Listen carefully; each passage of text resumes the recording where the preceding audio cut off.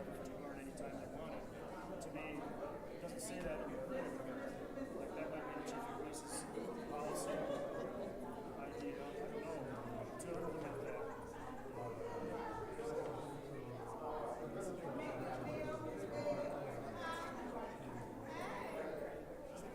I can understand where they might be overloaded trying to do enforcement. So, my opinion is that the restrictions on it, it's been very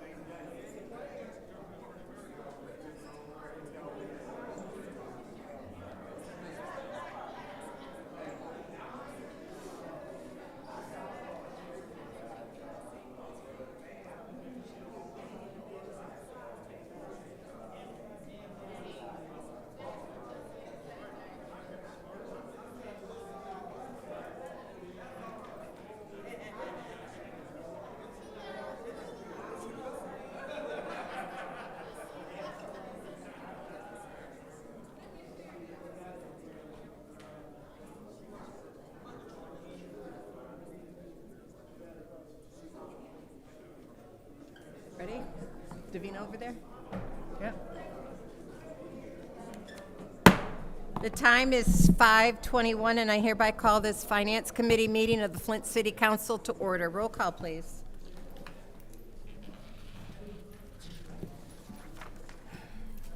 Mr. L. Alameen is not in. Ms. Lewis? Present. Mr. Murphy is not in. Ms. Priestley? Present. Ms. Winfrey Carter? Present. Ms. Burns? Present. Ms. Mashat? Mr. Pfeiffer? Present. Mr. Jarrett? You have 7 members present. We have 7 members present. Are there any additions or corrections to the agenda? Hearing none, the Law Department has requested a closed session. Will the city attorney please explain what this is about? Use your microphone, please.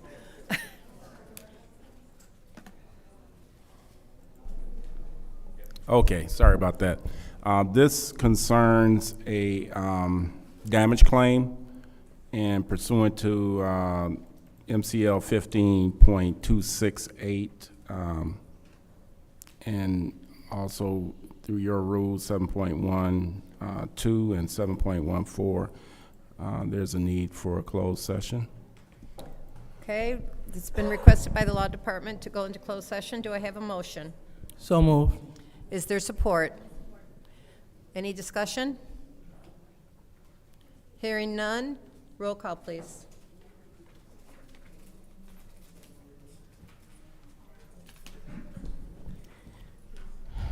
Okay, Mr. L. Alameen is not in. Ms. Lewis? Present. I'm not present, yes.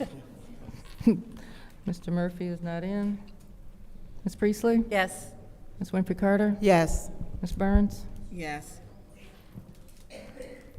Ms. Mashat? Yes. Mr. Pfeiffer? Mr. Jarrett? The vote is 7 yes, 0 no. The vote is 7 yes, 0 no. We are now going into closed session.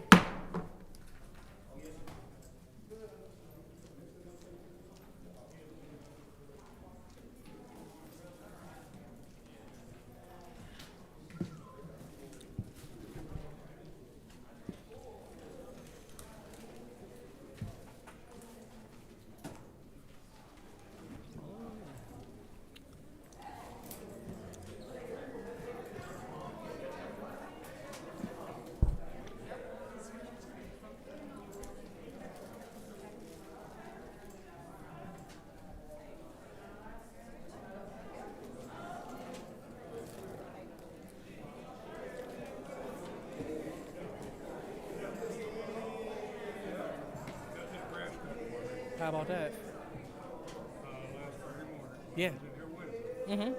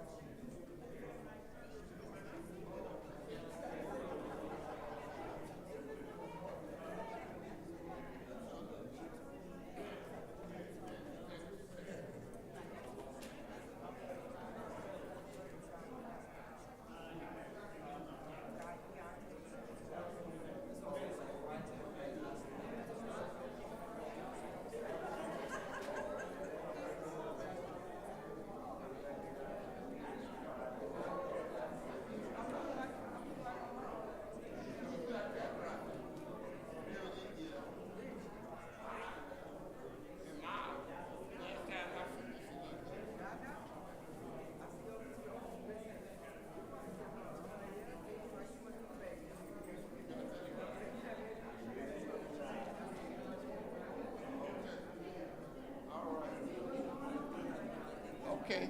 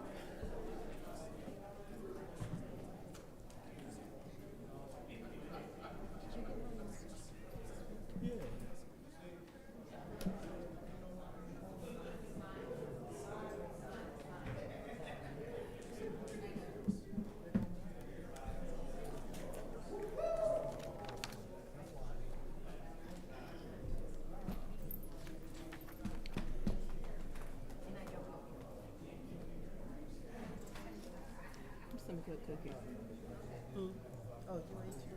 Girl, no, it ain't gone yet.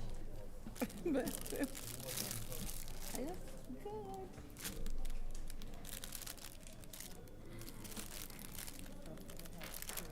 I know.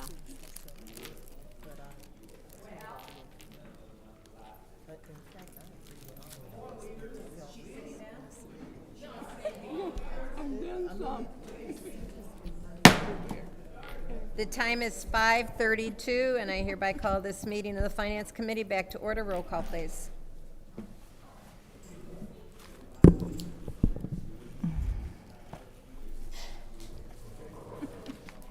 Mr. El-Alamin is not in. Ms. Lewis? Present. Mr. Murphy? Present. Ms. Priestley? Present. Ms. Winfrey Carter? Present. Ms. Burns? Present. Ms. Mashat? Present. Mr. Pfeiffer? Mr. Jarrett? You have 8 members present. There are 8 members present. It is now time for public comment. Members of the public who wish to address City Council should have registered before the meeting began, and will have no more than 3 minutes. Please watch your time. I will cut you off. First public speaker, please. The first speaker is Matthew Story.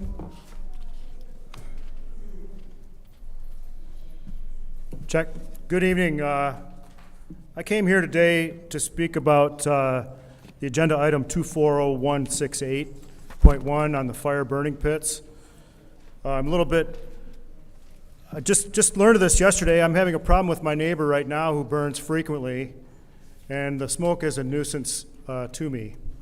Now, anecdotally, reading of the current policy, he's outside the ordinances to do what he's doing, but the changes in this ordinance will make it easier for him to burn. So when he burns, my lot's only 40 by 100. When he burns in his yard, his fire is 40 feet from my bedroom. So that smoke is going right in my house if I have the windows open. If I leave the house with the windows open, he decides to have a fire, my clothes smell like a campfire. So depending on the interpretation of the added section 4 here, by the way, it takes out a piece of ordinance that applies penalties. So in my reading of this, and just one day I've been aware of it, this makes it much easier for residents to burn within the city. In my opinion, we should be making the city a safer, cleaner place. There's no need to burn within the city. The trash people will take away your refuse. In neighborhoods, especially like mine, are very problematic with the small area.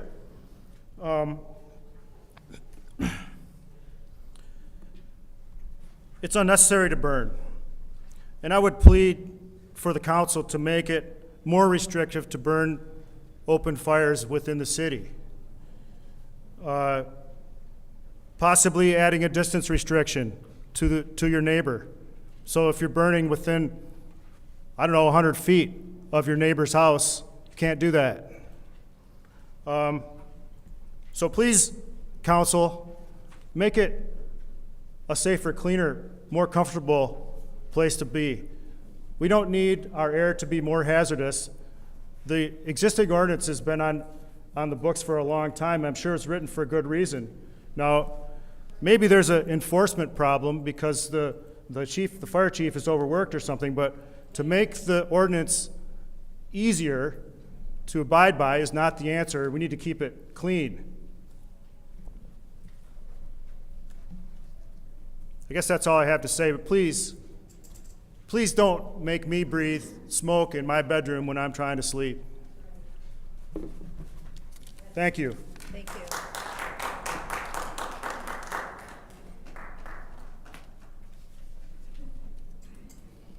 The next speaker is Pastor Robert McCarthan.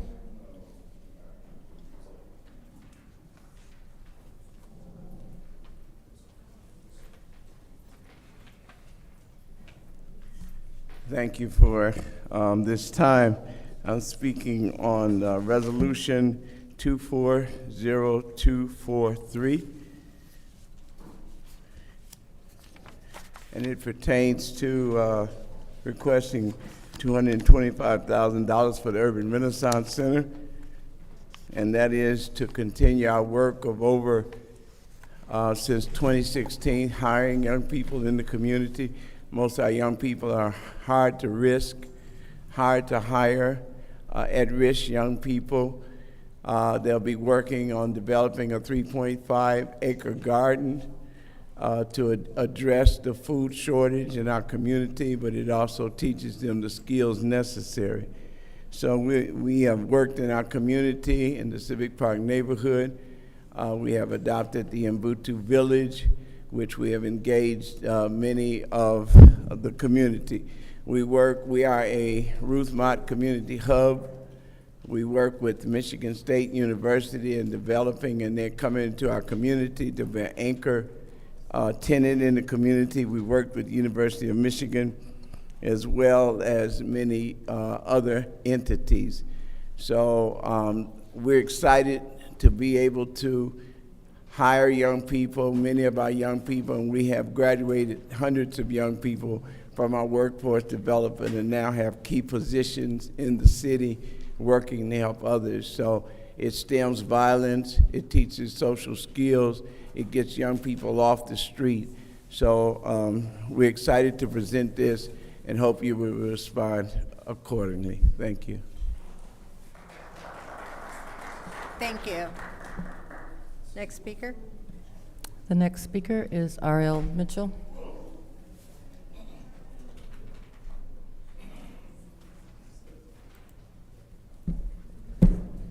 I'm R.L. Mitchell. Live in the 3rd Ward, 759 East Linden Street. But for the record, over the weekend, I got very disturbed about, it was the day before Father's Day, on a Saturday night. My friend in that neighborhood where I was escorting the late Mays through the graveyard with that horse buggy, over there by the sink, over there in that neighborhood, whatever ward that is, I want you address it, whoever ward that is, because my friend of mine was happening to look out the window and saw the little boy getting a whipping. But he thought it was a regular whipping from his daddy or uncles. There's about 4 of them. And she looked real close and they was pistol whipping at the guy. Whatever he done, he must have done something bad. Then she started praying. She prayed out loud. Then she said they spread it like roaches. I guess the teen challenge don't know what roaches is. It's a new generation. They done killed all them insects away. I mean, I want you, whoever owned that board, to address that before we go and further with this meeting, because them pistol whoop. And she got sons 43 and 47 years old, and she seen this, whatever that little boy done, he must have done something. That dude, he got on, dress this whole neighborhood. I want you, whoever wore that, I can't handle it. But anyway, I want to address this situation about these slum landlords. Every house I got when I was homeless, I was rent to buy. But the time I bought the thing, they made me move on and tore my house down. And I want this, I can't call the numbers off straight because you went back in the back room too fast ain't transparent with the people, talking about unsane claims and all that junk. Like we Flintstone don't know what's happening in Flint.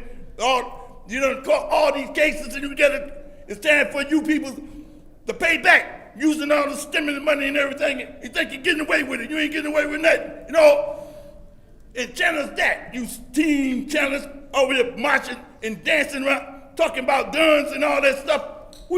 And the dude got pistol whooped out.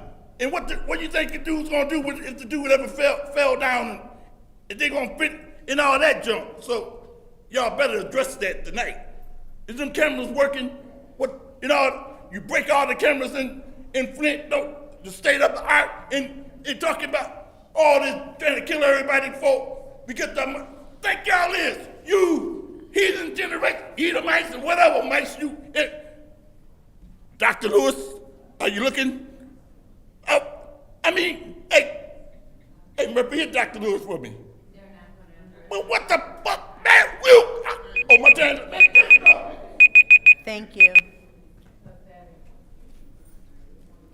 The next speaker is Miss E. Taylor.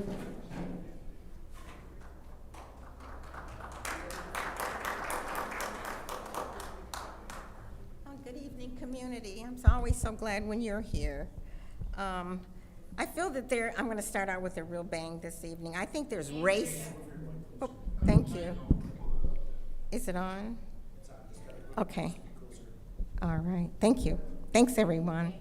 So I'm going to start out with a bang this evening. I think there's race baiting going on in the 7th Ward. And I really think we ought to just stop it. Just stop it. Here we know that people are being paid under the table. Comments are made like, I'm a lobbyist. That's soliciting. True or false? Does somebody on this council owe $4,000 in county taxes? Yes or no? So is it true or false that somebody owes $3,825 in county taxes? True or false? But those are the criteria that wouldn't let people get ARPA money, owing taxes. Yet you can sit on the council and not look at me. So Judy, you helped, well, I should say 1, 2, 3. Fourth council person helped set up a secret ARPA meeting, and Leon, the first council person sat there and received, true or false, $40,000, and we don't know for what. But we are supposed to be silent when we come up here or we're assaulted.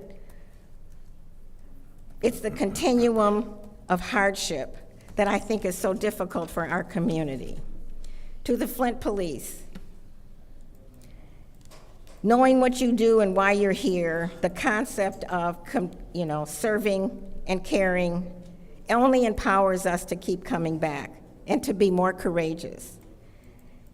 In the Muslim religion, they have this expression called zamzam, which means to stop, just stop. I say to the police in this room, you are here to promote the community, to community trust, but you're not doing that. And if it's the person at the top, then I suggest this department needs training desperately. You cannot continue to be weapons against the community. You cannot continue to choose who can video and what vulgar names that they can call people. His name starts with a P. And what will you do to correct this abuse that's occurring to the community? The community is doing recalls. We've done 2 very successful ones. Now we're moving to number 3. Protection and safety is an illusion in this room. Why is that?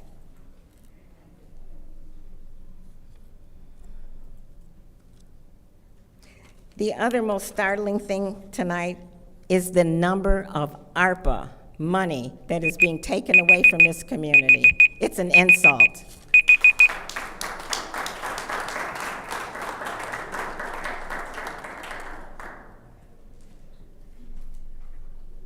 The next speaker is Sister Carol Weber.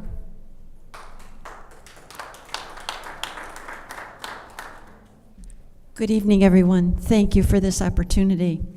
I'm here to represent the resolution 240237, and that is to help us to be able to do more mental health assistance in addition to the programs that we are already offering. So we offer programs for women who've been in abusive relationships or trauma. We offer a literacy center for adult literacy, after-school tutoring.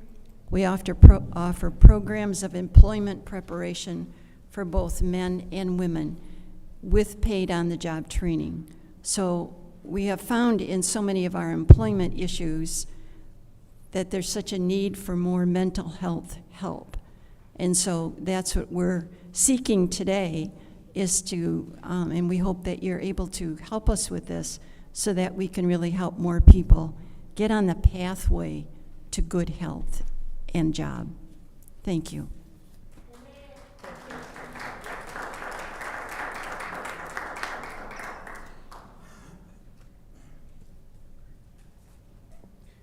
The next speaker is James Moore.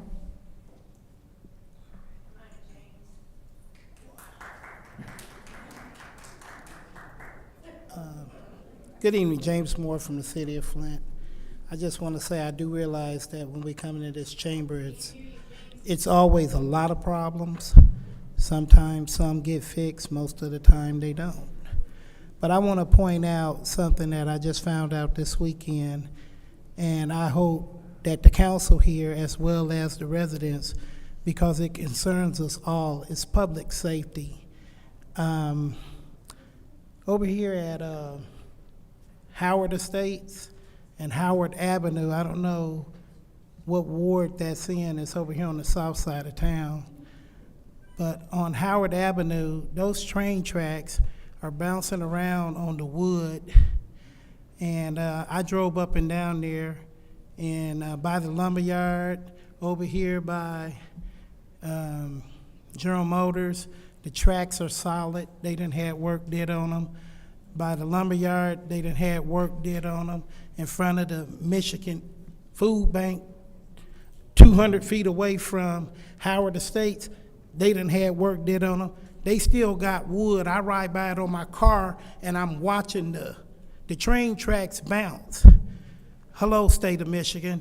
We don't want to be like Ohio. I don't want to hear that the train track bounced out the way and the train fell over and Howard Estate 75 feet away and people get killed. If we don't go over there, and whoever ward it is, I hope all 9 of y'all ride over there on your car. And please come back and tell me that them train tracks ain't over there bouncing on that old rotten wood before the train comes down and the rail finally pops out the way and somebody get killed and we all have blood on our hands. So this is public safety is what I'm asking. Please, and matter of fact, Mayor Neely, you go over there and you ride over there too and see if them train tracks ain't bouncing around, because they're not doing it in front of the Michigan Eastern Basket. They're not doing it in front of truck and bus over there. But where those people are living at over there, with them trains coming on the backside of them, they're bouncing around, and we need to do something about it. I don't want to hear it on the news like in Ohio that we don't know why the train derailed. Well, we know now, because if you go over there, you will see them train tracks bouncing. Thank you.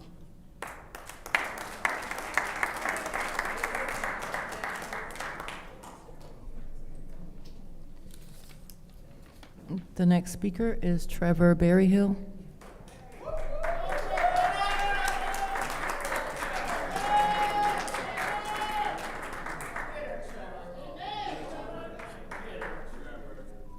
Good morning, ladies and gentlemen. My name is Trevor Berryhill. I live in the 6th Ward. I'm not here to yell at you guys tonight. I'm here to actually bring attention to something. I recently changed the water heater in my house. I removed several pipes that have not been removed since the water crisis.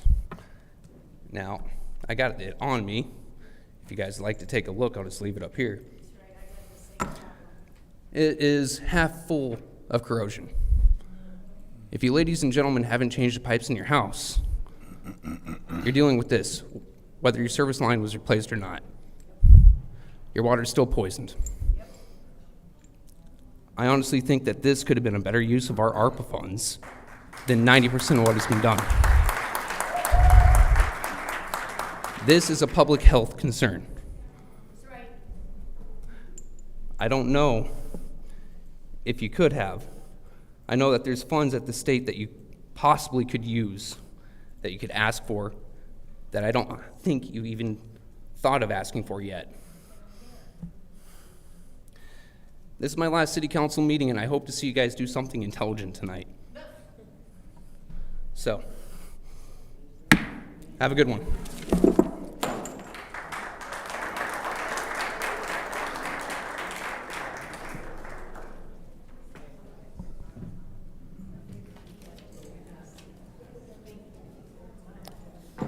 The next speaker is David Peachy. David Peachy.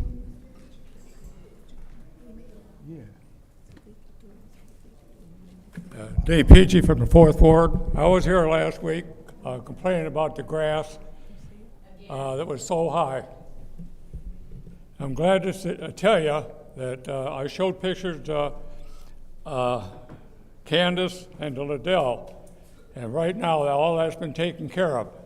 In 3 or 4 days, I think these two had a lot to do with it. The city was out there mowing the grass. They did 2 blocks where people could see, actually pull up to a corner and see there was a car coming or kids were riding their bikes. It made all the difference in the neighborhood. 2 days after that, the city come in, the land bank came in and did around all the vacant houses and around the vacant where they've been burned right down. I mean, they're still there, but at least you can see who's driving Kids are walking, riding their bikes now, and people are walking up and down the street, which they were scared to do before. So I'm sure you two had a lot to do with it, and I really appreciate it. Thank you.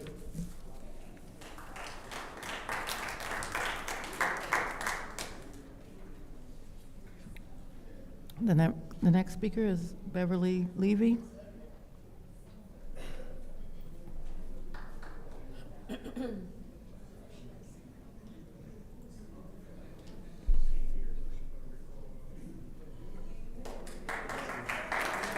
Hi, my name is Beverly Biggs Levy. Sorry, Quincy, you have been recalled. That, let me see that poster there about the lawnmower. They got a poster saying, your lawnmower has been recalled too. Maybe you can do a lot of cutting grass now. You got some free time on your hand after November the 5th. We're going out again to everybody that wants to be a part to recall for Liddell Lewis. We will be going out again. And now that the county is counting them, they might come up right. What you think? What you think? They're not coming over to the city. You know, Judy, I thank God today you have on a bra that fits, that works. It's ridiculous. You did a good job, but I want to give Quincy a clap. We got you, boo-boo, we got you. I didn't cuss, I said we got you, boo-boo. So you ain't got to look up to see if I cuss. And if y'all remove all these petitions, you can see who doing the talking. And when y'all try to look up and see who's talking, if you move them blinders, you can see who's doing what. You don't have to ask the police, can y'all help us out? Hell no, they ain't helping y'all out. It's sad. Y'all want to weaponize the police on us, but you get to say whatever you want to say, whenever you want to say it. Jump on 3 men at one time, Big Bird. You know, what you call you Big Moose? Big Moose. But now we see there's going to be a change. These seats are going to change around. And like I said, Quincy, I ain't mad about you fighting for your seat. That's what you're supposed to do. What you think is yours. But you're going to have to fight for it this time. And all of Jared, I love you. I thank God that we put you in that seat. I thank God that people chose you. And a lot of the council people, Jerry, Tanya, Dennis, y'all finally gonna get some help. And that's gonna be a blessing. This is something that Eric always wanted, and now it's happening. Have a blessed day.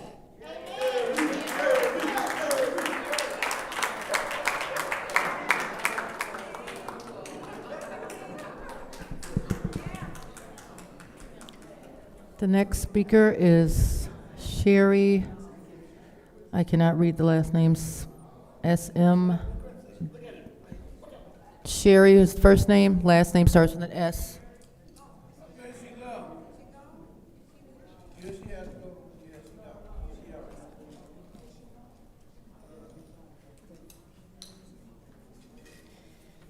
Next speaker is Larry Hutchinson.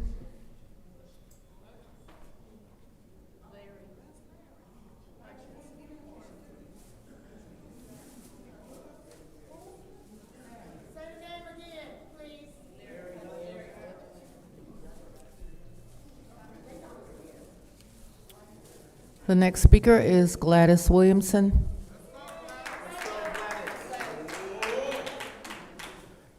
My name is Gladys Williamson. I live over in the 9th Ward. Jonathan Garrett is my city councilman. I want to thank you for making sure that tree got picked up in the same day that it fell. They like to drive fast down that road, and I could just see that tree going into somebody's windshield. I appreciate you. for having that tree picked up, coming over, making sure it was taken care of. As far as the smoke goes, I don't know how you can sit up and soften the rules on having fires, because the house lots are so small that when somebody burns next door, it affects the whole block. The whole block. Now, I breathed the water in through a humidifier for 2 winters with the leaded water, and I have precancerous nodules on my lungs, and I have environmental asthma. So when the neighbor behind me or next door to me burns, I can't breathe. I have to get my nebulizer out so I can breathe. And if you aren't going to take care of the rules that are on the books, and then you're going to think about softening them, you don't represent the people that are living in these lots that have to deal with issues. Grass not being cut, what happens in one lot happens in the next lot. I got a lot next to me that the grass don't get cut. A third of his backyard don't get cut. Now I've got skunks. I've got possums. I've got rabbits having rabbits. I've got feral cats. And they live in that grass that's up to my waist. And yard waste, it does. It's supposed to go out to the road. The blight department, I gotta tell you, blight department does not come out in the 9th Ward. You got cars parking in the grass on the lawn. That's a violation. That's a violation. You got people not cutting their grass. That's a violation. And I don't care about these people get paid to do their job. If they're not doing their job, revoke them. At least chastise them.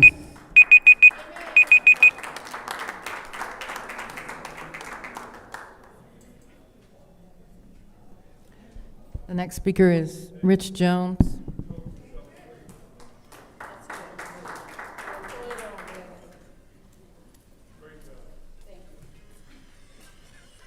How y'all doing today? Liddell, please tell me this is not your TikTok page that I'm about to play.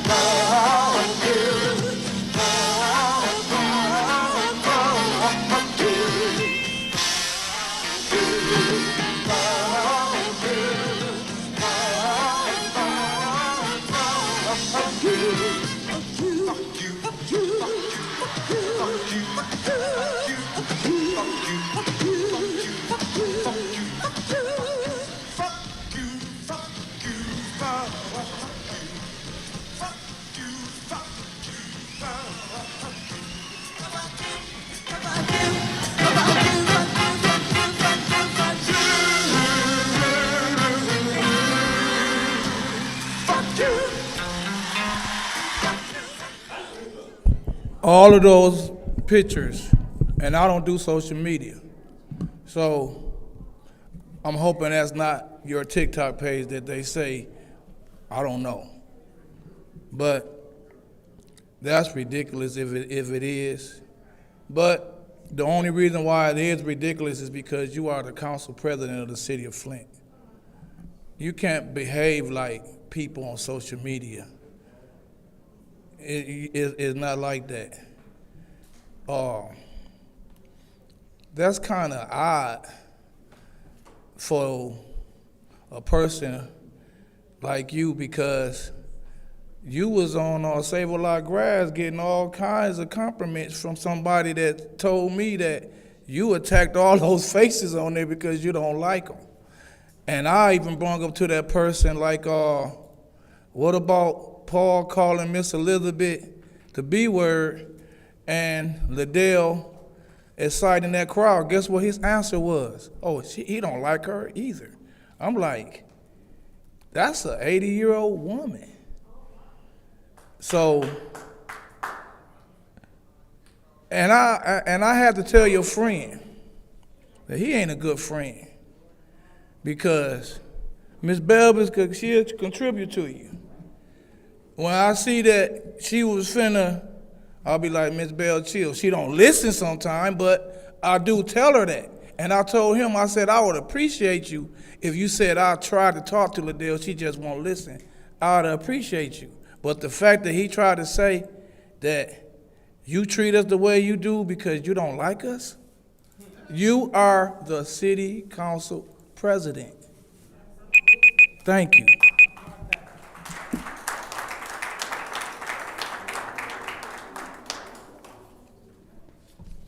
The next speaker is AC Dumas.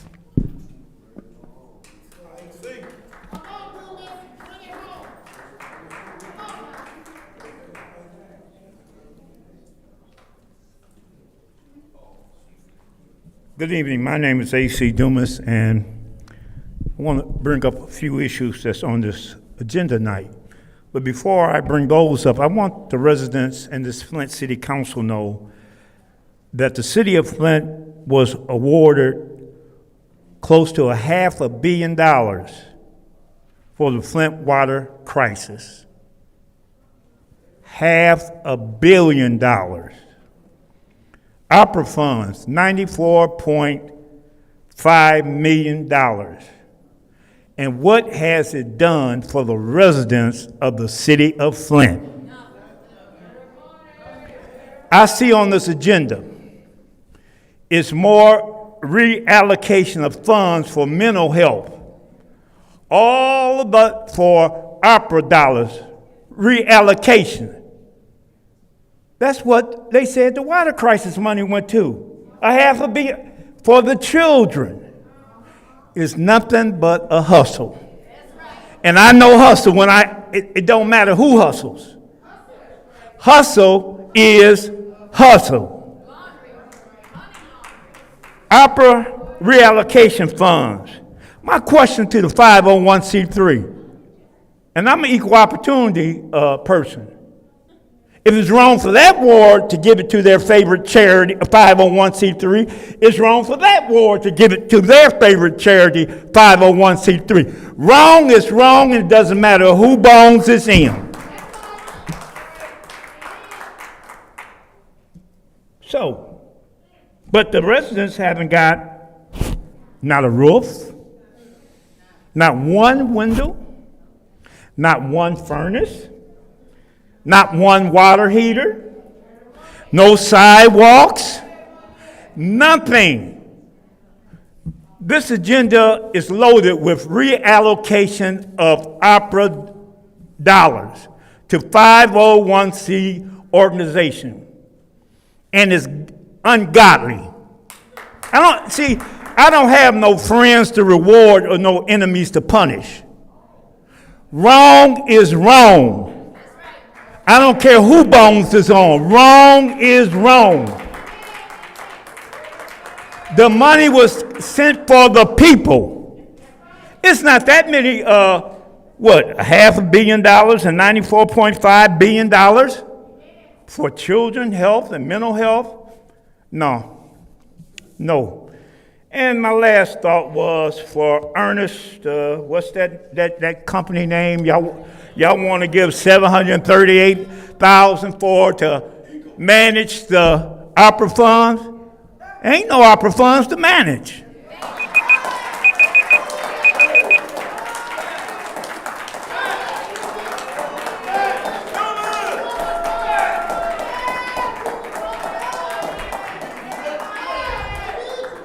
The next speaker is Wilbert Jarrett.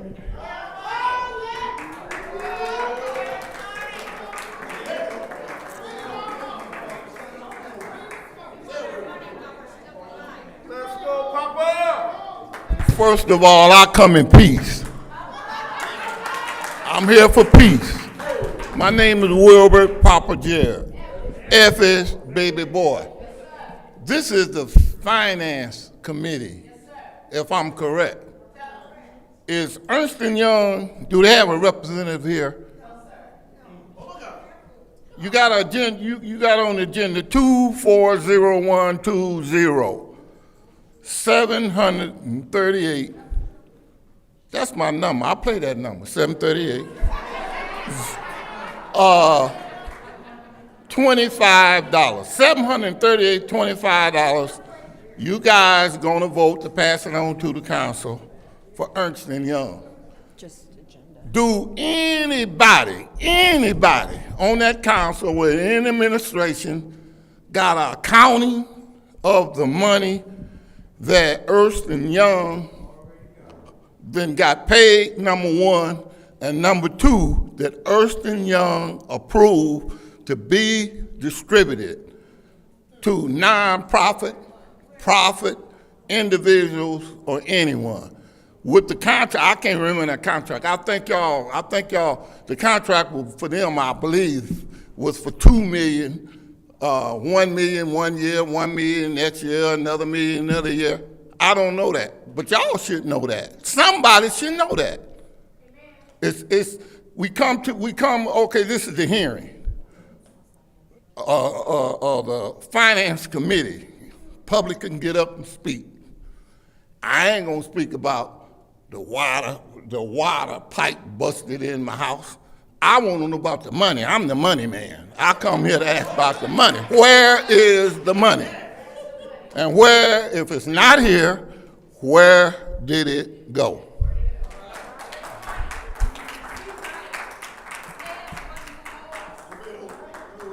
I'm gonna do the Liz Taylor. She take all her time. I'm gonna sit up here for another 49 seconds.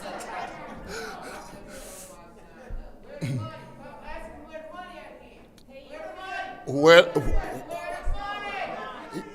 a minute now, I'm calling y'all to order. Point of order. I got the flow. You please be respectful for the council.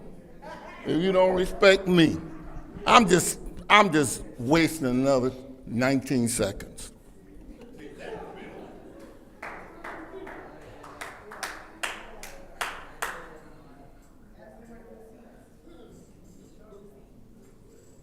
Thank you for allowing me to speak.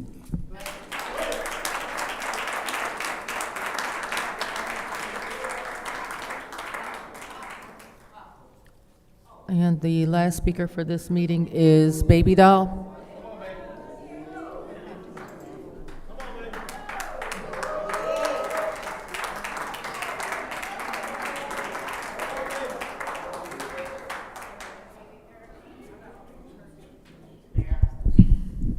Good evening. I'm Baby Doll. I traveled 2.5 hours to get here.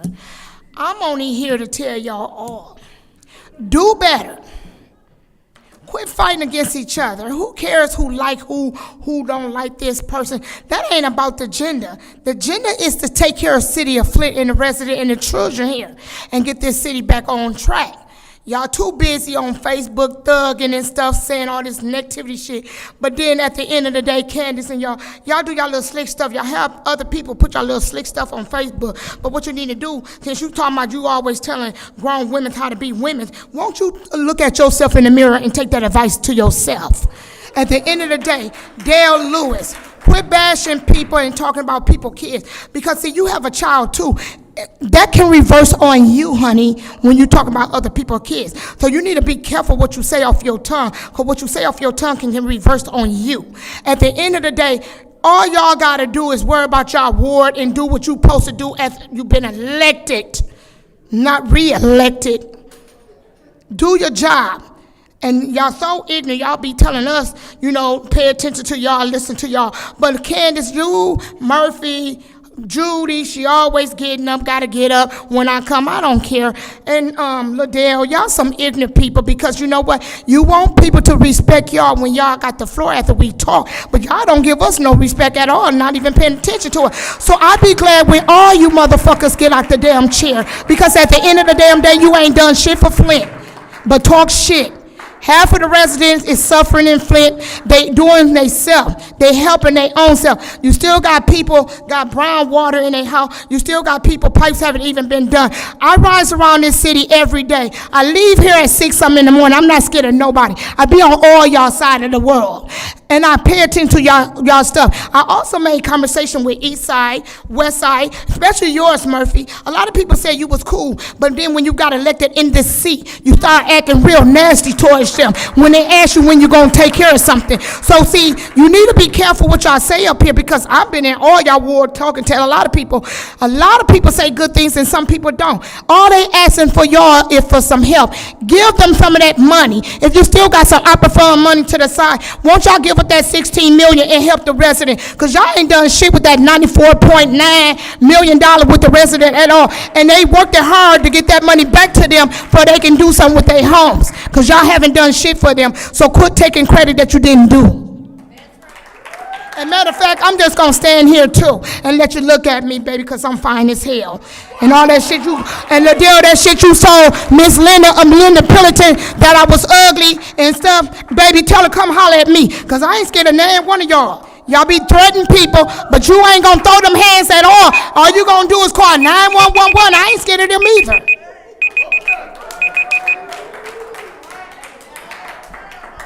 It is now time for council response. Each council member will have the opportunity to address the public for 2 minutes. Is there anyone who would like to address the comments? Madam Chair. Go ahead. Thank you. Thank you to all the residents who are here tonight. There is definitely an issue, and I get when people don't understand why are the residents outraged. Because the residents have been disrespected. The residents haven't been taken care of. Residents shouldn't still have to be asking, can I get my roof fixed? They should not. Not when Saginaw is on its 3rd phase. Thank you. They did roofs, they did windows, and they did furnaces. We haven't put one shingle on, not one. To the TikTok page, Mr. Rich Jones, that page should be denounced. It should be denounced because that page is horrific. It has her first name and her last name, and it's horrific. It even speaks to people's death. It's horrific.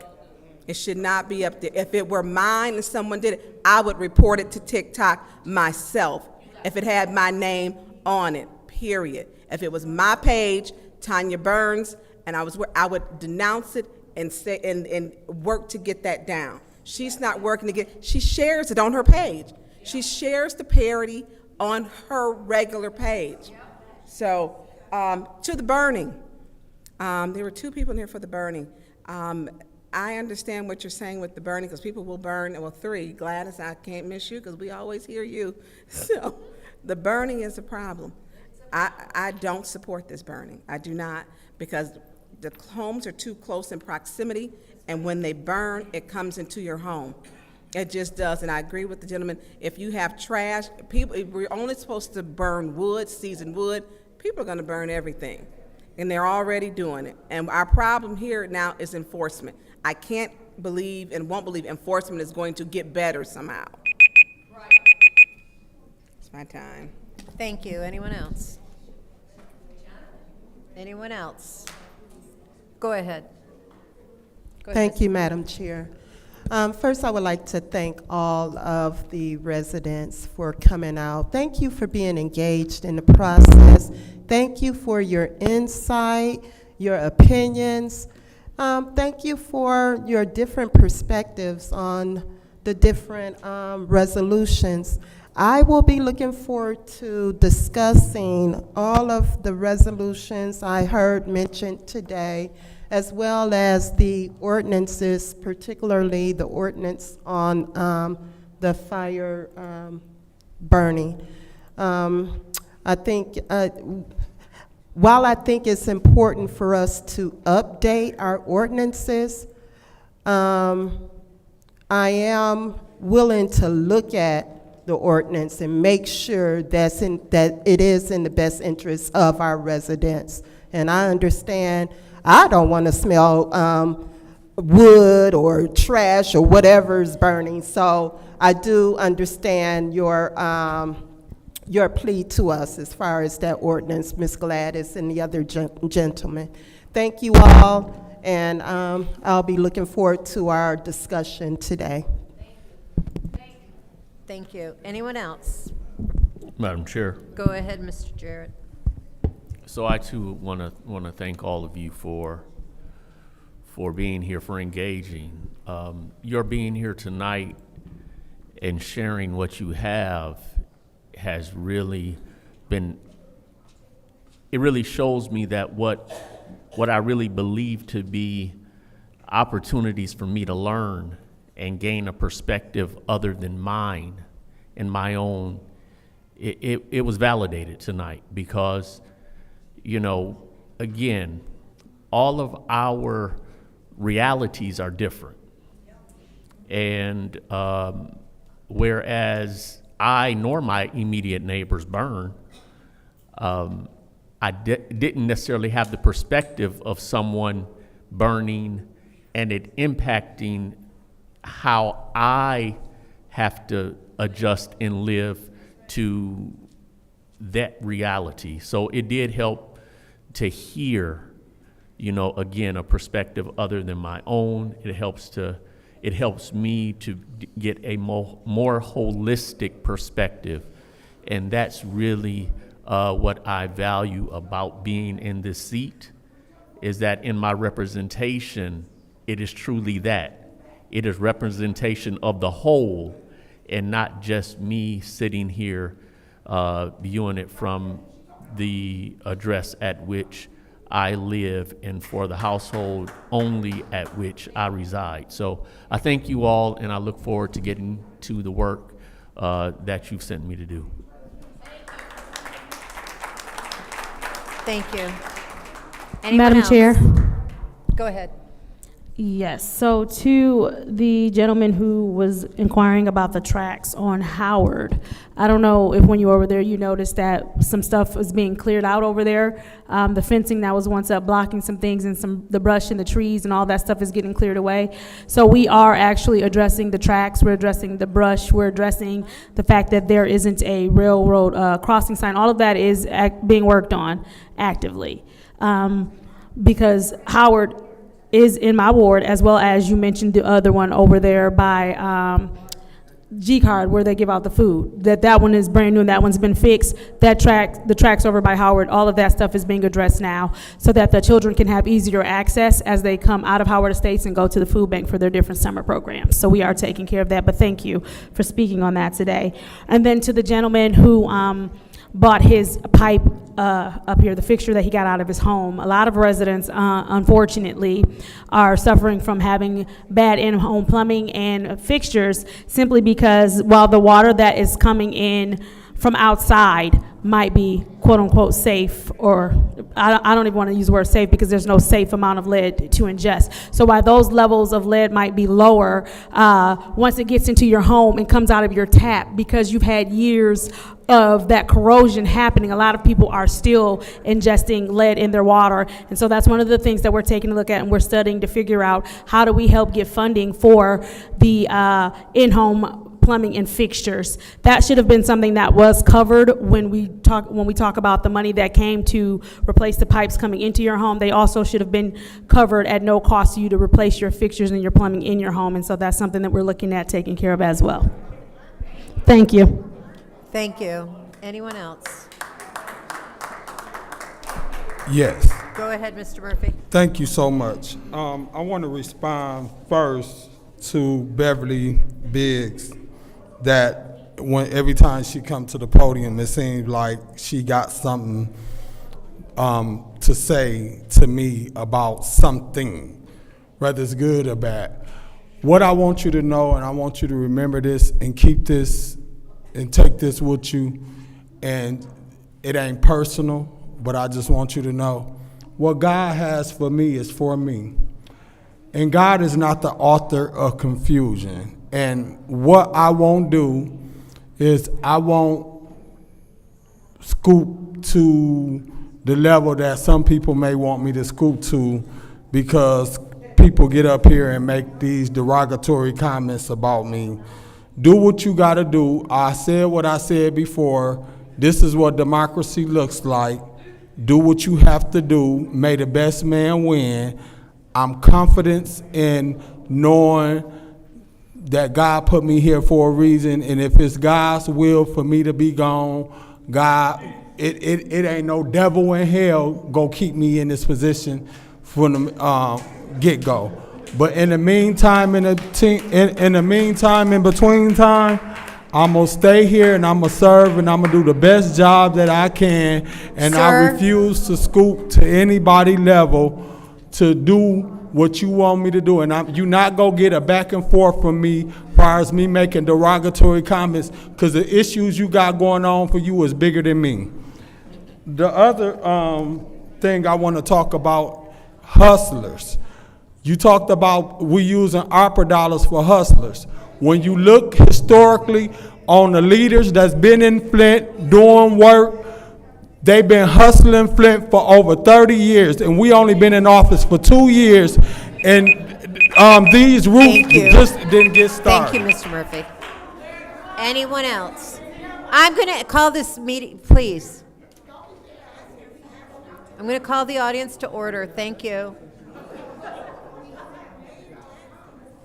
Is there anyone else who'd like to address the public? Is there anyone else?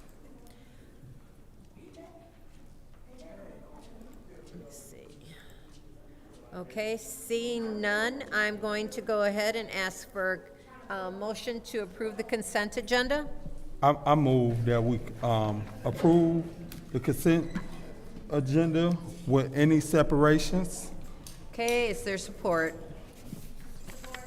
It's been moved and properly seconded to approve the Madam consent Chair. agenda. Yes, go ahead, Ms. Burns. I have a lot. You ready? 240182, I'd like to separate.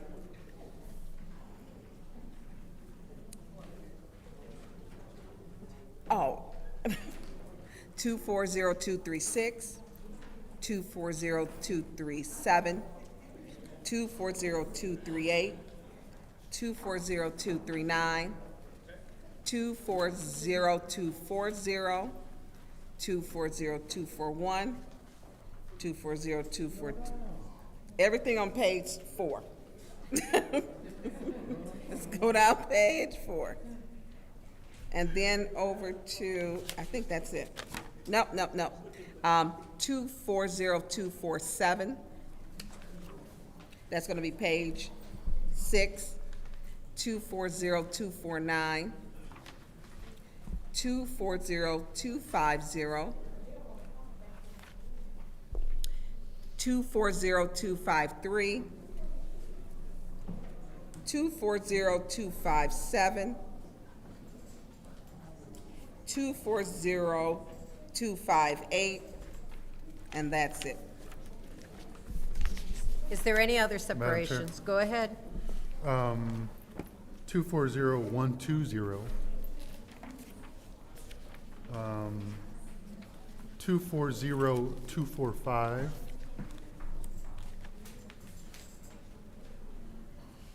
And 240248. 248. And also 240259. Last page. Anyone else? Yes, Madam Chair. Go ahead. I would like to separate 240246.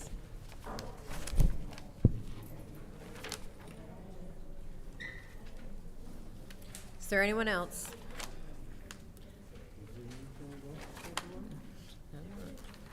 All right, so the consent agenda consists of the following: 240251, 240, all right, 240252, 240254, 240255, 240256. Roll call, Madam Clerk.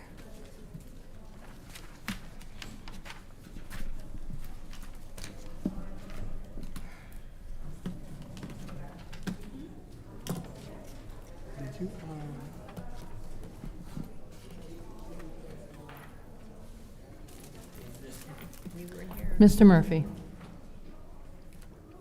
Yes. Ms. Priestley? Yes. Ms. Winfrey Carter? Yes.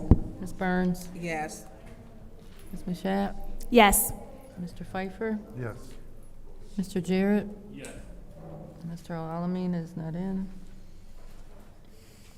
Ms. Lewis? Yes. The vote is 8 yes, 0 no. The vote is 8 yes, 0 no. That will be sent to council. Okay, the first separated resolution is 240120. What is the pleasure of this body? Madam Chair, Yes, go ahead and. thank you. I Ms. make a Burns. motion to send 240120 contract Ernst & Young Management ARPA funds to move it to council. Just a second, let me get my, okay. Okay, is there support? Support. It's been moved and properly seconded to move to council. Is there any discussion? Madam Chair, Go ahead. are there any representatives here from Ernst & Young? No.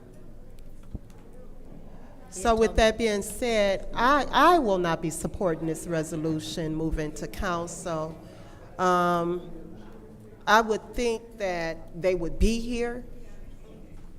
We've been asking. I have asked. Madam Chair, to you, what have you found out? Did you contact Ernst & Young? I have spoken to them a couple of times, and they've said they would be here on specific dates, and they have not shown up. Okay. Well, so with that, I'll be voting no for this resolution to move to council. Thank you. Madam Chair, Go ahead, Mr. Pfeiffer. to be honest with you, I don't know why this is still on here or it hasn't been amended for the actual dollar value of work that they're doing. So until they come before us and explain the contract changes and the, if they're going to revise the contract, why didn't they revise the contract dollars? So I will not be supporting this in its current state.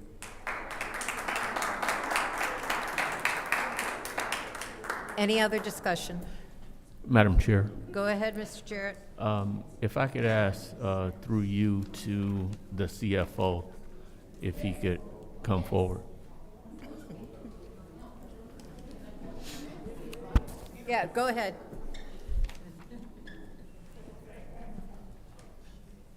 Mr. Moore. Through you, Madam Chair, to Mr. Moore. Good ahead. evening, sir. How are you? Very good. Good, good. What I really am trying to understand at this point, for having had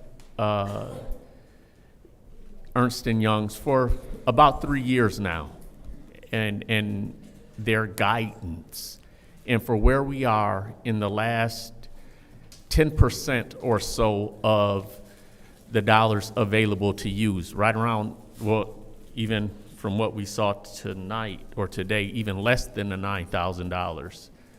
Do we really need them anymore?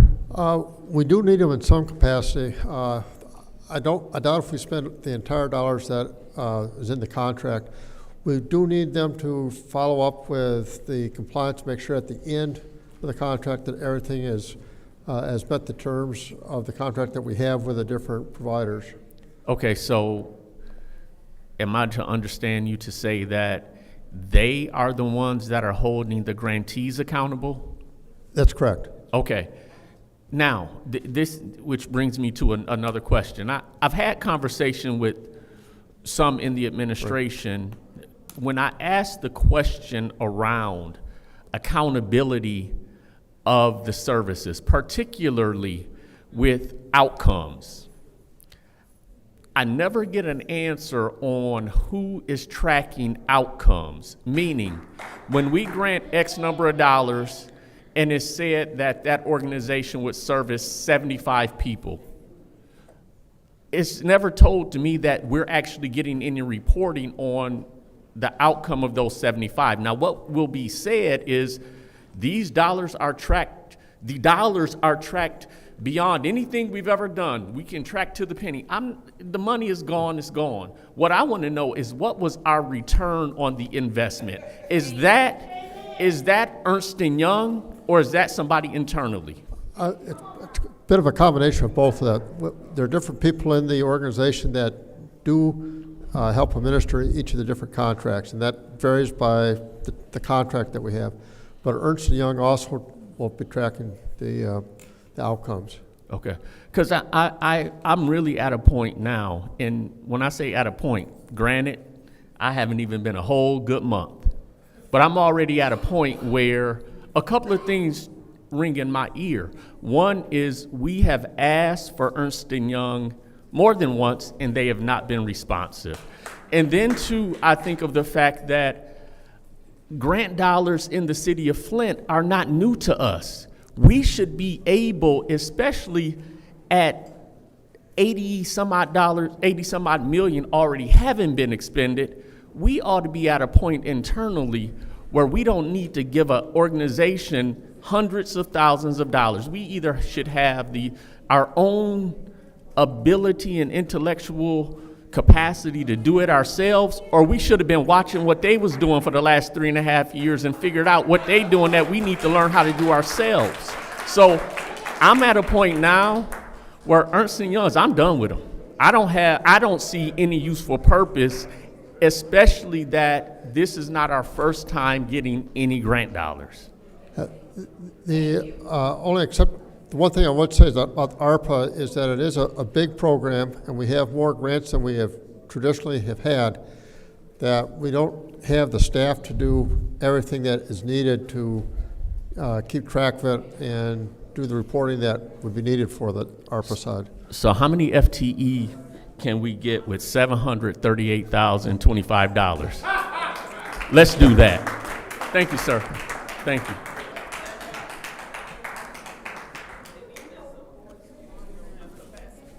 Thank you. Anyone else? Go ahead, Ms. Burns. Mr. Edwards.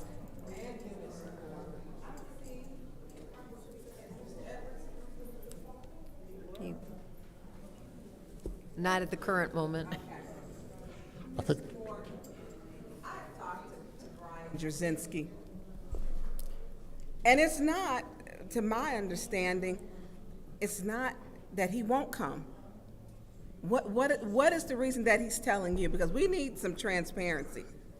I did talk to Ernst & Young today, and they were not able to make it today, but they said they will be here on Monday night. Hold on, Mr. Moore. Through you, Madam Chair, Mr. Edwards. Right on Mr. time. Edwards? So, Mr. Edwards, what is Ernst & Young telling you that why they're not here?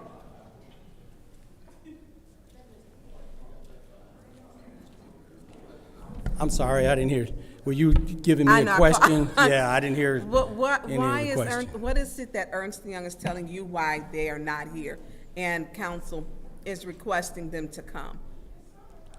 They, as far as I remember, they have appeared at least once since you made the request, but I've not had any other contact about why they don't want to attend at this point. Yeah, I think the last time that Brian was here. That's correct. I was serving 30 days. And I call him if I have questions, and he's very transparent. There seems to be a disconnect with this administration and Ernst & Young. And I think that's something that we need to fix, because they're almost done. How much is left in ARPA funds? Well, let me, if I may clarify something.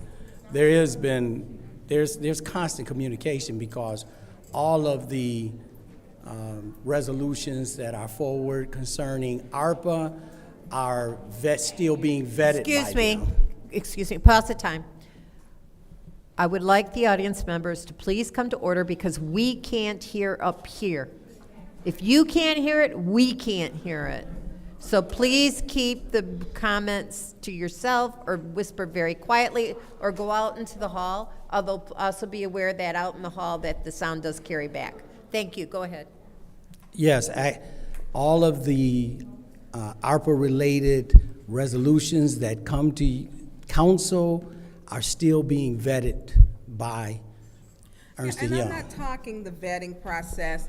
I'm talking Ernst & Young coming here because Right. they are on our agenda and have been here on this agenda to get $738,000.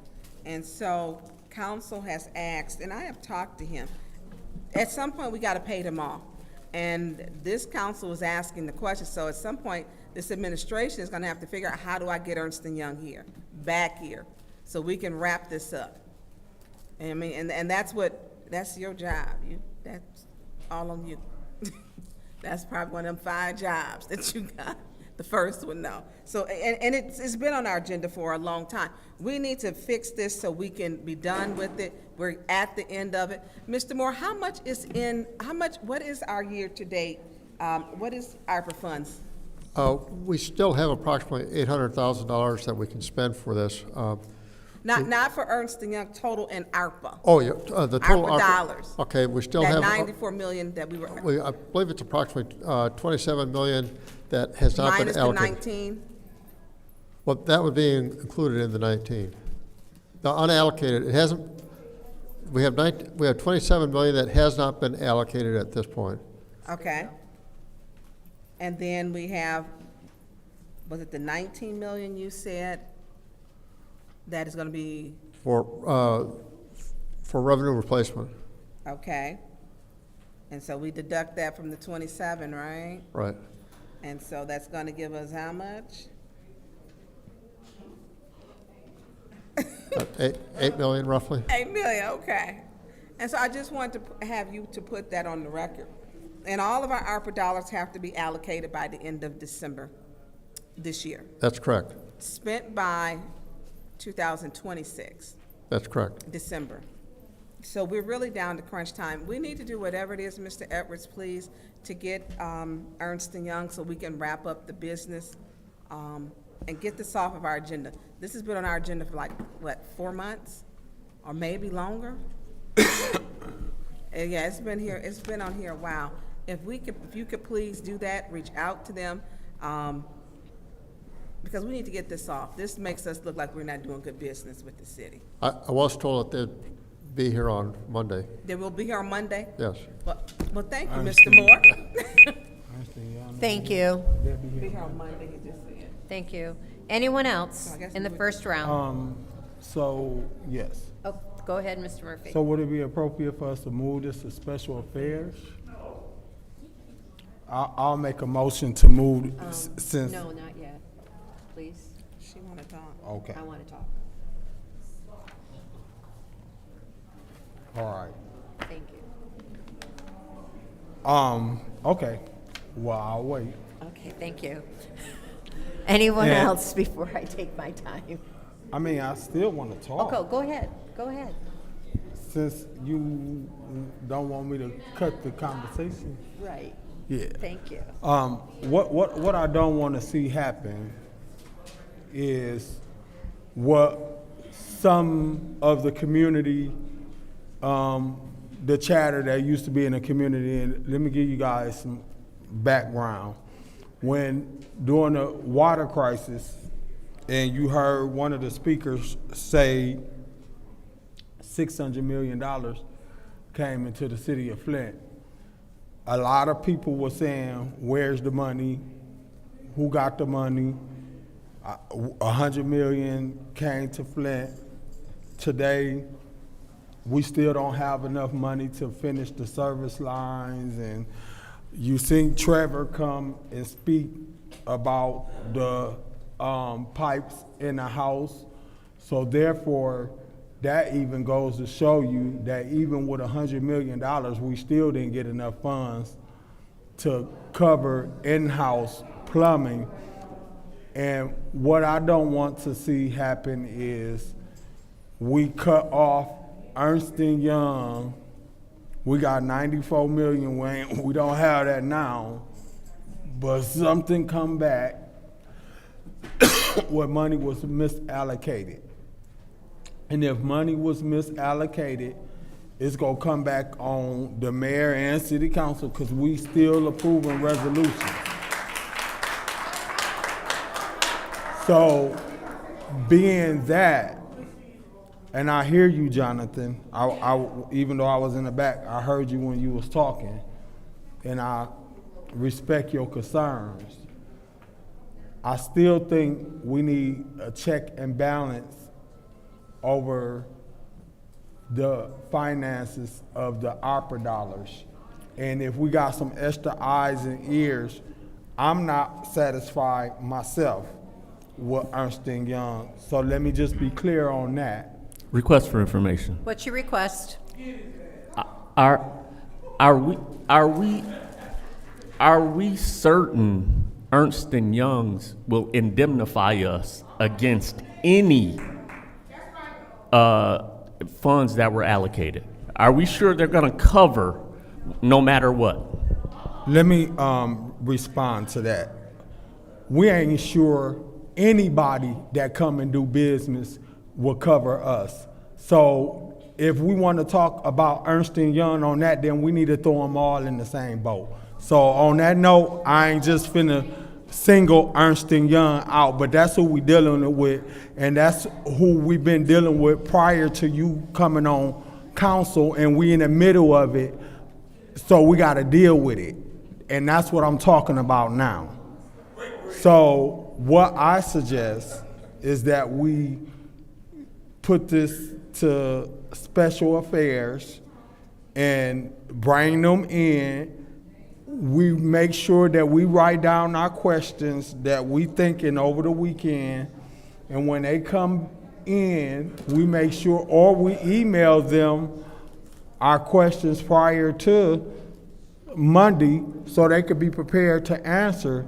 So if you got Ernst & Young email address and you got concerns, or you want some data or some facts because you want to look at some numbers and you want to see outcome, I suggest you email them now and have them have that prepared so when they come, you can ask them, did you get my email? Did you get my request for this data that I want to look at? And I think that'll help. I'm not sure you gonna be able to get it by Monday, but it'll give you something to go on. And we ain't got to vote on this Monday. We could just, at least you'll have what you need, and then we'll have, but what I'm not gonna do is just say, okay, we finna get up out of this contract with them, and then we don't know, because the city and the administration, the planning department may not got the capacity. They already complaining about lack of workers for Parks and Recreation Department, not to be throwing her up under the bus, but we just need to be careful and be open-minded. That's it. Thank you. Anyone else in the first round? Then I'll take my time.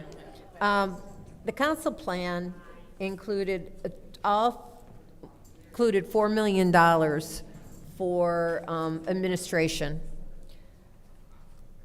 We allocated money to Ernst & Young and for ARPA administration coordination. And in discussions this morning with Ms. Dorr, I wanted to make sure that I actually allocated the ARPA administration coordination, which is the in-house examining the invoices, et cetera, that we're going to be doing. We only have $502,470 left.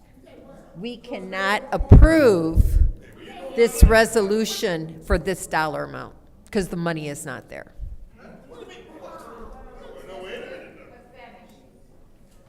So, and we approved the resolution for our administration coordination Request for on April information. 22nd. Go ahead. Didn't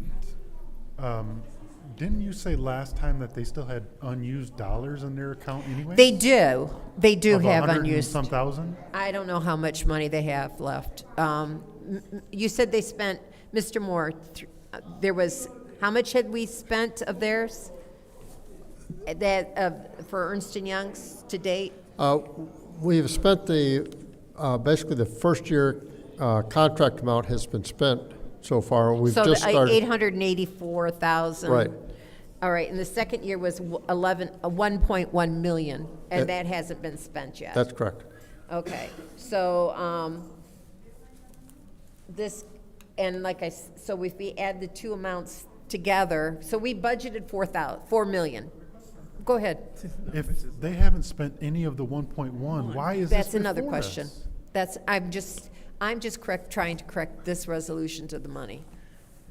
I'm not saying I'm in favor of this resolution or not. I'm just saying that the dollar amount is incorrect. Cannot be. Point of or request for information. What's your request? If they haven't spent their funds, who put this resolution on here to get us some additional dollars? Wasn't me. Make that make sense. Huh? I don't know. Mr. Edwards, do you know who submitted the request for this resolution? It was just a request to continue the services of Ernst & Young from the administration. Okay. So what I would like to do is make an amended motion to change the dollar amount to what is remaining in the allocation plan of $502,470. And then we can deal with the resolution at either Request send it for to special information. affair. What's your request? Wouldn't it be easier just to submit a new resolution with that dollar amount on it? It's whatever the pleasure of the body is. Thank you. I just wanted to correct this one, but we can vote it down out of committee. Is there any discussion in the second round? Yes. Go ahead. I would like to make a motion to drop this resolution indefinitely. Support. Okay, it's been moved and properly seconded to drop this, postpone this resolution indefinitely. Drop it. It's supposed to be postponed. It's postponed is the correct word. But anyways, okay.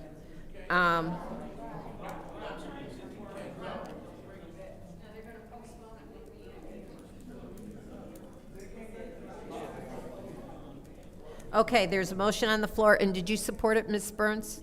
Yes. Okay, it's been moved and properly seconded by Ms. Burns to postpone indefinite. This is a roll call vote. Go ahead, Madam Clerk.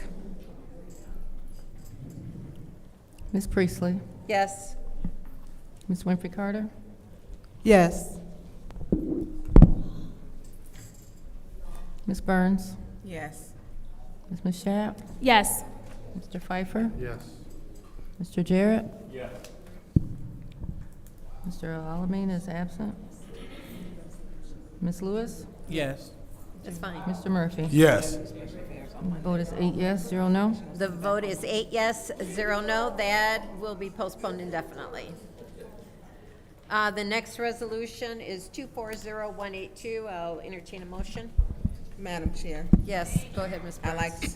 I'd like to move Resolution 240182, reallocation of ARPA funds, emergency water relief funds to council. Is there support? Support. It's been moved and properly. Madam Chair. Go ahead. Go ahead.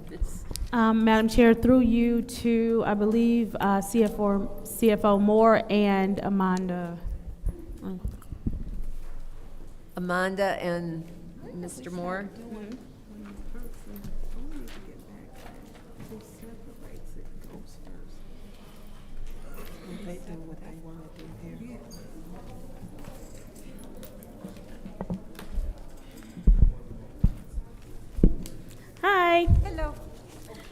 So really quickly, because I was going over this and I was reading it, I was trying to see if it was in there. So just because I don't see it in there doesn't mean it didn't apply.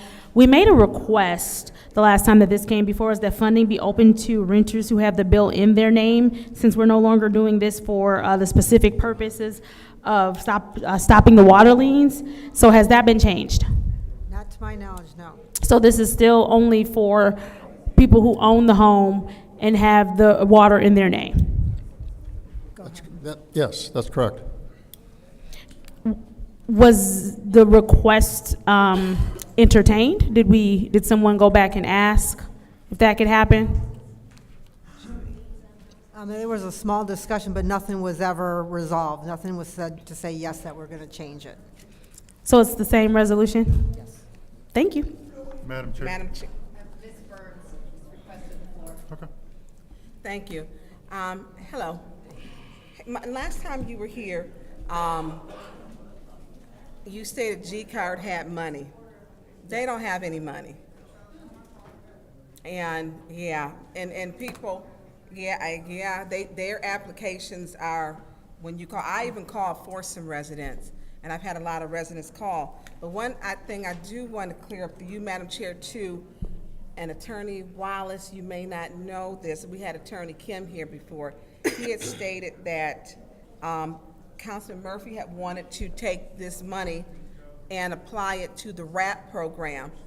And Attorney Kim stated that the RAP program was a program that was state funded. It is not. RAP, I'm not the RAP program, but the, what was the program? That the RAP program, it's by GLEWA. And I had sent the email to let them know that if we could take that, because Councilman Murphy wanted to take the $250,000, place it in RAP, which would help. And Attorney, I did send him an email that it is not funded by the state, and that we should be able to take this money and put it into RAP. G-Card is out of money, and they're telling people they don't have any applications. And I had a lady call this morning. They told her hopefully maybe in 2 to 3 weeks they may be able to open it back up again. But with this program that we have, it seems like the guidelines really are difficult for residents to apply. And so they're not meeting the criteria. And the renters we have renters who've been in homes 20 years. You know, they could have purchased a house, but for whatever reason, they're renters. And so this money, GLEWA sets aside an amount of their funds to help with issues. Is that correct? Yes. And they also to set aside with water issues, and it's supposed to be plumbing too. Is that correct? Yes. And how much does the city receive from that? Do we? When RAP had money, they would send us a check for each account. If we're getting 25 or the whole $1,000, we would get a spreadsheet, and then they would send us the money. Okay. I guess we have to figure out how do we get this over to RAP? Because RAP is depleted. Yes. Is that correct? Yes. And so with this being ARPA, I know I want to hear my colleagues speak. So I just want to say I would like to see this money go to RAP. That way residents who are seeking assistance would be able to get the assistance, because right now G-Card is overwhelmed. I mean, literally the next morning, and we were done like 12 a.m. that night, people called that next morning and they said, nope, we're out. We've met our criteria and we don't have anything available. And if we could take that money, which we can put in there because it is not state funded, and to put it in there, I think that would, do our residents that way they would get something, because we're almost towards the end of ARPA and we don't have a lot that we can show that we really helped the residents that really need it. We were chosen to get the second largest amount in ARPA because of the poverty. We haven't did much for the people who really, really need it. We just haven't. We should have done a lot more, and we'll probably look back 10 years and say, we had the opportunity to do some great things and we didn't do it.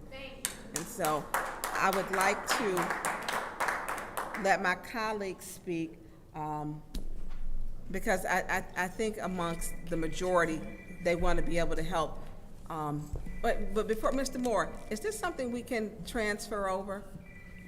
To RAP? RAP program. It's not state funded, as we were mistold. I'd have to talk to them. I don't know much about the RAP Okay, program. I was told we could, so I did a little I'd bit have of to, homework. you If know, you I'd could have to check see how that for me, we can check into that. yeah, and then that way we can get some assistance to stop, to the residents who really do need it. I'm gonna yield the floor, Madam Chair. Okay. Mr. Pfeiffer? Thank you. Through you to Amanda. Amanda, last time this was here, we had a talk off the record in the back to try to, how can we open this up to more qualified folks? Because even though it's not in this resolution, I'm disappointed that the resolution didn't change at all. What? Can you tell me the guidelines again? Yes. Because it's not written down on this resolution. Okay. They have, the applicant has to be this I'm is sorry, what can you- ours was, the applicant had to be Hold the on. home. Okay, the applicant had to be the homeowner. Yep. And that the homeowner had to meet the 2024 poverty guidelines, which we set at the 300% mark. Yep. And then the homeowner had to be current on their property taxes and also current on their income taxes. Okay. So, to me, these dollars aren't going to folks that need them because and this is just me personally speaking, if you're current on your income tax and you're current on your property tax, you're probably not the hardest hit that actually need these dollars. So why aren't we finding folks that are in arrears and that are in poverty that we can't boost them, try to boost them up to maybe pay some of their income and property taxes, but I don't understand how these dollars are going to hit the hardest hit. Well, this originally was brought on because of the impending lien notices that were mailed out. Trying to remember the exact numbers now.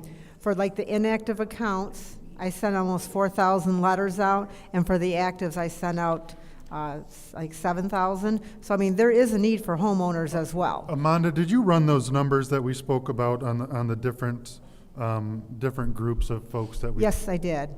Because I think I spoke on it last time. I ran the report off of the 2023 property taxes who had paid, and I looked at who had delinquent water bills, and there was almost 1,700 people who paid their property tax but also had delinquent water. Okay. Madam Chair, through you to CFO, can you explain to me how, because we allocated 8.6 for the $300 water credit.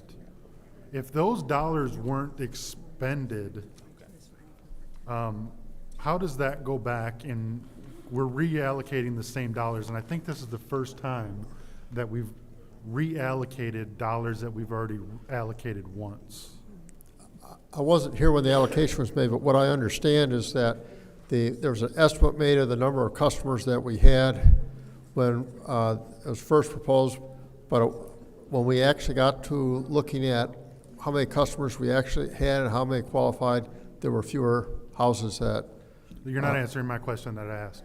So when we allocated 8.6 and Right. there was a surplus, Right. and it's been brought back into the account, is there other dollars and other program? I guess that's one question. Oh, And then, no, I understand what you're saying. Yeah. So when that money isn't spent, because to me that 8.6, and now we're saying we got 175-ish that's coming back into the account, because this is kind of misleading because it's saying reallocating 250, but we already allocated 8.6. So how does unexpended funds that we've already allocated, what's the process for that? And are there other funds that we've allocated that are coming back? You follow me? I follow what you're saying. It's an ongoing process. Most of the ARPA dollars are still under contract, so it's too soon to say whether there's other monies that can be reclaimed. It might be, we might be able to look at some of the dollars and see if there's anything there, but I suspect the way we've been, because most of the dollars are going to different. So is there a process for us to take the dollars that we've already allocated and do a motion or a resolution to credit those back into something to be reallocated? I don't know that there's ever been a process created for that. I think that'd be up to the administration and the council to work out. Thank you. Any other discussion in the first round? Yes. Go ahead.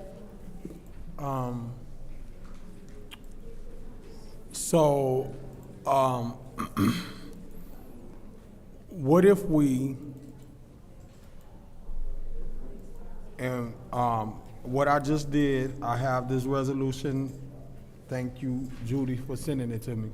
I'm gonna send it to Ernst & Young and see if this will qualify for the RAP program. Yeah, we can do that. In fact, we were having a discussion about how one of the first things we have to do is first talk to Ernst & Young, make sure that it meets the ARPA standards that we'd have to meet. And second, we need to talk to the people that run the RAP program, make sure that we could work out an agreement about that. I really couldn't hear you because it's a lot of we would have to talk speaking. to we'd have to talk to the people at the RAP program to make sure that they're amenable to us giving some dollars that they would administer on our behalf. My guess is they probably would, but you don't know until you really ask. You have to ask first. So is it, you okay with me sending this to Ernst & Young? Yeah. And then when they get here Monday, we'll see if they can answer this. My question to you, Amanda, is if we had to change this resolution to support the RAP program, who would be responsible for overseeing these funds distribution? Would you be over it, or would a RAP team administration that's already doing this, would the money go to them? So if we had to change the resolution, what name would we need to put on a resolution to make it appropriate and correct so that we can execute and get everything? If the RAP program was to do this, it's Wayne Metro. Wayne Metro is the equivalent to You G say card. Wayne? Yep, Wayne Metro, and they're the equivalent to our G card. They're their community active, service. Wayne Metro what? Just Wayne Metro. That's it. That's the name of the RAP program? That's who administers the RAP program, yes. So is RAP abbreviation? Water Residential Affordability Program. Water Residential Affordability Program. Okay, I just want to make sure that I'm putting the right language together for Ernst & Young so they know if they're not familiar with the RAP program, and they'll have to do some research, especially for all the money we done gave them. Affordability program? Yes. Okay. So that's who the money will go to? They would be the ones that would, receive the money, and then they would. It will be restricted to Flint. Yes. So in the resolution, we need to add restricted to Flint residents only. Yes. Okay. Okay. Thank you very much. Them my questions that I needed to ask. And do we need to, well, we'll wait till Monday. Should we have a resolution prepared just in case we can move forward? Is the questions to my colleagues.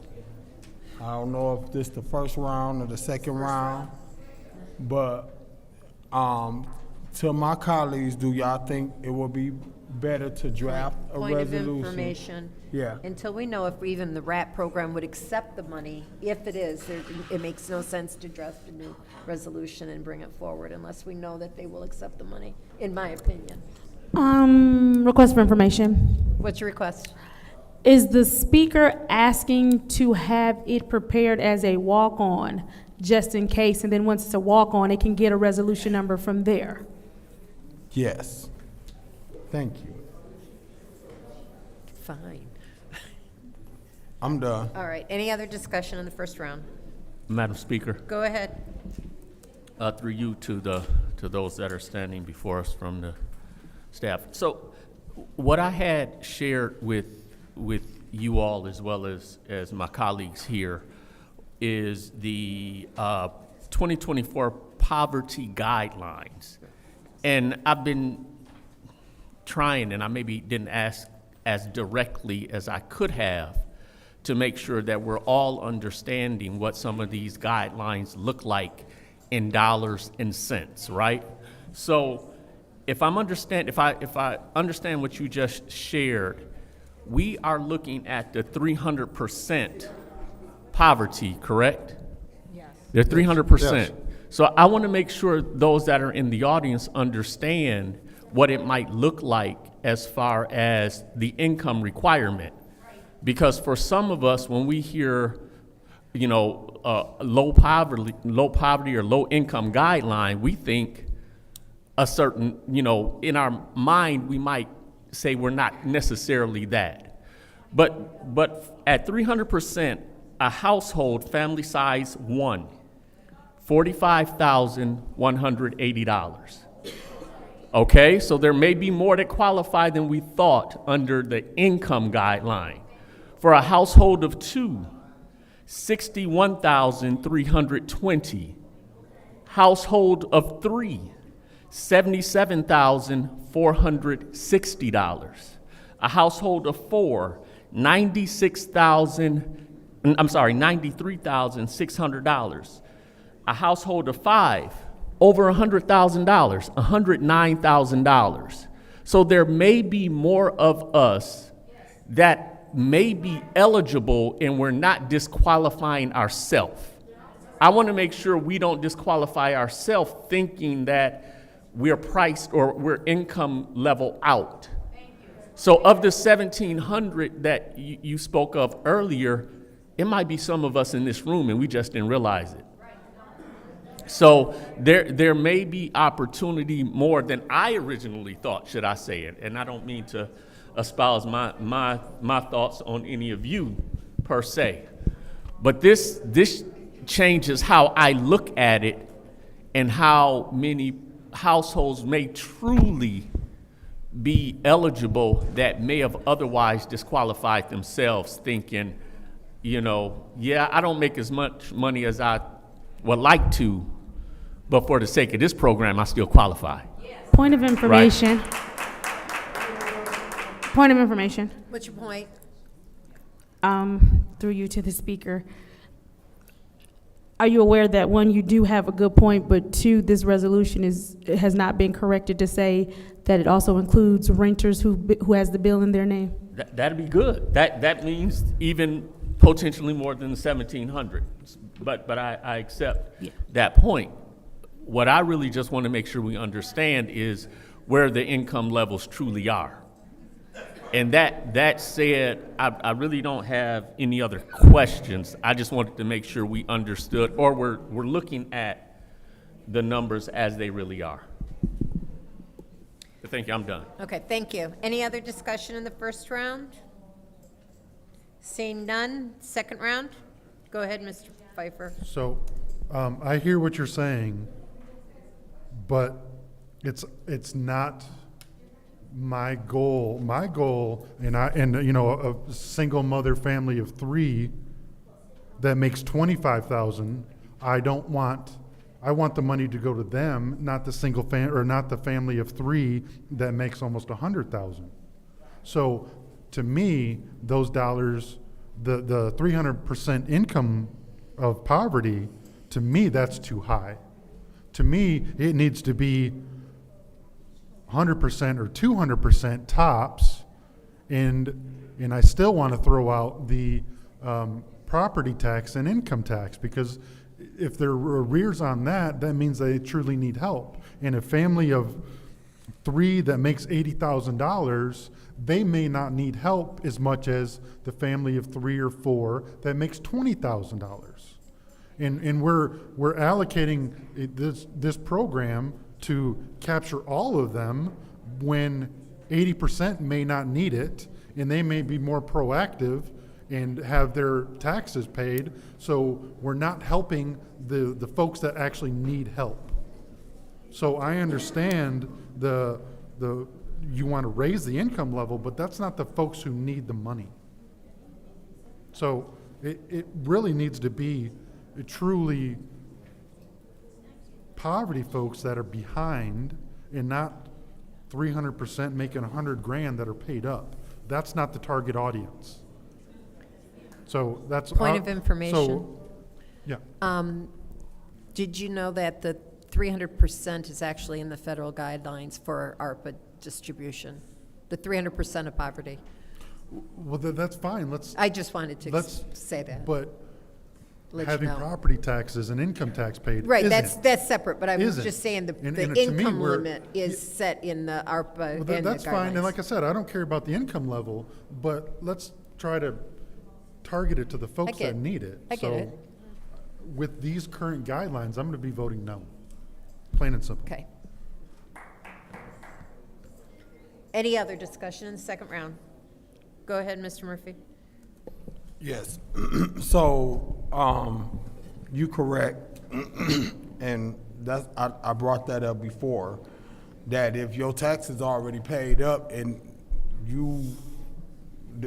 this resolution is for people who taxes is already paid up, they ain't in jeopardy of losing a house. So this is, I didn't like that.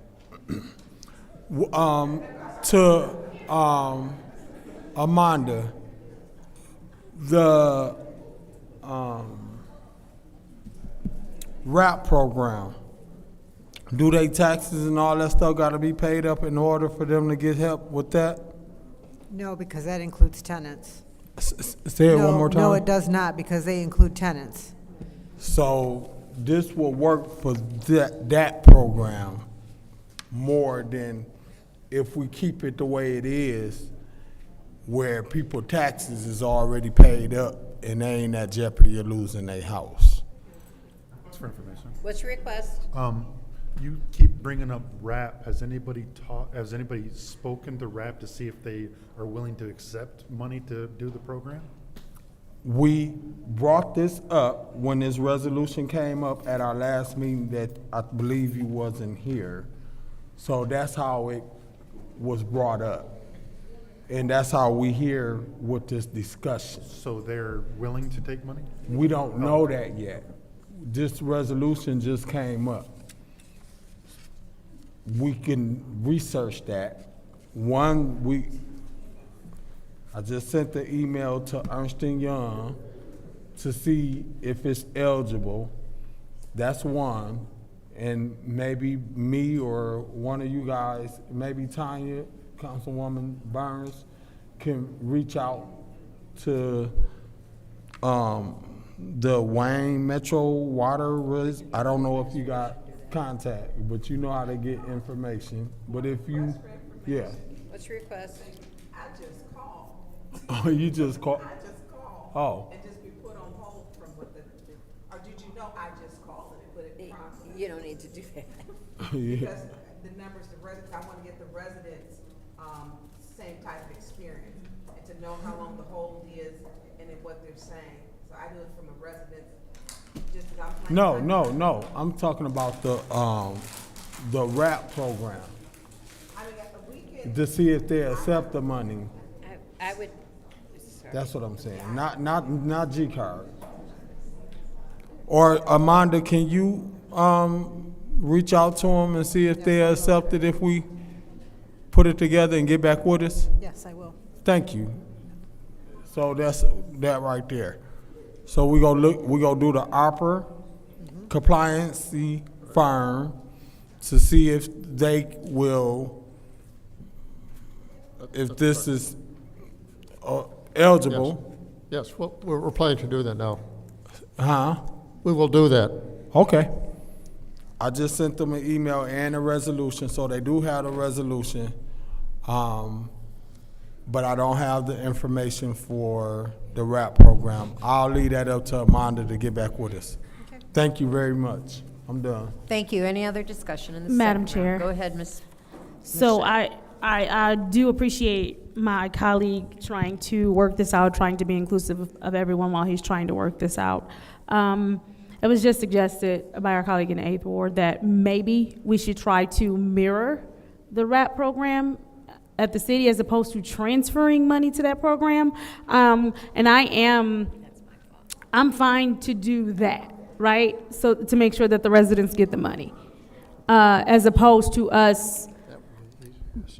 And again, we don't even know if we can actually transfer it. But rather than us transfer it, why not just do the same qualification, same thing, and then have the capable employees here take care of that? Madam Chair, through you to these two lovely people, is it possible for us to just do something of the similar model with this money and give it to the residents that way, as opposed to trying to transfer it to possibly a whole nother something under a whole other governmental entity? Well, originally that's what this resolution was going to do. We were going to do our own, intake and stuff like that. But just as an FYI, when RAP ran out of money, they had over 1,000 clients waiting for funds. Absolutely, which is another reason why I'm That's why I was saying. thinking that, if you want to do it this way, I'm sure they can give us a bunch of names and let us know. But that's why I'm saying we need to do it this way, because what happens is you're going to transfer this money, and anybody that's hearing about it from us now, they may not already be on that list. And so what RAP might do is give it to people who are already on that list. And I do understand why they would have to do that and how that would help. But what I want to do is make sure it's kind of an even field for people to have the opportunity to apply for this funding. So I think we need to continue to work on this resolution, keep it in-house at the city, and figure out how we do this in a way that works, that we address the proper poverty guidelines of people who will actually, I see somebody coming, who it will actually help. And then also address making sure we're not leaving out renters, and maybe we tweak this in a way that works for us, as opposed to sending money to someone who already has a waiting list, and that money will start going to that waiting list, as opposed to people who are here hearing about it today. Excuse me, everybody, please. Well, there may be some merit to what you said, because as you know, I suspect RAP would take some money for administrative costs as part of the program. Exactly, and we're trying to avoid all of that. All that money needs to go where it's going. And so we need to just work on this resolution and tweak it the way that we need it, as opposed to them taking administrative costs and then going with their waiting list. Just a thought. I'll yield. Thank you. Anyone else in the second round? Chair. Go ahead, Ms. Burns. This is wearing me out. I think we all want to see the money go to where the entire amount can be used. Do you have the capacity to do that in your department, Amanda? Well, we were going to make capacity for that, because with the help with the public navigators, we were going to, get this fleshed out. Now, I don't know if Mr. Taylor had anything to say, because he usually shoot down the line. It's probably got him irritated at this point. So, through you, Madam Chair, to Mr. Taylor. Mr. Taylor. So, if he could let us I mean, look, let's put the money where the residents can benefit from it, if we don't have to pay any fees. Mr. Taylor? Basically, what I done is related to the CFO. Don't nobody do nothing for free, okay? Right. So if you want to give this $250,000 to the RAP program, if they can do it, I don't know if they can, they'll find that out. But you best bet to believe they gonna take 75,000, 80,000, whatever it may be. Right. So you're going to be that amount less. So that's going to give you a less amount of the people that you can help. That's it. 'Cause nobody do nothing for free. Right. And so and I agree, so if we can do it, if Amanda, you have the capacity, you said you had it to run in your department, you were gonna run it before. If you can run it, we can keep that, then that means we can help more residents. Yes. So I think that should be the goal, because we're beating this horse. We just all wanna help the residents with water, keep it in-house, don't pay no fees, and do something good for people. That's it. But you know I'm gonna say this one more time to everybody. Go ahead. They may not want to hear it, but I'm gonna say it. My dad been dead 13 years. My mother 92 years old. Her water bill is paid, her taxes is paid. So it's some people out here that should be able to pay their taxes and their water bills, but they doing other things that they feel is more important than doing that, and they want that handout. So I'm gonna leave you with that. So do we need to put even on the guidelines, however your guidelines? Hey, please, we cannot hear up here. I'm calling you to order.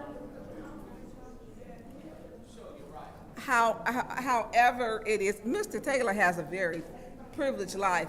I want to be in his Bentley, so he's living pretty good. There are people, we want to help the residents.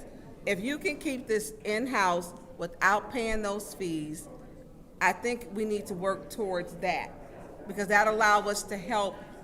And you know which residents are still trying to help and to pay, because you can run it on your rolls. Right. Okay. Thank you. Anyone else? All right, I'm going to take my time, and I'm going to,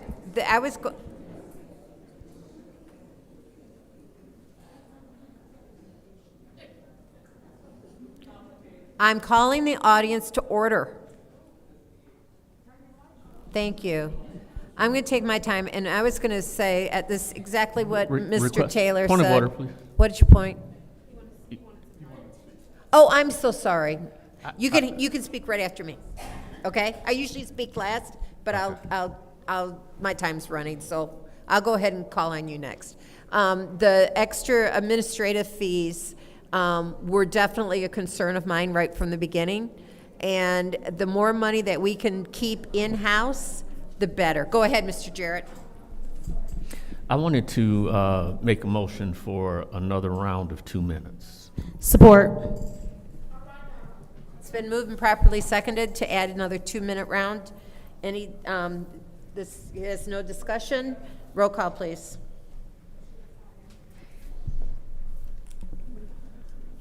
Ms. Winfrey Carter?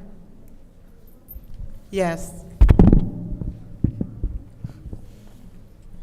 Ms. Barnes? Yes. Ms. Schapp? Yes. Mr. Pfeiffer? Yes. Mr. Jarrett? Yes. Mr. Alameen is absent. Ms. Lewis? Yes. Mr. Murphy? Yes. Ms. Priestley? Yes. The vote is 8 yes, 0 no. Vote is 8 yes, 0 no. Go ahead. We have another 2-minute round. Go ahead. Anybody would like to speak? Madam Chair. Go ahead. So, I think that for me, we should postpone indefinitely on this one and bring it back before us with the program guidelines mirrored of RAP. And because to me, just putting this, even if we made a motion to send it back to finance or whatever else, to me, it's not even close to what it needs to be, so why not throw it away and start over? Because through you to Amanda, do you have those program guidelines that we can rewrite in a resolution to bring before us? If I don't have them, I can get them. Okay, so you can get those RAP guidelines and get with the other staff to potentially rewrite this with those same guidelines, or at least guidelines that are close to that we can implement? Is that a fair statement? Yes. Okay. Are you making the motion? Well, does Okay. anybody else want to speak before, because that kills it? So I can make the motion now, but if nobody wants to speak, then I make the motion to postpone indefinitely, resolution 240182. Support. Okay, it's been moved by Mr. Pfeiffer, supported by Councilwoman Mashat, to postpone indefinitely. Roll call, please.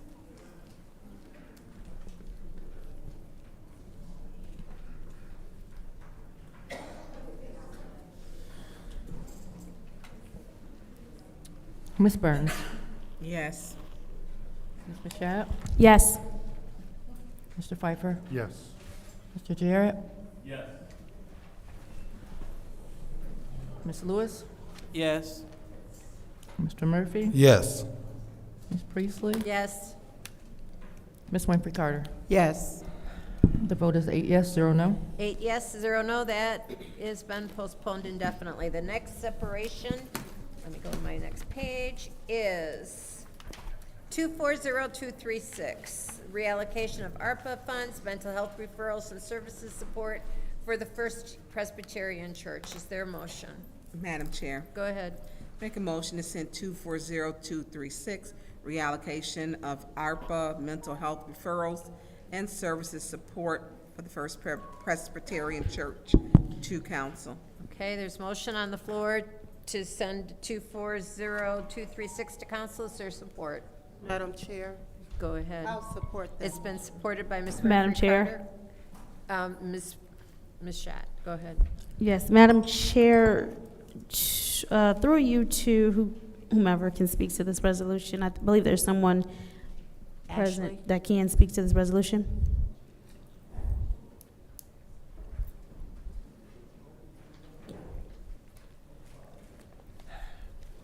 Man, don't move y'all up.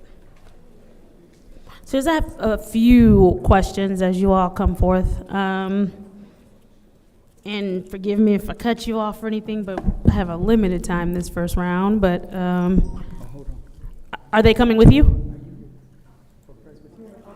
Okay, so how many people will this serve?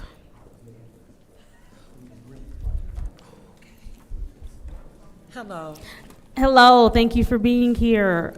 How many people will this serve? This will serve over 1,000 people. And that's 1,000 Flint residents. Yes. Now, the thing that we do want to add is that sometimes there may be more residents that will be served. That's fine. By this, okay. Yep. Then, and I noticed in the resolution, it talked about that you're going to guarantee 20 to 24 sessions for each person over a 3-year period. I know when we're talking about something as serious as mental health and mental health concerns, that sometimes people can go get help, think they're okay, and kind of fall off, come back, whatever, or maybe not come back. So how can you be sure that, or guarantee as much as possible, that the people over the 3 years will have those 20 to 24 sessions? So what we do is that we use a program called Feedback Informed Treatment, and it's an evidence-based program to help us to get feedback from the clients that we see. So at each session, we do a screening beforehand to figure out how this client is doing, to get an overall idea of their overall health and well-being. And then at the end, we get an idea of how the session went to them. A lot of times, the reasons why people drop out of the session, they feel like their therapist wasn't helpful, or there was something wrong with, as we call it, therapeutic alliance. So how we're building a relationship with one another. So as we do these scales, we chart it, and then when we chart it, it shows that this person may be at risk of falling out of treatment based on what they're telling us.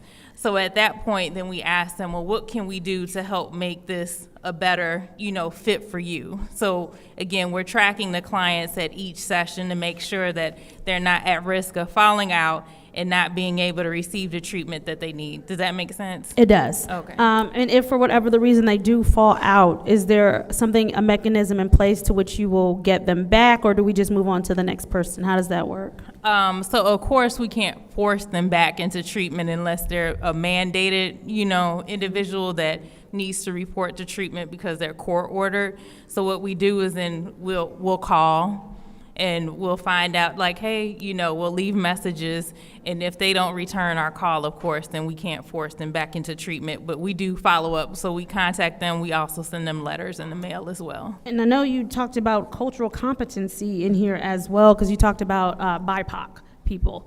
And so what's the makeup of your organization that you are able to be culturally competent? We have Black therapists that are on staff right now. We don't have anyone who's of Native American descent or of Latinx descent, but we do have people of color, Black people, who are on staff to provide services. And is there going to be any hiring or any movement to kind of cover that whole BIPOC thing with services, or is there a special training that happens to make sure that the Black therapists are culturally competent for the other BIPOC people? Yes, we're as a part of our licensing, we're required to do implicit bias training, and I also incorporate that into our staff training as well to make sure that we are providing cultural competent services to the clients that we see. Okay, perfect. And then I have two more questions. One, I already see that I'm going to have to wait till round two. But when you talked about clearance fees and fines, if they exist, because one of the things you're going to do is help with barriers to get the Michigan ID, because it's quite difficult to get a Michigan ID. So if those barriers exist, I know it says that you're not going to pay those fines for that person. So do you have a step in place to help them get beyond that barrier? Is there a partnership that you have that will help them with those fines to get to that ID? Well, the barriers are not for IDs; those are for driver's license. And so, if there is a client that needs additional assistance, there have been some community resources that we've been able to tap into to help those clients. And it's for those who are seeking employment and needing a driver's license. Madam Chair. All right, thank you so much. I don't know, did she? It was me. Oh, I'm sorry. No problem. All right, so my question is, how much did you all apply for? $150,000. Okay, so that's how much that you actually asked for? 150? All right, and they are awarding you 150. All right, so here's where I'm at. Not that I don't support what you're doing, but I'm not going to vote for this tonight, as well as none of the other categories. Organizations within this category, because we're skipping. We have not completed the other ones that we have started. And so, Madam Chair, did you put this on the agenda? No, ma'am. Okay. So by it not being on the agenda, we didn't put it on here. And so, since it's not on here, I didn't have any time to look at or look through your application, look at what you all were bringing to the table. We had no clue. This was just brought to us just like this. And I don't feel comfortable looking at, well, I'll say not looking at, but voting on this without properly looking at it. We all have sheets that Ms. Priestley, the financial chair, prints out, and it breaks down every single category, how much people ask for. It breaks everything down. We have not got to this category yet. We still have people waiting on food resource. We still have people waiting on waiting to complete youth jobs. We still have a lot of outstanding categories, and so, in good faith, Can I say something? we just can't skip, and this has been what I've been saying from the beginning, that what we need, that we are going by categories, so the people that are not getting any funding, they will be made aware, and so we'll know how much money is left in every category. As we continue to skip the line and do it this way, it throws everything off. So it's nothing against you. It's not saying that I don't support your program, what you're doing, but the timing is not good, and we don't have the necessary information that we usually have. And so that's why I'm not going to support this at this time, because, again, we have individuals that came up here for food access. A lot of people in the city, they need food. We have yet to finish that category.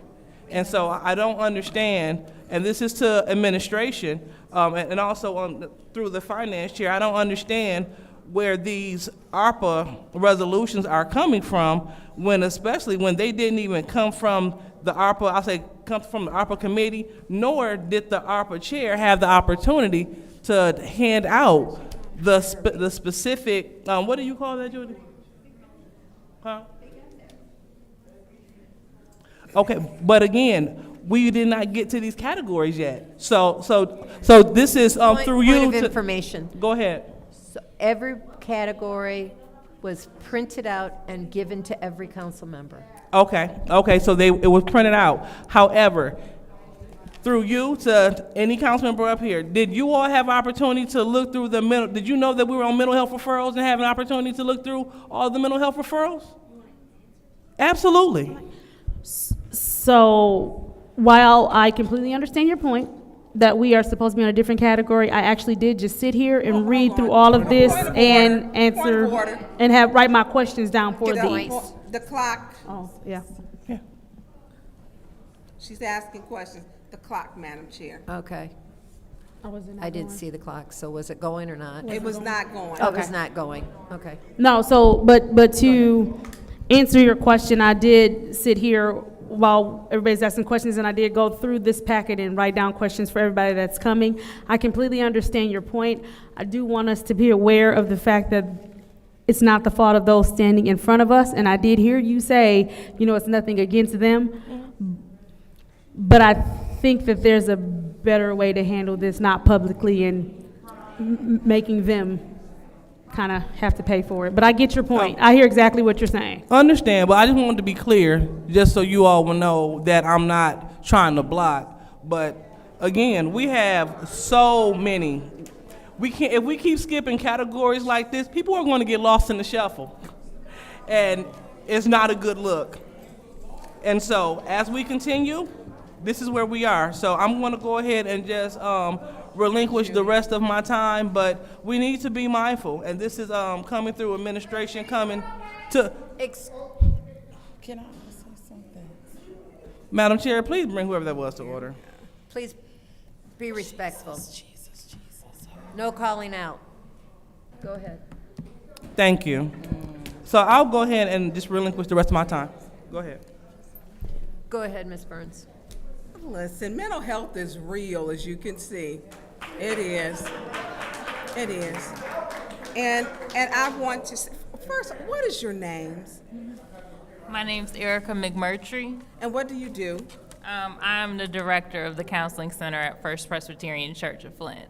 And what is your name? My name is Lisa Horn, and I'm the director of Community Ministry and Outreach Services at First Presbyterian Church. And can I add something? Yes. The access that this program has provided for the residents in Genesee County, because one of the reasons why we apply is because we understand that, as Mrs. Lewis has said, access to food, access to shelter, access to employment requires people to have what we call valid ID. And there are a lot of people trying to access services who don't have those documents. And we have been intentional in providing those documents for a very, very long time, but the need increased. So, Miss Lisa, and I think we go way back. Way back. Well, to God be the glory. Yeah. But I do want to say this. I support this because there's a lot of mental health issues with people getting help and just basic services. I don't care. This should have been first. This should have been first.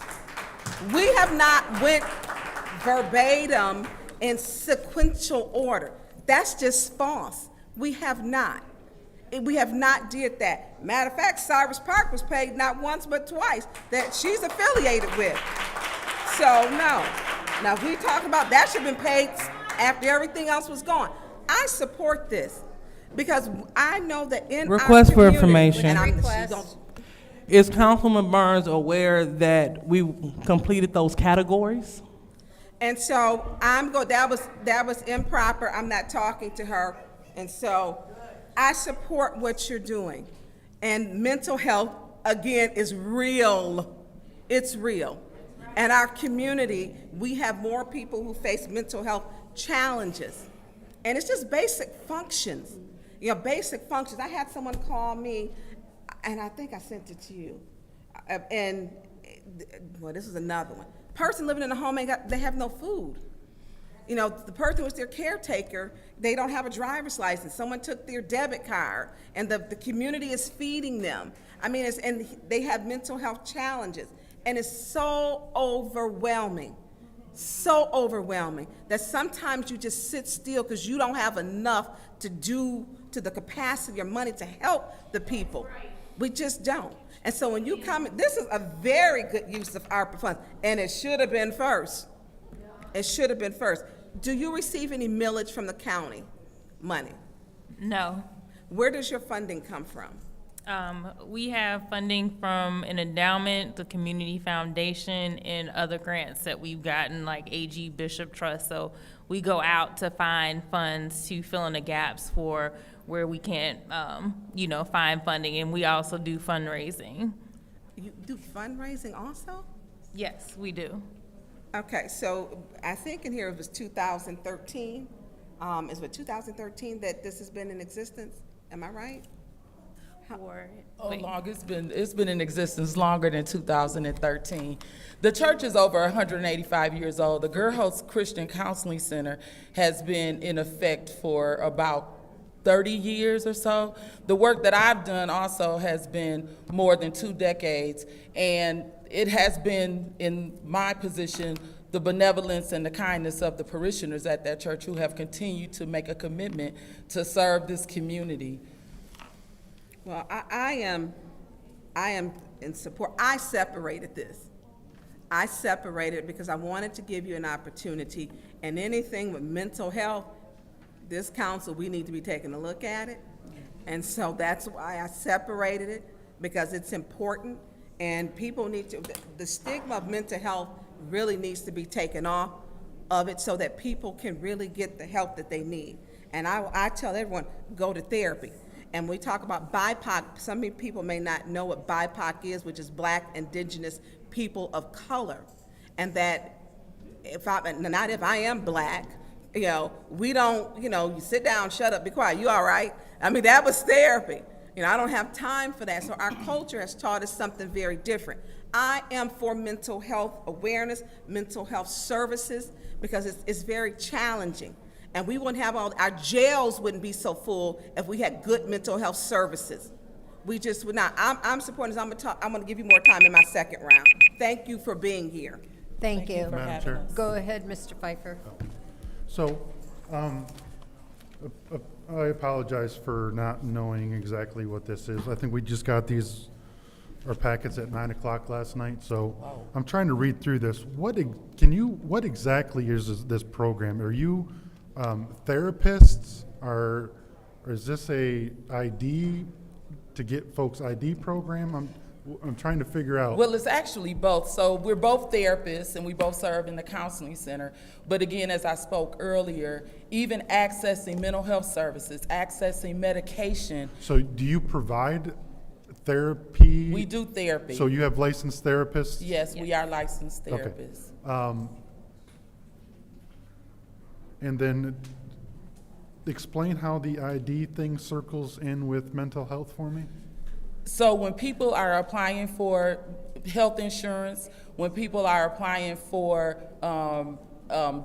jobs, when people are experiencing, they're unhoused, those things tie into mental health. And in order to offer a holistic approach to working with our clients, getting them, and I'll just give a testimony of a client who came in who has some challenges dealing with trauma, and the client was able to get into the counseling center to get help. They didn't have any insurance, and we don't actually charge for the services.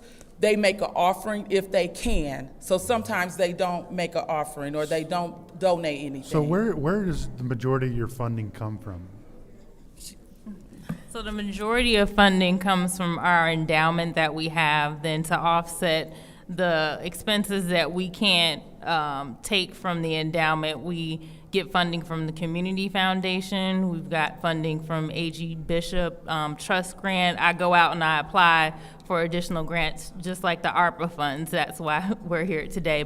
And also fundraising. So we go out to request, funds for the services. Yeah. To me, and I hear the councilwoman in the second ward say that we're not on this category, but it's before us today, and is this an issue that needs to be addressed? And I would say probably yes. So I don't know how we push this off on the back burner if it's something that the community needs, because we're not on an alleged category. I don't think that planting willow trees was in the category. So,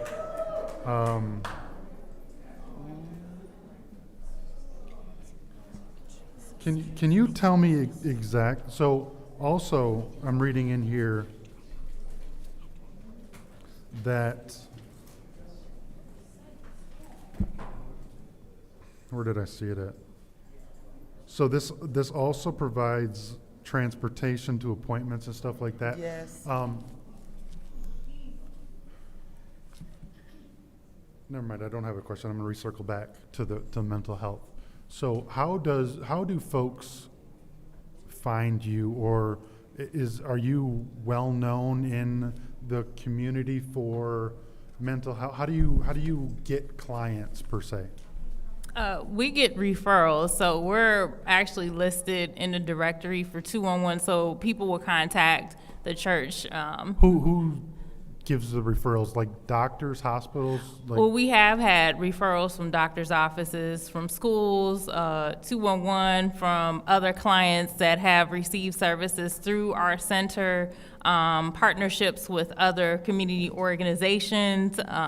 So we get referrals. Does like the sheriff and the county jail give referrals over to you guys, or no? Now we have with some of the courts, they do refer the clients over to us that may be on like probation. So we have gotten referrals through that way as well. Okay. And obviously there's no charge for your services to those folks that need it? So we don't want to say it's not, so we won't turn anyone away because of their inability to pay. We want them to have access to the services. Now, if they can provide whatever would be like a co-pay for the visit, then they would provide that.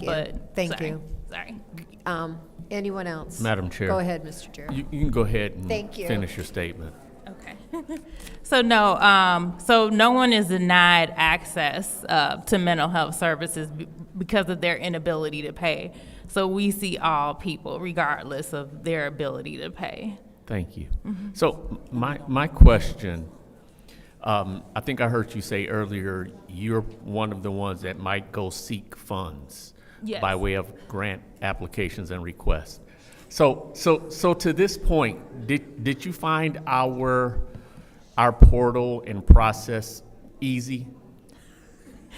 I mean, the application process, the information that was asked for, was it easy for you to navigate?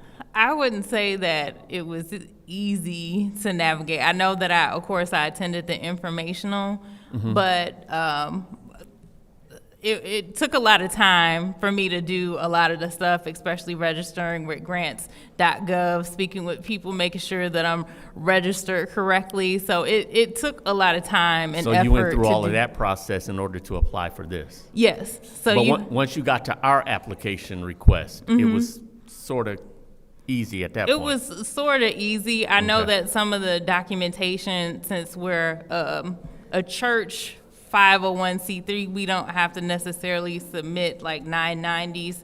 So getting additional documents to make sure that, you know, we're a legit organization so that you don't just think that we're Okay. out here trying to run programs. So it took some time, but you know, I do what I have to You do do what to you make have to do. sure that we can get funds to So continue on. Did you submit a budget narrative with your application? Yes. Okay. Yeah. Okay. That's programs like this, and especially you.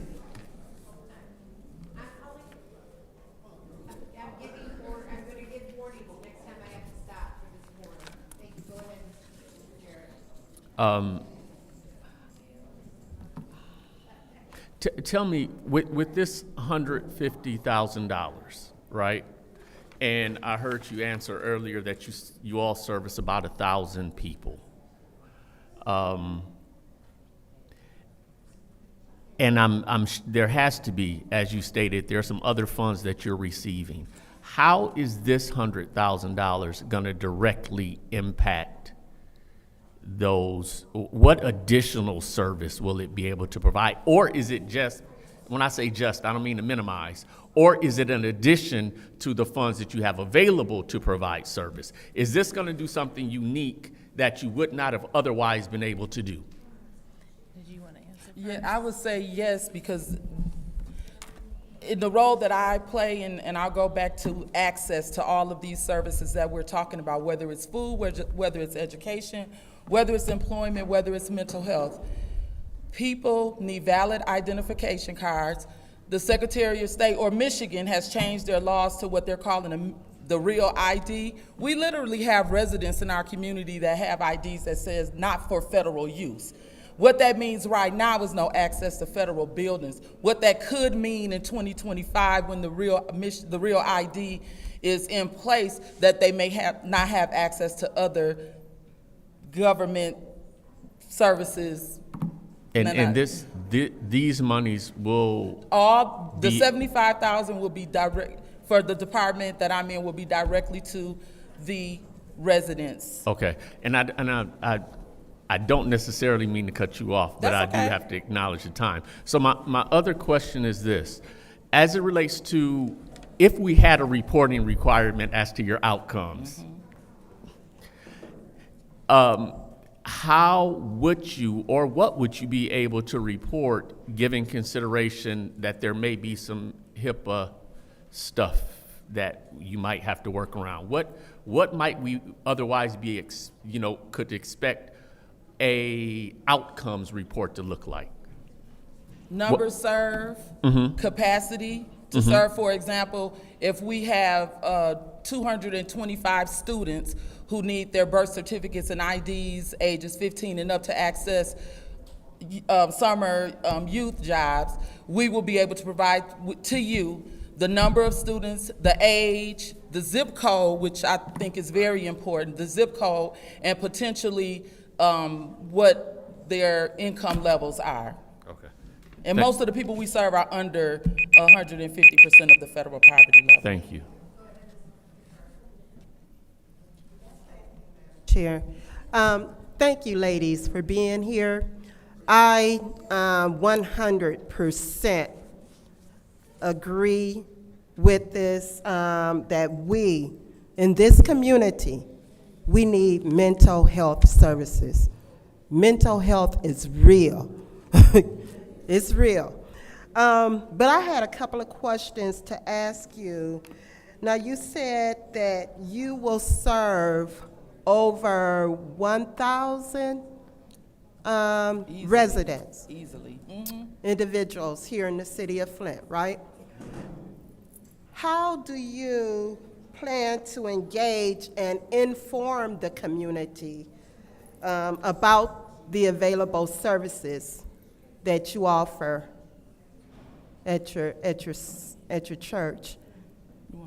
Yes, so I know we just went through a strategic planning process, so that's a part of the strategic plan is being able to have visibility in the community. So that would be having open houses to let people know what type of services that we provide, more of like social media, our partners that we have, being able to provide services to them. I know that we go on site to a lot of our organizations that we partner with, so being able to let them know that we can serve in a different capacity and serve more people than we have previously. Now, do you plan to hire more individuals with the funds that you're receiving?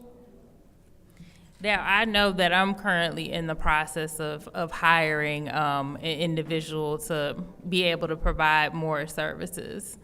So yes. a portion of these funds will go for, you'll use a portion of these funds for hiring more individuals? So it's direct services, so it's already included like in the cost that we provided. So yeah, so a person's salary is already included in there. Yeah, I was a little confused on that. Okay. So basically the 150,000, I hear you talk about helping individuals get their IDs and other things like that you offer, you'll be able to do with the 150,000. Yes.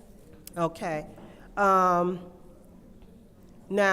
how do you plan to sustain your program, your mental health services beyond what we give you, the 150,000? And I know you get other funding, but how are you going to keep this going?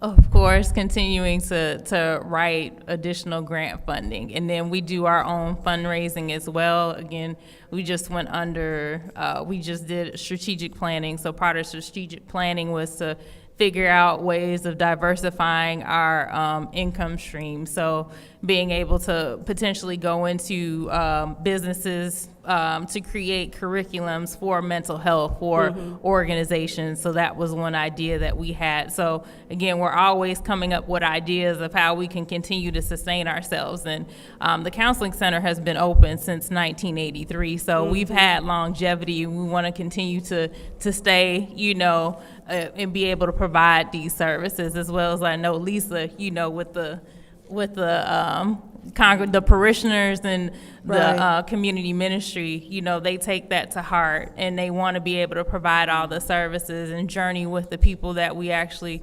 walk with. So okay. And what's your hours of operation? Mine is Monday through Thursday from 8:30 to 4:30 and till 6:30 if I have to stay. Okay. You have anything else to say? No, of course, with COVID, we were able to be flexible with telehealth. So it just depends on like when the person's availability is. If they didn't want to come in person, or we can provide telehealth services as well. Okay, and I support this 100%. And I did want to add too, in one of our latest partnerships with the Flint Public Schools and the Ruth Mott Foundation, we are positioning ourselves to work even more with the community to provide 200 IDs and birth certificates to students and their families, just so they can be able to access the community resources. Thank you. Any other discussion? Yes. Go ahead, Mr. Murphy. Thank you for being here. What stood out to me is when you guys said y'all receive funding from other places. This resolution is on the agenda. We have cherry-picked other resolutions in the past, besides just going straight through categories. So this is not abnormal for us to support a resolution that we weren't in that category. We done supported a resolution that they didn't even apply for. My question to you guys is what I see, especially from me being a city council and working my other job. We have, and I don't know what we can do, but I like to observe a lot. And we have a lot of undiagnosed mental illness in our community. And we have people that won't go get help, but they are dealing with mental, I don't know, and I don't want to say the wrong word, so correct me if I'm right. But what I have observed is we have a lot of people that say things, do things,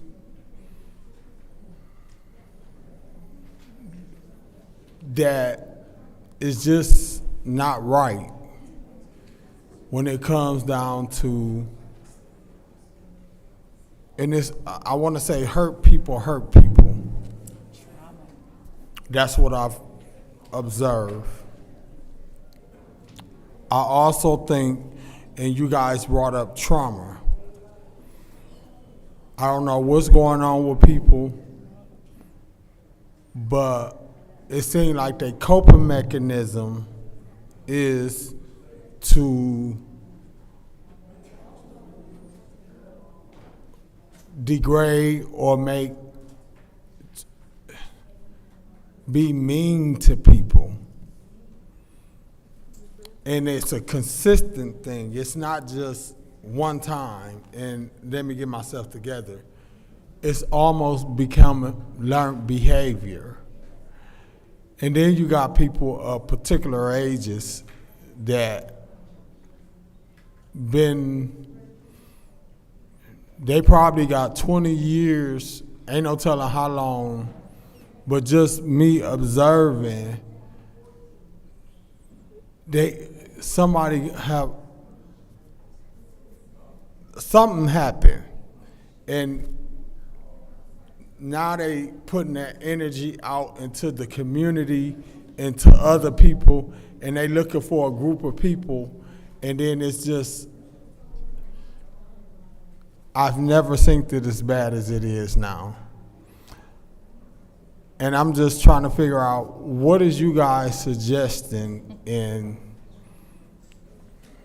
then if you in denial and you don't believe something wrong, how do you help them? Well, I'm gonna just say, sometimes we have to encourage people to get the help that they need. And I work for the church, so the Bible does say that those who are spiritual love them back. And sometimes it is in how we present ourselves to those, you said hurt people, how we present ourselves to those who are hurting sometimes make the difference. And one of the things I will say about the work that we have been able to do, even if a person comes in looking for assistance for an ID or birth certificate or bus pass, or we get people who just walk in who are lost, the way we approach them can make the difference.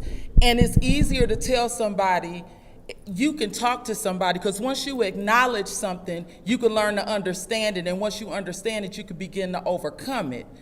But I think it's all in the approach in how we reach those people who are hurting. Thank you. I believe I'm the only one who hasn't spoken in the first round. I'm familiar with First Press. I've been to services there. I've been involved. They had a wonderful youth program when I was a child, when I was in high school and and junior high. Wonderful program. It was well attended. So First Press has a reputation of ministering to outside of itself. which is fantastic. I want to speak to Dr. Lewis's comment about doing things by category. I'm not married to that idea. I know that she likes things in order, and she likes to do things in order. I am someone, I can plug, I keep track of where we are in our community grants. I can plug that number in wherever and run a report. And I know exactly how much money we have left and who has gotten the money. So I have that. So I am behind your program. Mental health is, as everybody has said, it's real. It's a stigma. And people don't want to say that they have mental health issues because you're looked down on. You are frowned upon if you have a mental illness. Whether you're on meds or not, it's under control or not, you are looked down on. And I'm 100% behind all of our mental health referrals on the agenda tonight, and I thank you very much for serving the underserved community. Is there any discussion in the second round? Go ahead. Thank you, Madam Chair. I just need to get to, I had one last question because I see that you had a partnership with, was that Durant Terry Mott that I read, with one of the elementary schools? That you did some work with them? Durant Terry Mott? Yeah. Okay.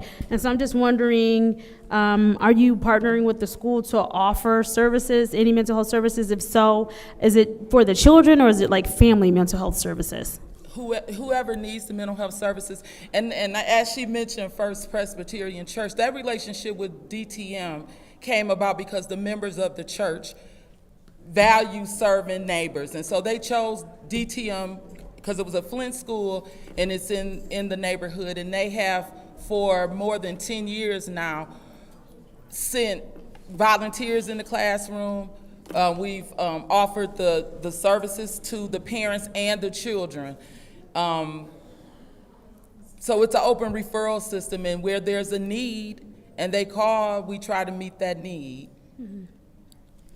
Well, thank you so much for the work that you are doing in the community. I am definitely in support of this resolution. I do understand what my colleague was saying about categories and all that, but the point is you showed up here tonight, you are before us, so let's make sure we address this tonight. Thank you.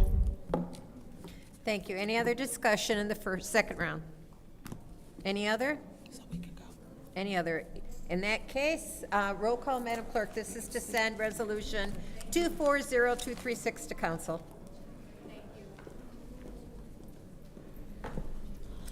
Ms. Mashat? Yes. Mr. Pfeiffer? Yes. Mr. Jarrett? Yes. Ms. Lewis is not in. Mr. Murphy? Yes. Ms. Priestley? Yes. Ms. Winfrey Carter? Yes. Ms. Burns? Yes.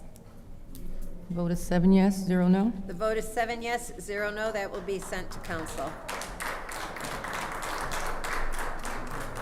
Thank you. Our next separation is 240237, reallocation for mental health referrals for St. Luke New Life Center. I'll entertain a motion. I make a motion to move to send resolution 240237 to council. Is there support? I'll support that. So it was moved by Mr. Murphy, supported by myself. Is there any discussion? Yes. Go ahead.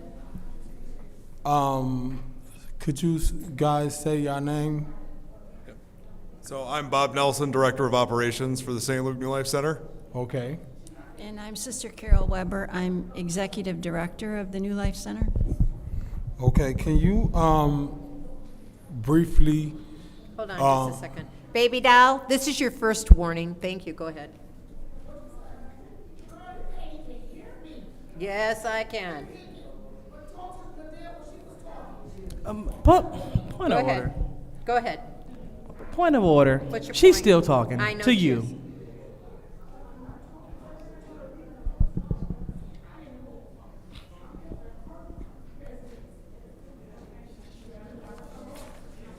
Ms. Baby Doll?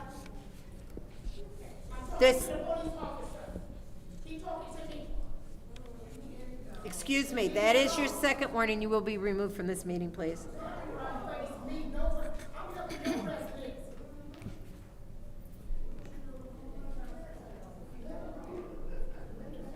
You have been removed from this meeting.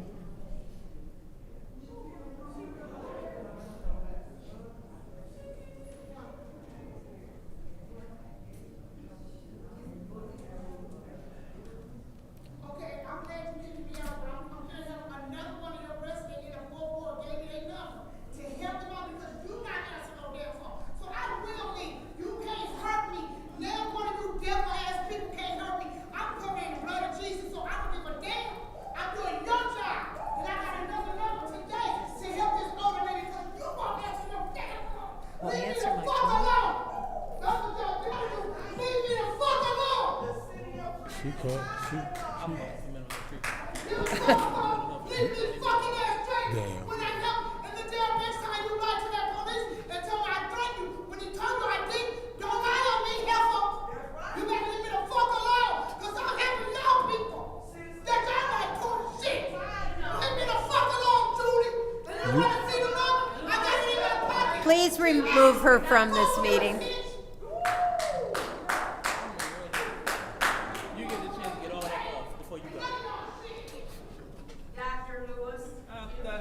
And you're, Madam Chair. Madam Chair. Ms. Williamson? Ms. Williamson? Ms. Williamson, please sit down. This, Miss Williamson, please sit down.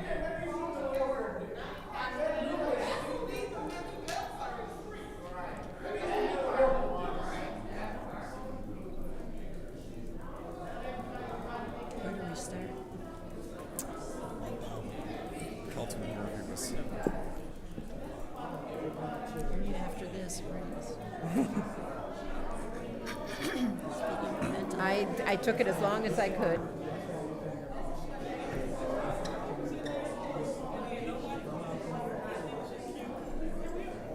I'm calling this to order. I could hear. I was hearing her for a long time. I couldn't hear her.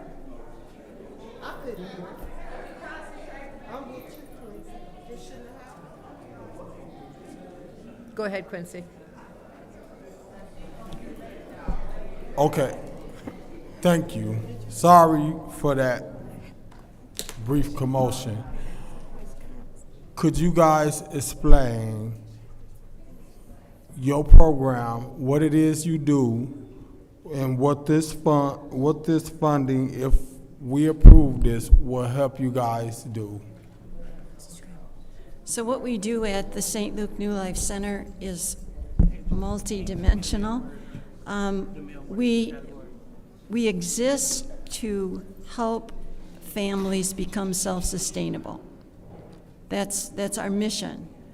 And in order to have families be able to, or people, men and women, to be able to get a job, they have to have the mental capacity to be able to do that. So we have been doing this for 22 years.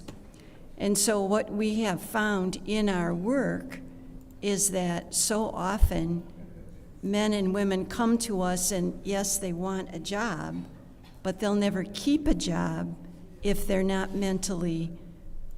helped with their mental illness. So we can prepare them for a job, but the mental illness piece is what we're missing. And we know that. And so the funds would be used to hire someone to do the trauma, the counseling that we so desperately need for our people. So how are you guys doing it now? We're really not. So there's some support services that we have in the form of support groups. There's a domestic violence support group. We have a counselor that comes in, a master's level counselor that comes in 2 days a week for about 10 hours that will come in and meet with individuals, you know, on that one-to-one basis. And then we also have a recovery coach that will come in and talk to those that are fighting with substance abuse, alcohol issues and addiction and stuff like that. So y'all feel like y'all lacking in this area as far as building the capacity that y'all need to run y'all program when it comes down to seeing clients? Where do you guys get y'all clients from? Everywhere. mostly directly in the 04 and 05 zip codes. So right in our neighborhood, where we're at on the corner of Lawndale and Pasadena, at the old St. Luke Catholic School. So the majority of our programs and services are targeted directly to those two zip codes within the city of Flint, have been for the last 22 years. And I'm not sure if I know of any mental health programming on the north end. It's a medical services, food desert. I mean, everything is lacking kind of in our neighborhood. So over the course of the last 2 decades, we have crafted our programming and our supports to enable, encourage, and lift up the community around us. Because one of my concerns was that we duplicating the services. We got a mental health that we just talked about at First Presbyterian Church. And then here we got another one at New Life. So I just wanted to kind of see how you guys differ, or what do you guys do the same? Ours is primarily connected with our employment prep program and our. I can't hear you. Ours is primarily connected with our employment prep program, where we see that the men and women that have come to us are not ready or able to hold down a job until they can get some of their issues taken care of. So that's how we work there. Our Resilient Community program, which is primarily for women who've been in abusive relationships, need a lot of mental help in order to come back to wholeness in their life.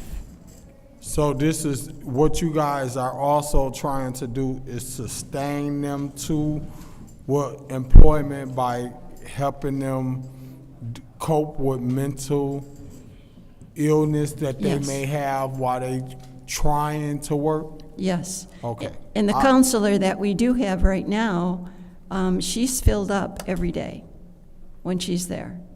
She's still not what? She is filled up. Her calendar is filled every day that she's there. So we know that it's a terrible need. Thank you. Thank you. Madam Chair. Go ahead. Good evening. Just reading through this, I have a couple of questions for you. So thank you for joining us this evening. So this $200K is just for one employee? So the $200,000 is the main salary is to attract somebody that is a PhD level psychiatry psychologist individual, to help help target the individuals that need the most help and build strategies for, again, long-term self-sustainability. There would be a support staff needed. There's going to have to be some construction that's done in our building to create a separate private space for them to meet with individuals. And then there's just office supplies, furniture, things like that are part of this. The original request was $250,000. Above that was for barrier removal, things that First Press had discussed, stuff like that. We also help with vital documentation. We'll help with, emergency utility stuff, short-term housing, if people need Right. So like that. I was reading this, and it made it seem like the $200K that you want from us is just simply for one employee. No. So that's the not. $200,000 would not be for one individual. Okay. It would be a portion of that. The majority of it would be for that licensed doctoral postgraduate level. About how much of that would be for that person? $114,800 is the average salary, so probably something around that for a PhD level counselor in the state of Michigan. Okay, and then, well, it seems like it's only going to provide like 1 year of salary for this employee. Yep. So then how would you maintain the position after this funding? Because I know you said you have someone right now and they're kind of overtaxed. Yeah, they're overtaxed these 2 days a week. So with this request, we have the ability to leverage individual contributions. There's some grant funding. The $50,000 that was taken out for the barrier removal and other parts of that, we have gained that back in here. So we've right now have about $163,000 in matching funds. The second year to continue this program, we would only be seeking funding to support the 2 staff positions. All of the infrastructure will be built with the help of the ARPA funding. So we have over, I think it's 600 individual donors that make up the majority of our donor base. We get 2 large foundation grants from CS Mott and the Ruth Mott Foundation. We have smaller grants that come through all of these other things. So we have a diverse pool of funding. This is outside of everything else that we do. This is a new initiative. That's why we approached ARPA. And we do fundraising as well. So outside of this 114, that's going to take care of this year. Next year, you will need funding for those 2 positions again. Yep, so we're looking at probably about $160,000 in salaries.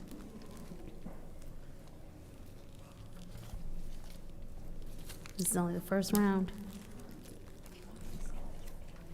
All right, thank you so much. I'll yield. Madam Chair. Go ahead. So, I'm going to be blunt and honest. I'm probably going to be a no on this. Okay. Because, and the reason, not like the community don't need them. I feel like we're funding a startup, and I would prefer if dollars went to a program that already had results and a program in place that could show us what kind of outcome to look, or what kind of results we can see, or what kind of results they've seen in the past, and how we can contribute to that. If this was an established program, I would have no problem. But because these are one-time dollars, I have a hard time doing experimental stuff. And not that a PhD would be experimental, but I would prefer if it went to programs that were already existing and had results and had programs in place. So I appreciate everything you guys are doing, and I certainly grateful that you guys are in the community, but I'm thinking that these dollars should go to already established mental health programs that maybe could be able to assist you or provide another person for a couple more days a week or something like that. I just don't know if it's right to put these dollars towards a program that hasn't been existing. So unfortunately, I can't support this at this time, but maybe something else in the future we can. Thank you. Thank you.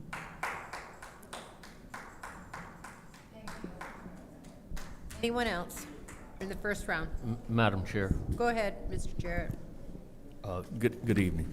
So for the person that you have on staff now, that is the 10 hours or so per week, what level of service do they provide? What Individual counseling sessions that are she's volunteering. She's a volunteer. She's a retired counselor. She's kept her active license. So she provides one-on-one sessions for individuals that either pre-schedule or kind of walk in. But she's full. No. But is there a difference and distinction between the level of service that person provides versus what this new person will be able to do? The capacity at which, I think it's the educational capacity and the study, right? So she can help with tactics for everyday life. The PhD level scholar type of psychologist would be able to create kind of these long-term plans for success, and that's really it. She's there to kind of be the stopgap if somebody's having a hard day. She's the moment of peace. She's the opportunity there. We're talking about bringing someone on board to create lifelong strategies of how to be successful. Because so much of what we deal with on a daily basis is crisis aversion, right? Or people are actively in crisis. So trying to stabilize them the best we can with our other support services, including this counselor, and then moving them to the next level. Okay. Thank you. I'm done. Any other? Yes, Madam Chair. Go ahead. Thank you guys for being here, Sister Carol, Bob, and I just want to say, I do want to point out and this is to you too, Councilman Pfeiffer. The program, the employability program at the New Life Center has been going on for years. We have an employability program for men and women. Now, I say we because I do work at the New Life Center, so of course I'm gonna have to recuse myself from this vote. I run the adult literacy program, whereas we help individuals with adult basic education and GED prep, and we've been very successful. But we have individuals coming into our building daily that need the mental health piece. They need to sit and they need to talk with someone that can help them, map out what it is that they need to do. And I know that because I deal with it on my end in the literacy department. You know, you can't really, if you can't get the help you need, you can't really go about your business as far as getting your GED or trying to learn a skill or working on a job. The New Life Center, I just want the people to understand, and like I said, I'm gonna have to recuse my vote because I work there, but that center is holistic. We deal with the whole person. And if we're gonna be about the business of helping people and helping people become self-sufficient, we got to help their mental capacity. And that's all I'm gonna say about it. If I can vote for this, I support it 100%. In fact, I support all of the mental health resolutions that we have on our agenda for tonight because mental health is needed here in our community. Absolutely. Thank you, Madam Chair. Thank you. Is there anyone else who'd like to speak? We're still in the first round, Madam We're still in Chair. the first round. Thank you. Go ahead. I support this because I understand we see a lot of mental illness and understanding how people can function. And it does take, before you can get them to the job, you have to do a bunch of steps and work beforehand. And that looks like many different ways. It could be getting a birth certificate, driver's license, and a social security card. Yep. These are things that, some of the basic things, clothing, making sure they have shelter, a place to stay, transportation. Pair of shoes. Making sure that they're on their meds, or because when people, they're doing good on their meds, sometimes they go off their meds because they self-diagnose themselves. That's right. Say, hey, I'm doing so good, I don't need it anymore. And they stop taking them. And I support mental health. I support it, and especially in this community. Especially, I can't tell you how many adults I see into adulthood undiagnosed with mental health issues, and adults undiagnosed with ADHD and to adulthood. And they learn how to function in a different way, or they may use drugs or alcohol to deal with what they consider to be their symptoms. Where you're located at is such a decimated area over there. There's really, people are just trying to get by. And getting by looks so very different. Getting by to them may be, you know, I got food for today and tomorrow, but I got to figure out next week. You know, I need to get to the doctor, but I don't have health insurance, and I got to figure out how I'm gonna get that taken care of. Or I need to go to the dentist, and I don't know where do I go to get these services. Flint is difficult with getting services. It's just, we need like a one-stop shop for services. To where, because even for teens, for adults, for mom, for men, women, and especially when we're talking about job readiness. getting them ready, because a lot of them are homeless. Yes. And homeless doesn't mean you sleeping on the street. Homeless means you could be living with a friend or sleeping on the couch, or you have 4 or 3 families living in a house. Homelessness looks different. And we have to start identifying it and talking about it, because some of us in our community think that we're better than everybody else. And our reality is, no, we are not. And that we have to make sure that we reach out and understand. We have to understand. When we talk about some of these crimes and things, and people talk about the loiterers at the stores, and you begin to know them. They may be pandering for $1, and we know that they have mental health issues. We look at all of the things and the issues. You're dealing, all those things come through your doors. Every day. You get the most unprepared, and it's the responsibility to get them as prepared as you can to be functioning adults within our society, within our community. First, thank you, and for the person who's been volunteering, just awesome. Yeah. That's awesome, because there was a need that they couldn't get paid for, and it said, I'm gonna still make sure that need is felt. I support mental health. This should have been the first. I've always supported mental health services. And to take the stigma off of, I'm getting what I need to make me whole, so that we should all be making sure we help, for me, to people to be, as what your normal looks like. And everybody's normal does not look the same. Right. It does not. I support this. I support this for that area. I don't think there's a grocery store over there. I don't think there's a party store over there, is it? Yeah. The party store is There are closed. a few. There are a few. That and The McDonald's. one that was that's on the about corner it. of Fleming, it's closed, isn't it? Oh, yeah, that one. And Kermit is Lawndale? Okay. Yeah. And so there's not, and the party store is not a store. No. I can remember Right. Lawndale, our godmother stayed on Lawndale. And it was a different thing in the 70s. I mean, different type of people, General Motors workers were staying there, and people had life and vitality. It's Nick's Disco Shack, which is still there. It was a different community. We have to help our community in the condition that it's in. And right now, our community is hurting. I'm supporting everything mental health. I just am. I support mental health over some willow trees and everything else. Because the willow trees, help with what they said, flooding, but this is going to help them to live a better life. I support this.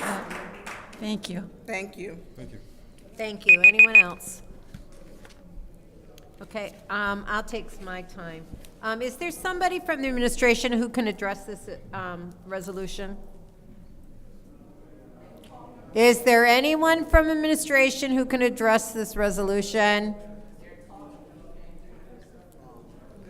One more time. Is there someone from administration who can address this resolution? Who?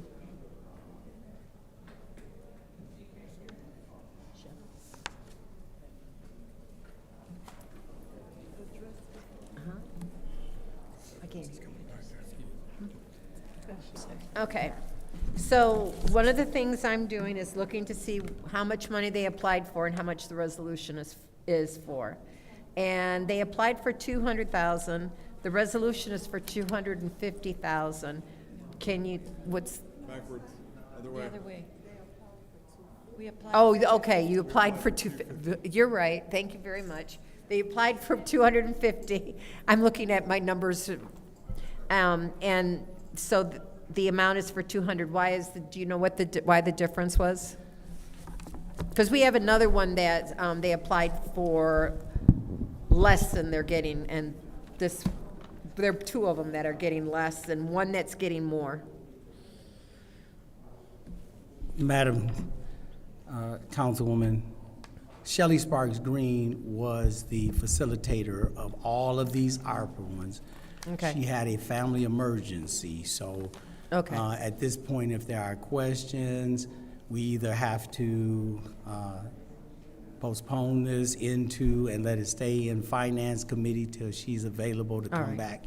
That's and fine. assist. That's all I needed to know. Thank you very much. I'm not, it's just I wanted to see why. And you were told that there was a lesser amount than what you applied for, and that's okay with you? Yeah, when we received the resolution, yes. Go we ahead, found out bring, it was less than we applied for. speak.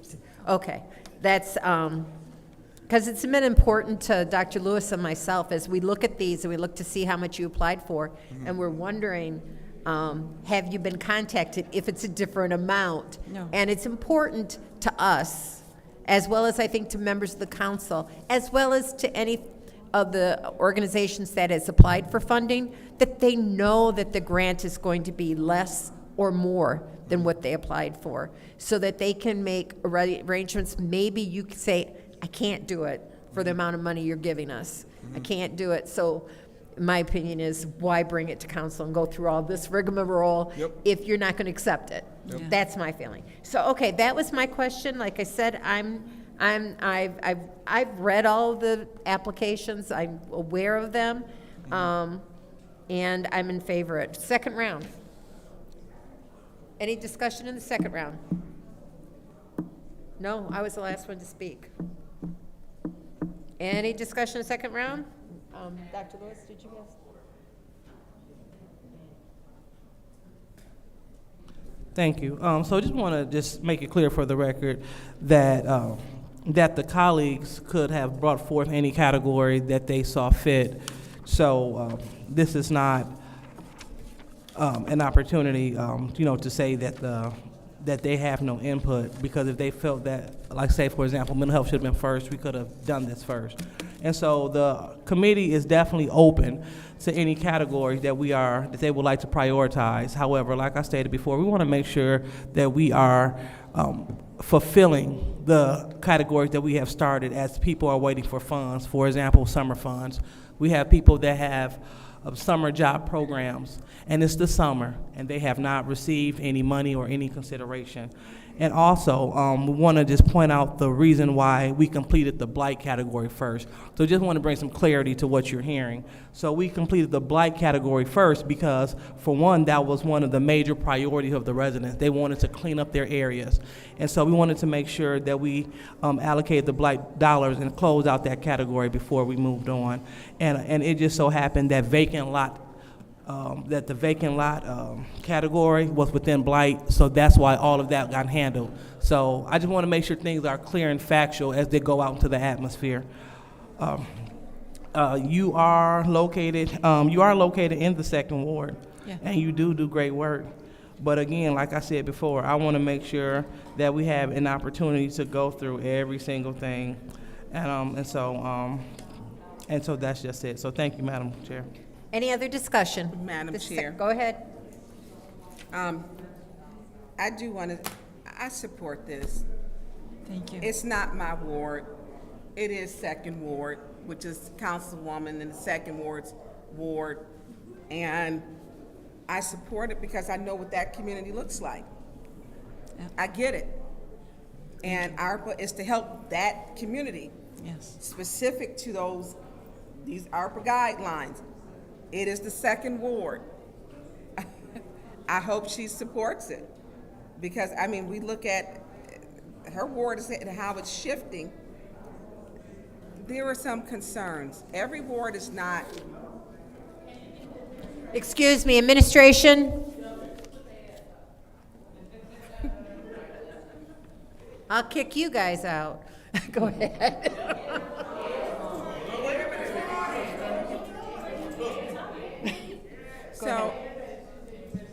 So this is important. You're located in the second ward. You've been there for how long? 22 years. So you've been located in the second ward for 22 years, providing services for the community. And what are some of the services, like maybe your top? We have employment prep is probably our biggest one.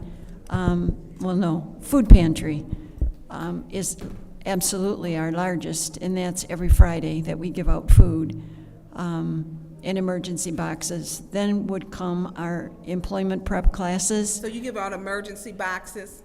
We do emergency boxes during the week if people need them, because... So if I know someone that's hungry and needs food, they can come there to get food in the second ward? If we have it, we will give it. Okay.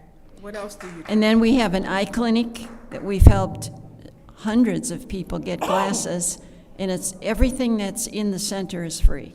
So if you need a job and you can't read, Come on down. We get glasses, then we're gonna send you to Councilwoman Carter to learn how to catch up on your literacy and your arithmetic. glasses are important. Yep. You got to be able to read the application. Yes, what you else do. do you have?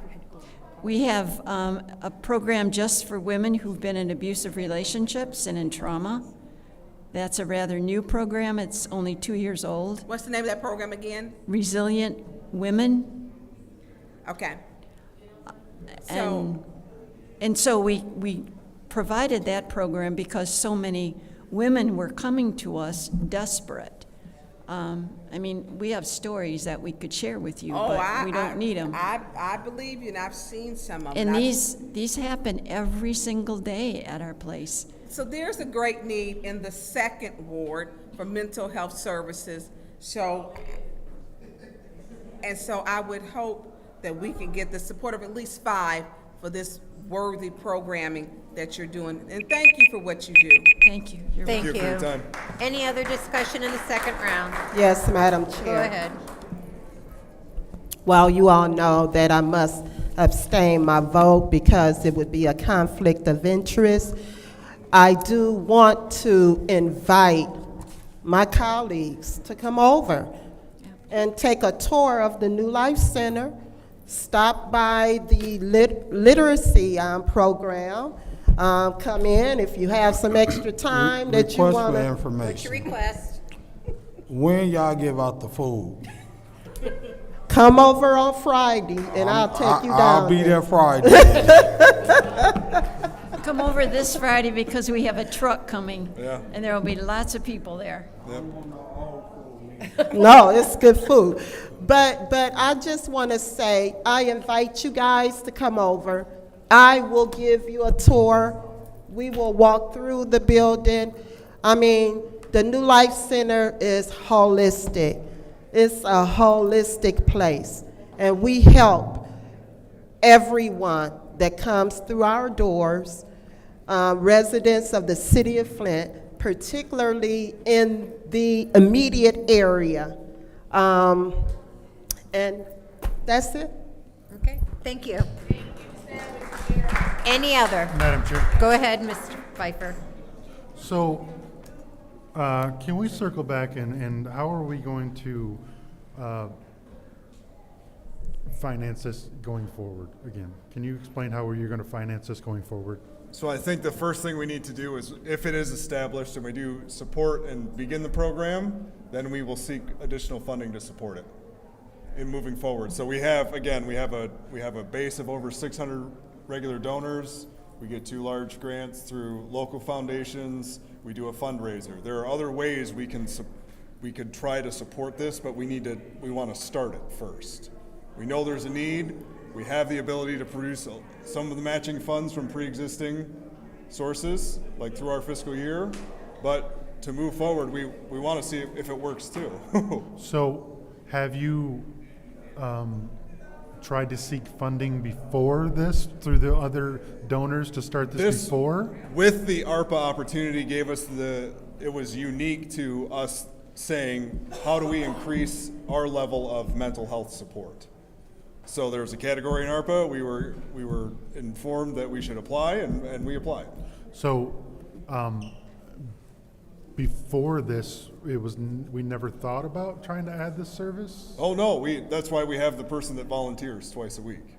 And how long has that person volunteered? Just over the last calendar year. Yeah. So ARPA is an opportunity to expand that? Is that what Yes. you're trying to do? Yes. It's an opportunity to expand all of our programs and to help our people be more whole. So how is this person that comes in, I think you said 2 days a week, how are they paid? They're not paid, they're volunteer. They're volunteer. And and they're qualified They are licensed? master's level licensed counselor.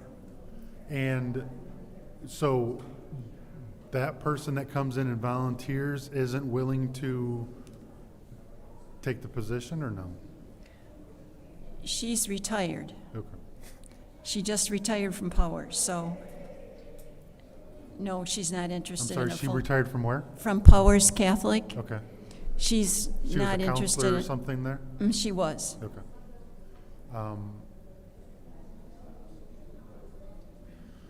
So you don't necessarily have commitments, it's just going to be a goal to seek additional funding?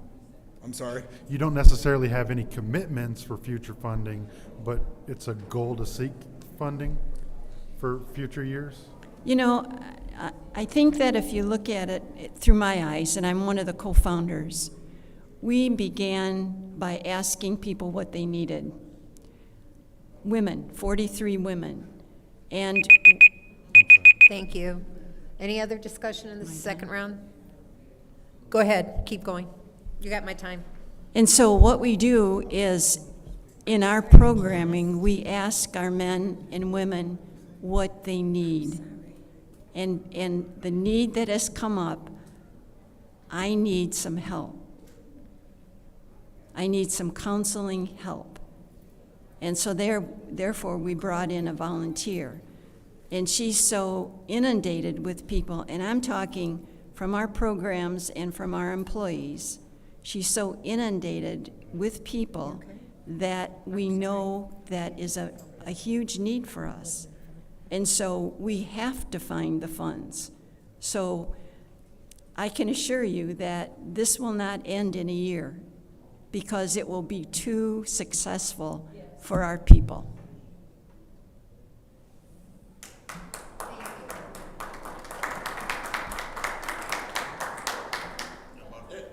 Thank you. Before I close this out for a vote, is there any other discussion? I wanted to jump in so you could finish your thought. Thank you. Okay, this is the roll call vote to send resolution 240. I got my page turned. 237 to council.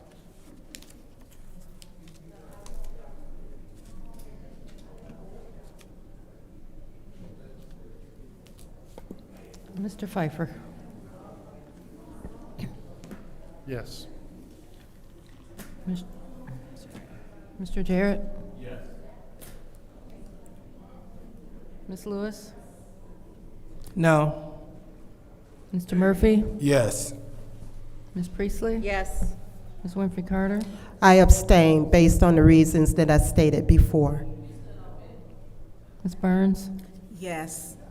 Ms. Mashat? No. The vote is 5 yes, 2 no, 1 abstention. The vote is 5 yes, 2 no, 1 abstention. That will be sent to council. Thank you. Thank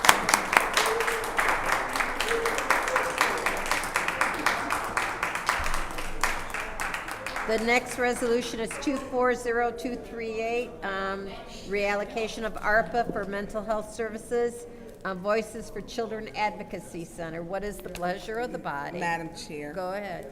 I put 238. I would like to 238. I would like to move resolution 240238, reallocation of ARPA funds, mental health referrals and services, support Voices for Children Advocacy Center to council. Is there support? It's been supported by Ms. Mashat. Is there any discussion? Madam Chair. Go ahead, Ms. Burns. Who's here for this one? Mr. Edwards, I see you're not moving. Is there anyone here who can speak on this resolution for the Voices? Is there anyone here from Voices for Children Advocacy Center? No. Okay, Mr. Edwards, could you come to the podium, please? Through you, Madam Chair. Come on now. Mr. Edwards? You the CF, or you are the city administrator. Yeah, but he's still over her. Yeah, and he still has to come to the podium, not shaking your head from the back. Come on, Mr. Edwards. So, Do we know if, I know these are ones that Shelley over, your information is right. limited. Could we, when is Shelley due back, or do we, I know she, This was emergency. It was, Yeah. she Okay. contacted me to let me know she had a family emergency, so. okay. Yep. And so, with this one, I mean, and this one is for children. This was all part of a mental health package. They all came out of what was already, the funds that were authorized for mental health within the context of the ARPA budget, so. Yeah, and our children face so many mental health issues right now. I have 8 children around the corner from me, and my God, one house, and those children need jobs. I had to purchase IDs for them because they didn't have IDs. And 3 days before the young man with the Z, I told him I don't want to have to come back over here because I don't want to have to come, because we know that what happens with them retaliating is shooting.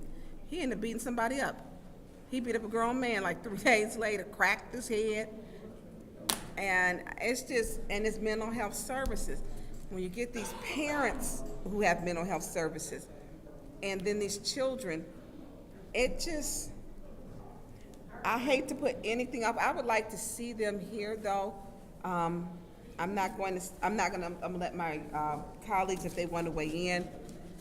Our children with mental health is an issue. It's a huge issue. And especially during the summertime, because they're getting into everything. They're doing B&Es, you name it. I heard the worst phone call with a mom talk about her son was lost to the gangs because he was walking around with 2 AKs and he has shot some people. And she couldn't do anything about it, and she lost her son. She knows she's going to bury him, and he has mental health issues. I don't like putting anything off for kids, especially when it comes across. This is one of the best use for me for ARPA. Get them when they're young. That's right. Get them when they're young so they don't grow up and have to be across the street at the county jail. That's exactly. And they can't house them over there. A lot of mental illness goes through our county jail. That's right. And I hate to see, especially young people, anybody in mental health should not be addressed because you're going to jail or prison. And most often, it is a lot of times. So I'm gonna let my colleagues, I'm gonna yield and let my colleagues, if they want to speak to this. Madam Chair. Go ahead. So I understand where my colleague in the 6th Ward is going with this. I had questions written down for them. Did they get proper notification that this was coming before us tonight? Do you know that? No, I don't. Do you think it would be possible to have somebody come before us Monday if we move this to Special Affairs? From this organization? From this organization, yes. Yes, contacting, yeah, we can make contact with them and see if they can get somebody here for Monday's Okay, because, meeting. and I understand what she's trying to do, but it's just, we are just gonna be sitting up here talking and asking you questions you don't know the answer to. Madam Chair, I'd like to make a motion to move this to, an amended motion to move this to Special Affairs. There's motion on the floor to send resolution 240238 to Special Affairs. Support. It's supported by Mr. Murphy. Roll call to send resolution 240238 to Special Affairs.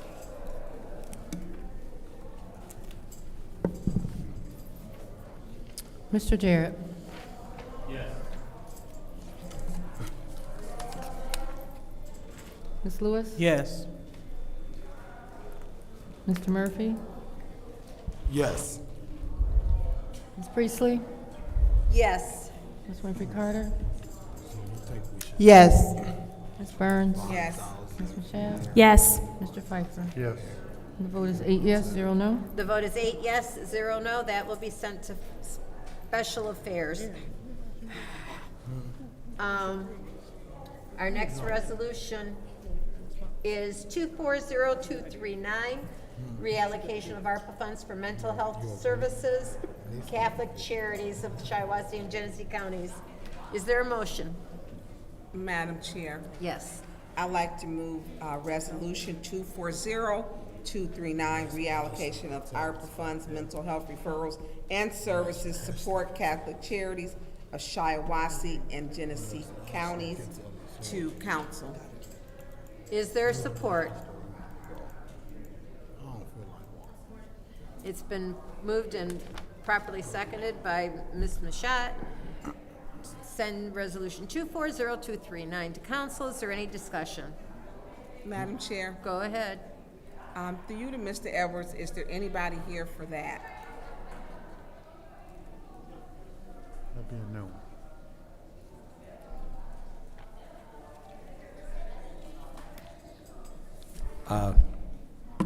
Madam Councilwoman, no, I don't see anyone that is representative of that organization. Okay, so do you think we should do the same thing for Yes, this? absolutely. Hold on, that was my. Go ahead. make No, a motion. Candace is speaking on my time. Will they be able to attend?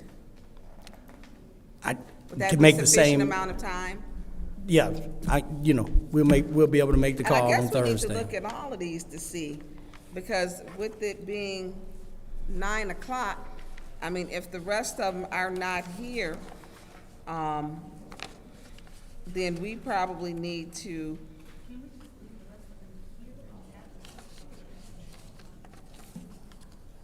So we have to have, and these are all different. I don't see, you aren't expecting anybody else to come in, probably. No. At the same, so,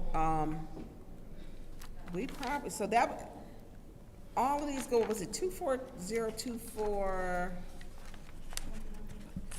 4-4. 44? Those were all Shelley's.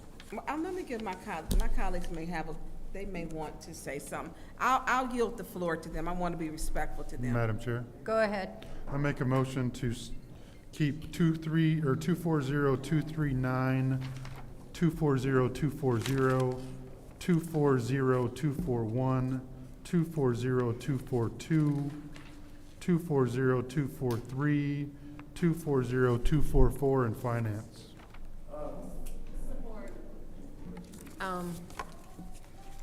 I think that we have I'll strike 243. Do you want to do it each one individually? I know it's faster to do it that way. No, It's I'll one just strike, information. I'll strike Okay. 243 from my list. 243, okay.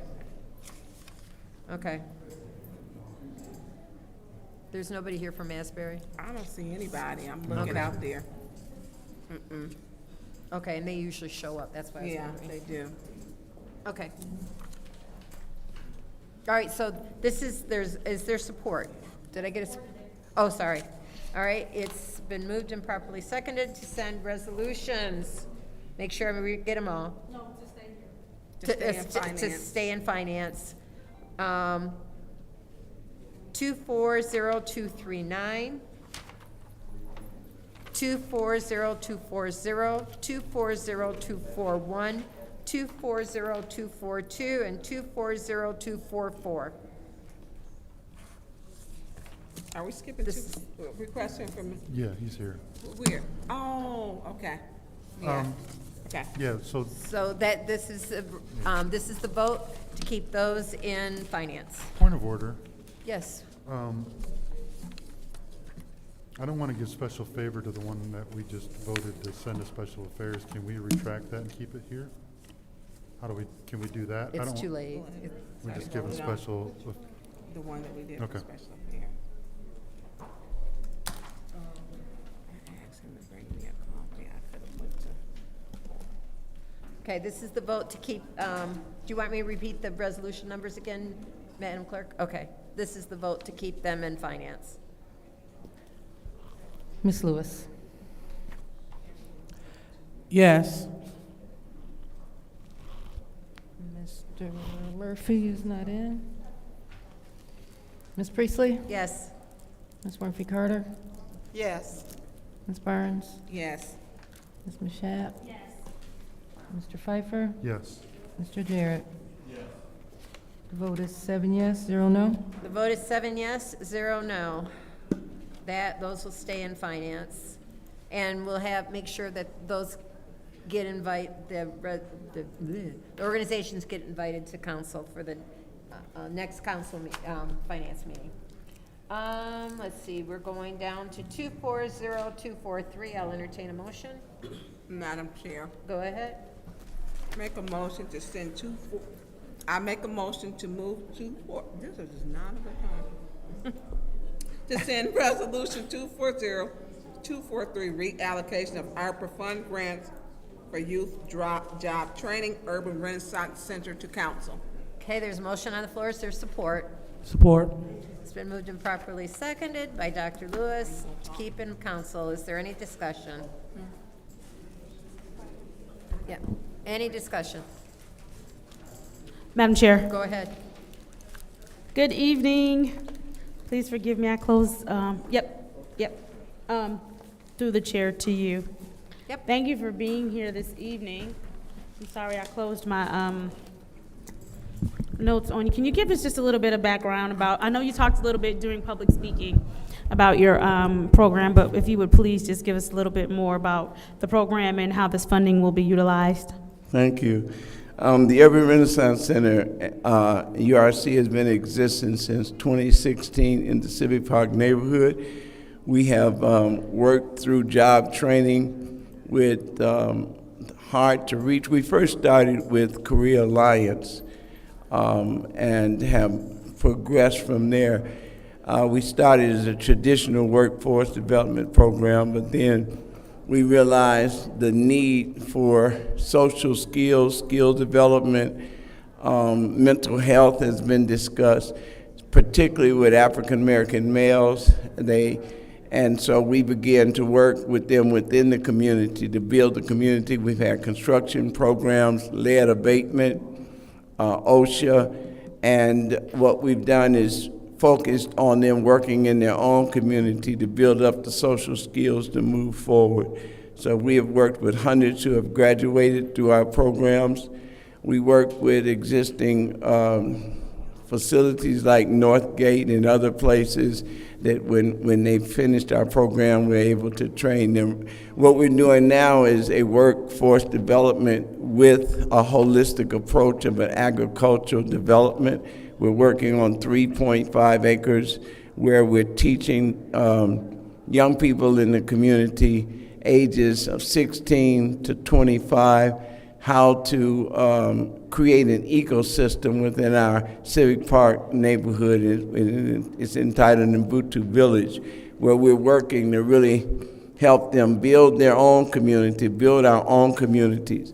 It is a food desert, a job desert, all the deserts that's been mentioned here in Ward 2. So I do have a question, because this is 2.5 acres. You want to do 2.5 acres of gardening. You've helped youth between the ages of 16 and 25, specifically with I don't want to say gardening, but with urban agriculture? Definitely. And how many, can you put a number on how many youth have come through? Come through our program so far? Yes.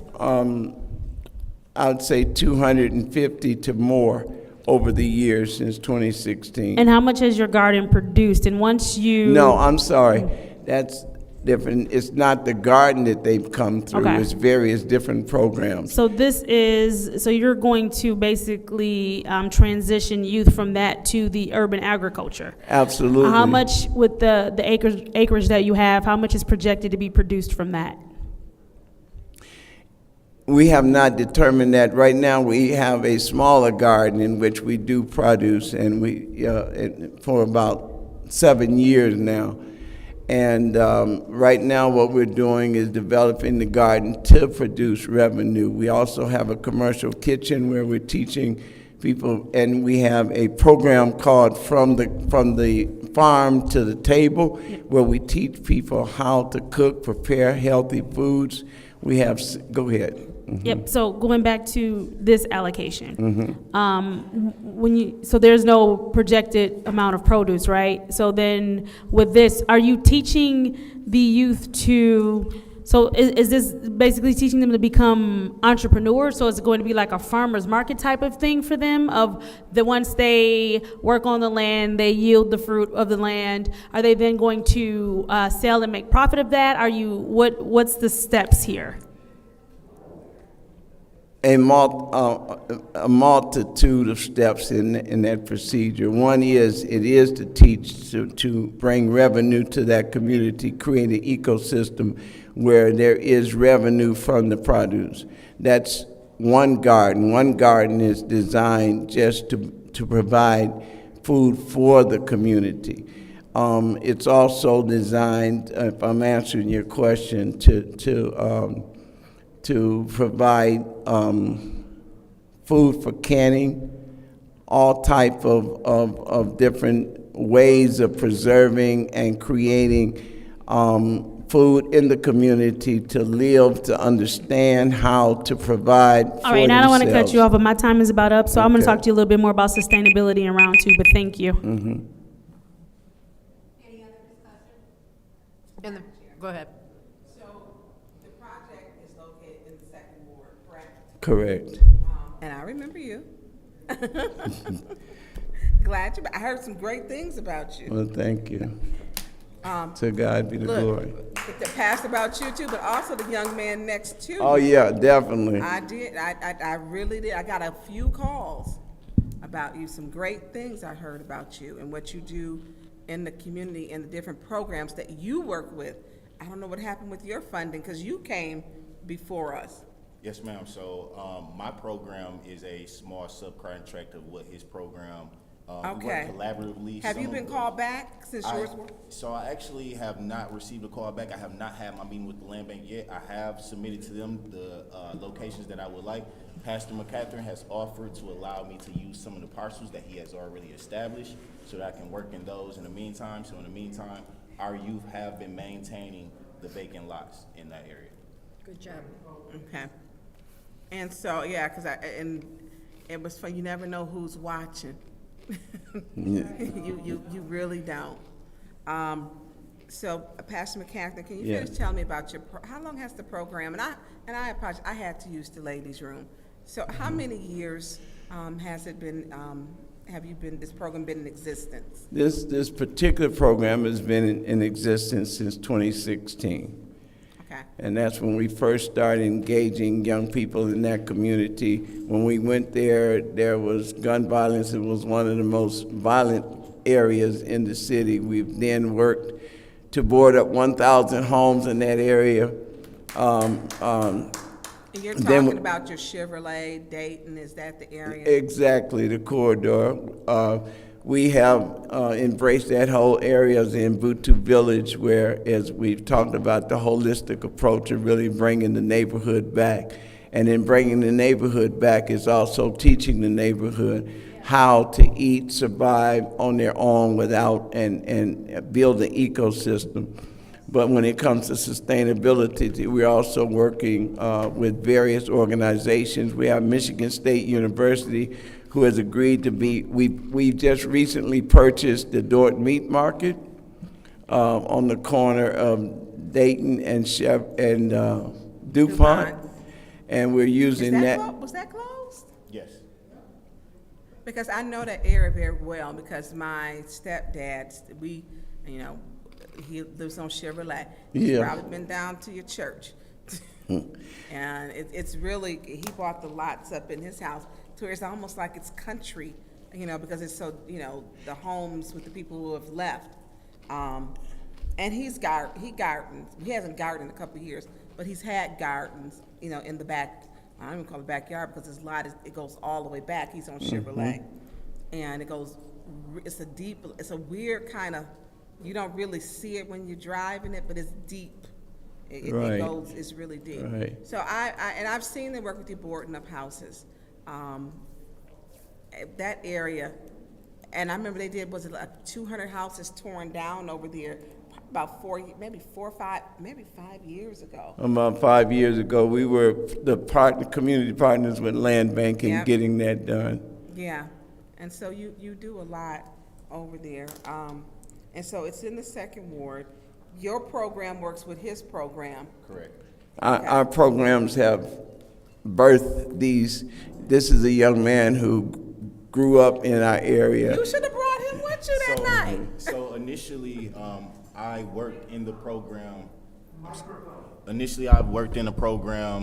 With the URC, and I was able to learn a lot of different things while I worked in that program. I actually helped work on the house that was donated to me. And you take your 2 young daughters to work. Everywhere I go, absolutely. I know. See, they called to tell me about your daughters. You didn't tell me that night. They almost ended up here today. That would be okay. We're gonna be behaving today. My stint in agriculture was birthed during my time at the URC. Okay. And my goal is for us to... And everybody doesn't know what the URC is. Urban Renaissance Center. Okay. And the goal is for us to influence more people so that they start their own programs. That's the part that made me start my own program, because somebody was there and they showed me things that I needed to know. And I feel like it's my job to continue to carry that on. So this is when you talk about sustainability, this program sustains itself by creating an initiative for other young men.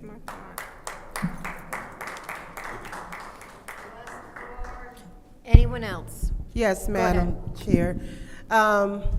Thank you, Pastor MacArthur, and thank you, young man, for coming. You actually brought a group of people, of young people, over to the New Life Center one day, and you stepped over into the literacy program, and we talked. You might want to come over and talk to Sister Carol. You know, we got that nice hoop house. We right on line there. My goal is for us to make it a collaborative effort. Right on line there, so. Yeah. And that's Pastor's goal as well. And Pastor, I support this resolution 100%. You do wonderful work in that area. I know at one point the 5th Ward kind of overlapped into the 2nd Ward. It did. Okay. With Jackie Poplar. So actually, what's the name of that park? Hidden Park. Hidden Park right there. I know you've done some work in helping to clean up that whole area and everything. So I appreciate that. You got it looking really, really nice over there. Thank you. As I drive to work every morning down Chevrolet Street, sometimes I'll cut over on Dayton and Hamilton. I take all of those streets, and it's really nice. And I just want to thank you for all of your work and your efforts in the community. Thank you. That's what we do. I really believe spiritually as a pastor that we have to be stewards of the land, and we have to teach. It helps with violence prevention. It helps with holistic. It helps with mindfulness when our kids can touch the earth again. I'm convinced if they can touch the earth, they won't touch guns. Right. So it's a holistic approach to how we do this. And it also creates, as a black male and as a leader, if we don't teach our people how to provide and sustain and eat, I'm afraid we're going to run into some major problems. Right. Now, how will you go about, and I don't know if I missed the answer to this question, how would you go about getting the young people to be involved in your program, participate in your program? Here's one of them here. We already have young people who are already involved and have been involved in our work readiness program. We already have a garden. We have a smaller garden that we have sustained for years. We have SYI students prepared to start in a couple of weeks. So that's what we do, is engage and young people, and we have many more young people who are waiting for us to bring them on board to work with us. Okay. So how many young people do you employ or will employ with this program? With this program, based on allocations, because we applied a year or two ago, and had a number, but right now it's at least 24 to 30 people who will be engaged. Most of this is agriculture, but a lot of it is stipends for employment, for job training. Okay. Okay. Well, thank you for all of you, for all that you do in the Thank you. community. Yes. I'm done. Thank you. Any other discussion in the first round? Madam Chair. Go ahead, Mr. Jarrett. Thank you. Through you to the guests at the lectern. That's what I was wondering too. Exactly how will these funds, the 225,000, how will they be used? What type of costs and expenses are there that these will? The majority of that is in stipend and job training. A lot of it is in equipment for the garden. Thank you. We had a revised version. So when you say stipend, you mean for the 25 or so young people that? Exactly. So what does their summer employment look like? Like how many hours a week? How many weeks of the summer? That's not it. Based on the fact that when we first came up with this, it was a 3-year development. It has been revised because our budget has been revised, but they will be working a 30-hour week, and they will be working 5 days a week, and it's my understanding they'll be working 8 hours. 30 hours a week, and how much are they going to be looking to give them per hour?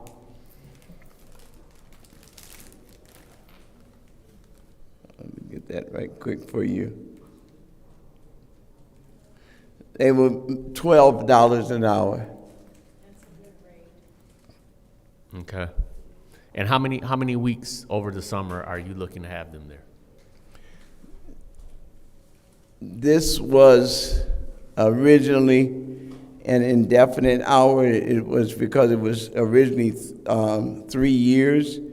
And just let me explain that. We were cut down from $550,000, our original request, to $225,000. Okay. And so we have had to make a lot of changes in what we're doing. So if I look a little confused, it's only because they just sent me this revised budget because I was coming in front of you and I'm trying to understand it completely. But we had to do the budget based on the allocations and the time left we have to comply. So are they working year-round? Is that what I'm hearing? Or is this a summer job program? This is working year-round. But not at 30 hours, right? Not when school starts. They're not going to be 30 hours. You have two categories. Remember, I told you it's up to 25. Okay. So a lot of them will not be in school during that time, and a lot of that will be in-house work as well, because the center is right next to the agriculture place, and so a lot, if it's not actually working in the garden, is food preparation, food canning, a lot of different things that go with the whole ecosystem, if that makes sense to you. Okay. Canning is self-sustaining, and that's what we're trying to teach Thank our you. community for self-sustainment. I'm done. Thank you. Any other discussion in the first round? Madam Chair. Go ahead. Thank you. So yeah, Pastor McCaffrey, thank you for all the great work that you're doing, and it's definitely our apologies for not getting to you a lot faster. We know that you were trying to, I know. Yeah, and so we noticed that you're trying to get funding for your summer program, right? It is summer, So the summer and beyond, right? Yeah, yes. Okay. Yes. Yeah, and so time is of the essence. The summer is upon us, and we want to make sure that we continue to fund the great work. And the great part is, again, this is timely. We are on the part of youth jobs, so your resolution is timely right now. Looking at all the great work that you've been doing in the second ward, you've been handling blight remediation, you've been mentoring young people. You've been started the Ubuntu network. You was a part of the African delegation, working with Michigan State. You have pulled so many outside resources to come into that community, and we definitely appreciate your work and effort. Now, Thank you. now I do know that you applied for $500,000 to make this vision come to life. Unfortunately, I see that it's reduced to $225,000. Based upon the fact that we have a lot of applicants in that category, but want to make sure that we funded you because you are doing the absolute work. So you definitely have my support, and you will continue to have my support. And that's it. I don't want to waste your time. All right, so thank you so much for coming. Thank you. So do we go?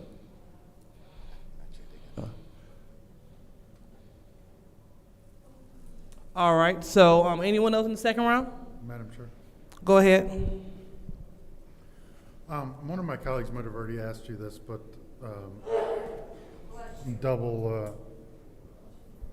looking at other stuff, so I wasn't fully listening. Did they ask you, or can you define what you would be able to come back to us in a year or so as a successful program? So what kind of milestones, what kind of results would we expect to hear when you came back before us in a year? Well, several things. One is building in a year a more sustainable ecosystem within the civic park and within the black community in terms of people being able to provide for themselves. For instance, many times we've been a site for food distribution, and things like squash and other stuff are left in just multitudes. And teaching people how to utilize a lot of the things that they normally throw away. So just teaching people how to sustain, how to eat, how to provide, but most of all, it is also, I could come and bring you a whole nother generation of young people who have learned social skills, work skills, protecting and believing in their own neighborhood, but it's also teaching, and the holistic approach is teaching young people from all parts of the city to come together and be civil. And so we're able to, we're a lot of things to a lot of people because we're holistic in our approach. But I would be able to come back and tell you a much more solvent, much more sustainable community when it comes to food, disparities when it comes to job readiness, when it comes also to panning out a further economical development of the neighborhood. We're working and partnering with Michigan State University out of Lansing, who has agreed to be anchor tenants in the building we just purchased to really help us to develop it into Ubuntu Village, a very strong, solvent, self-sustainable community. So I would come back with further accomplishments to that. So will there'll be actual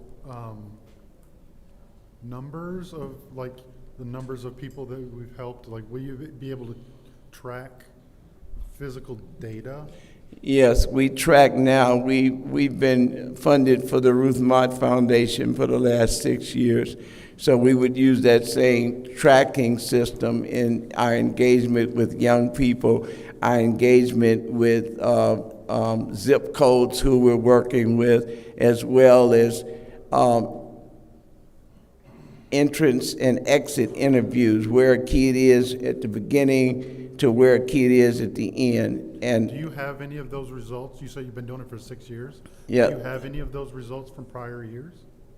Yes, we've have them for every year. That's how we are refunded from Ruth. Is that something that you could share with us? Not today, I'm not No, prepared. not today, but. Definitely. Like before Monday? Before Monday? Yeah, I mean, we can, I Just can, like if you give me your email, I can. Yeah, sure, just like the last year or something of what kind of results your program has done and. Definitely. Yeah, okay, perfect, thank you. I appreciate it. Definitely. That's it, Madam Chair. Thank you. Anyone else in the first round? I'm going to take my time because gardening is near and dear to my heart. My grandfather owned a farm. My father farmed, taught me how to farm. I've taught my niece how to farm, and now we're teaching her children. Exactly. On my sister's property, we have a garden, and there are 3 generations gardening that this year for the first time. Wow. So, and you said you're going to teach canning? Yes. And who is going to help provide that instruction? Michigan State. Michigan State, wonderful, because they have excellent resources, and many people don't really subscribe to the correct canning procedures. You know, the can in the oven, it's not approved by the USDA to do that, and I try to follow that. I'm a big canner myself. I hoard canning jars, just saying. But I think this is a wonderful program. I think I've read it about 5 times at least in our documentation since we got it, and I thought it was a fantastic. Did you say exactly where, it's going to be one plot of land that you're going to be farming? Yes, we have secured and leased from Land Bank 37, what do you call them things? Parcels. Yeah, parcels. And it's all connected. Oh, wow. It's located between Dartmouth, Forest Hill, Rankin, and Lawndale. Okay. I know about. Not only is that land open, but we're also planning to plant an orchard right on the strip. So we really want to invest and bring back that area. Applesauce. We just met with the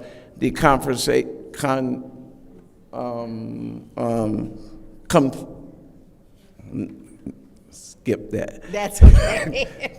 So, conversation. What's the word? Conversation. Conservation.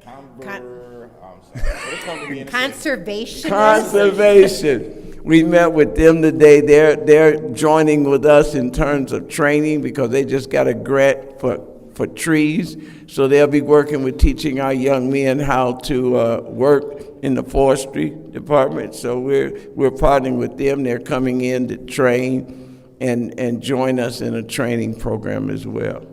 That's really good. All of this, and I know that you're not going to be able to be in full production this year, but at least you can start prepping the soil. Absolutely. And that, if you're talking about that large of a gardening area, I don't know if you're going to be buying a large yard tractor or if you're going to do a walk behind rototiller, but get started on that now. If you can afford the plastic, put plastic down. I know.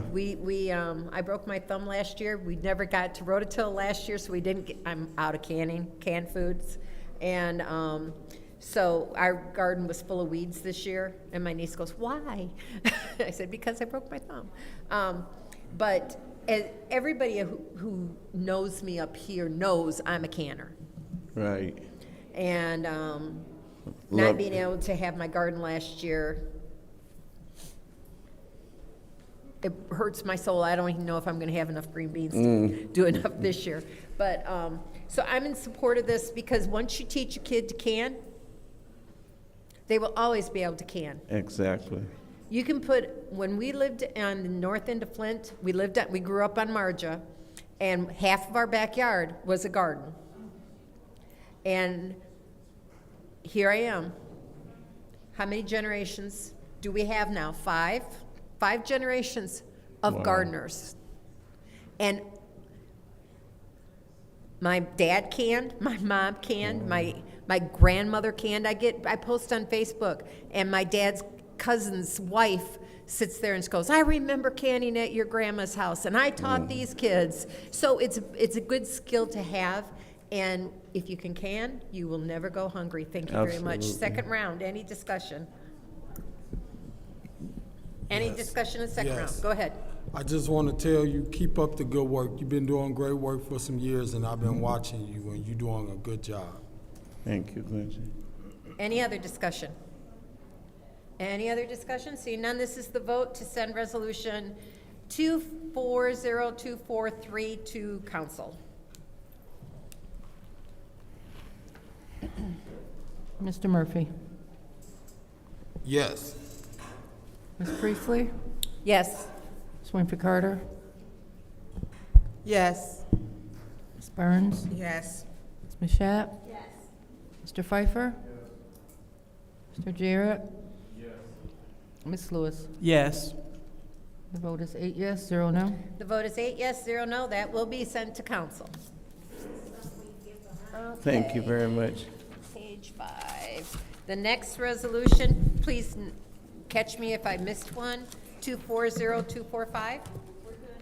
Okay, I'll entertain a motion for the purchase of property from the Genesee Land Bank for the Cronin Derby Downs Development Project. So moved. I heard Mr. Pfeiffer first. Support. Okay, it's been moved and properly seconded. Is there any discussion? Yes, Madam Chair. Go ahead. Hold on. We are, I think Ashley's back there. Through you, Madam Chair, to Miss Ashley, I can't remember her last name. What is it? Harris? Harris. Harris. Ashley Okay. Harris. Miss Harris. Hello. I'm terrible on names. Why is this so expensive? The entire project? No, this is for the land. Oh, for bank. the Just- acquisition? Yeah, so Yeah. Genesee County Land Bank, the prices for land is $250. I'm sorry, $2,500 per acre. The lot that we're acquiring is 3.85, and so that's where we get So that's their standard price? that is their standard pricing. $2,500 per acre. Correct. Like, I guess I struggle with this, and I'm gonna struggle because if this is a great project and a great program, why isn't the land bank helping out at all? Like, this is a plot of land that they're never going to utilize, and it's strictly at the base of the downs. Like, why? I guess I'm just disappointed that we don't have any kind of partnership with them, that they can't help out at all, and they want to give us some BS bull crap pricing. Yeah. Yeah, so when I approached the land bank, I did explain to them our project, and they asked me to submit an application, and that's what I did. So we had to submit an application. Correct. We got great partners over there.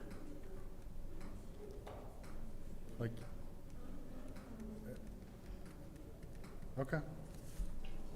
I just hope that when the land bank comes before us and wants something, we run them through the damn ringer, because to spend $10,000 on a piece of property that's never been utilized is kind of garbage.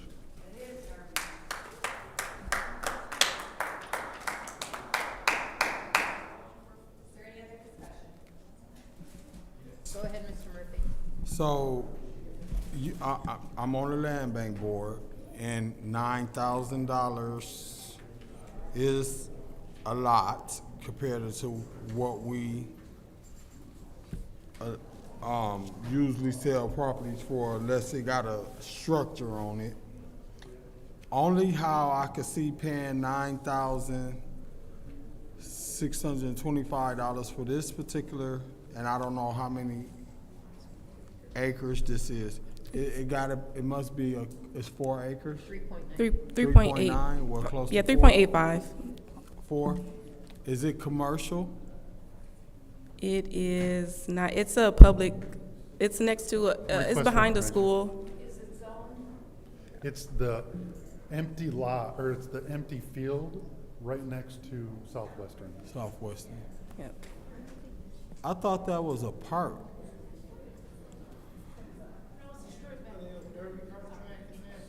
Is it a park?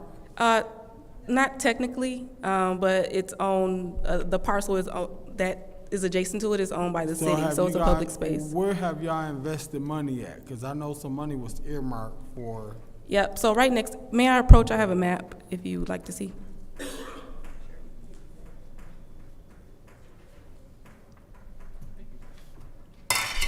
Dang, tear my stuff up. No, I'm just playing.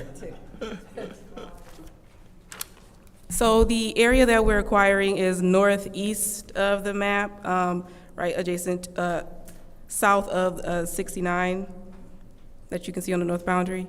And so we're planning on investing in the area that we're trying to acquire, and also to the left of that, which you see Cronin Derby Down site, that's where the track is and the load and unload areas are. What y'all plan on doing there? So we want to, well, the plan is to redevelop the track and make it, to develop the track. So the track is there, but it's overgrown, it's old. We're going to repave it. We're also going to add a parking lot and a approach from 12th Street to that parking lot. Okay. Go ahead. Are you done, Mr. Murphy? Hold on, my 2 minutes. I want my 2. No, I'm just kidding. I'm done. Go ahead, Ms. Burns. Thank you. So this track is already existing? Correct. Okay, so it's tomorrow you see them with the soapbox derbies already going down, and it's adjacent, it runs parallel To with 69. I-69. Correct. And so it goes down and, okay. Yep. And so the scope of the project is what? Is to redo the track. We want to expand it, to add a bypass lane, to add the parking lot on the property that we own, and then Where they park at now, Southwestern? so the parking lot will be kind of on the east side of the parcel that we own. Because they use, I've seen it's Right. not in great shape, but it is used. Right, so we want to add our own parking lot that's closer to the site. Okay. For participants and their families. And then we want to also add an approach from 12th Street, entry from 12th Street to that parking lot. To the new parking lot. Okay, so Yeah. they're trying to become the soapbox derby capital. So there's going to be, they want to make Flint soapbox derby to Correct. attracting a new attraction. Correct. Well, not a new one because they Yeah, use it. revitalize But the old, revitalizing it to make it to where the area will come in, highlighting it. If you want to do soapbox derby, hey, Correct. Flint's the place you want to go. Correct. You know, we got a new track and a nice new parking lot. It's convenient, and so it's economic development too. It is, and it supports STEM. STEM is their main program. It's obviously needed throughout our city, so it's a great project. Yeah. Okay. All right. Thank you. Madam Chair. Go ahead. Hi. Hello. Thank you for staying this late. It's getting kind of late. I have a question because there is already a way you can drive up through there. So what you all are proposing is to cut through the grass again to make another way from 12th Street?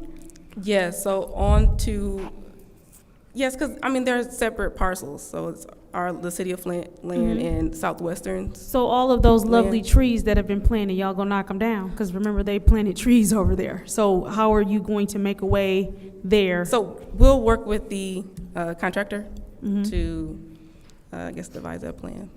And Determine what would be the cost for this, one, the repavement of the Derby Downs, and then two, the pavement of a new road leading back there, and the parking lot? Yeah, so it's on the next item agenda or agenda after next. The total project cost is $766,000.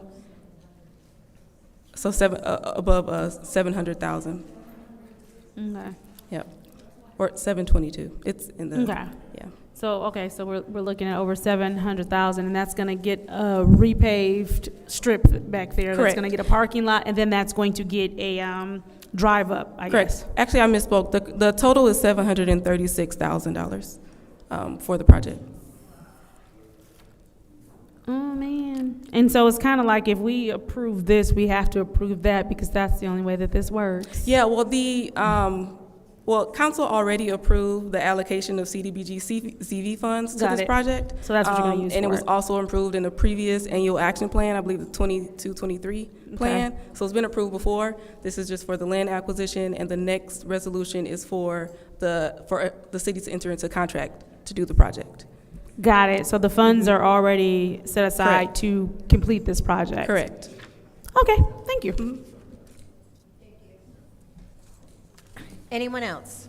Madam Chair. Go ahead, Ms. All right. Dr. Lewis. Thank you. So just looking at the map, just double checking. So we're talking about the small portion with the X, right? Correct. All right. And have you all used this site yet? We have not. No. We have not. Okay. Are they doing Derby Down at another site? Yeah, they're using Kettering. Yeah, Chevrolet. You know, the road down Kettering with the decline. Yeah. Okay. Oh, because for some odd reason, I don't know why I thought it was already activated. But so in terms of the Derby Down, so what is do you know like a little bit of history behind this in terms of the popularity of the Derby Down and stuff? Yeah, I know they have, Flint Soapbox Derby, the students that participate in their program are from Flint schools. And so local supports them, their families. And I do know at one time it was a pretty large event in Flint at this site. Right now they're at Kettering, and we want them to have their own home again. Okay. Yeah. Thank you. Because I know that they were just recently building. I think in April they were building cars for the Derby. Okay. Yep. So throughout the year it's a STEM program. So throughout the year they work on the car to eventually race on race day. So. Okay. Cool. Yeah. So it's definitely a great idea. Mm-hmm. And just the $9,000 that they're asking for it looks like they're looking towards the value that it's going to bring, so the future value. Mm-hmm. So I'm definitely a proponent. So thank you so much, Ashley. Madam Chair. Thank you. Good evening. Hello. So you're saying currently there is a Derby that is Chevy in the hole?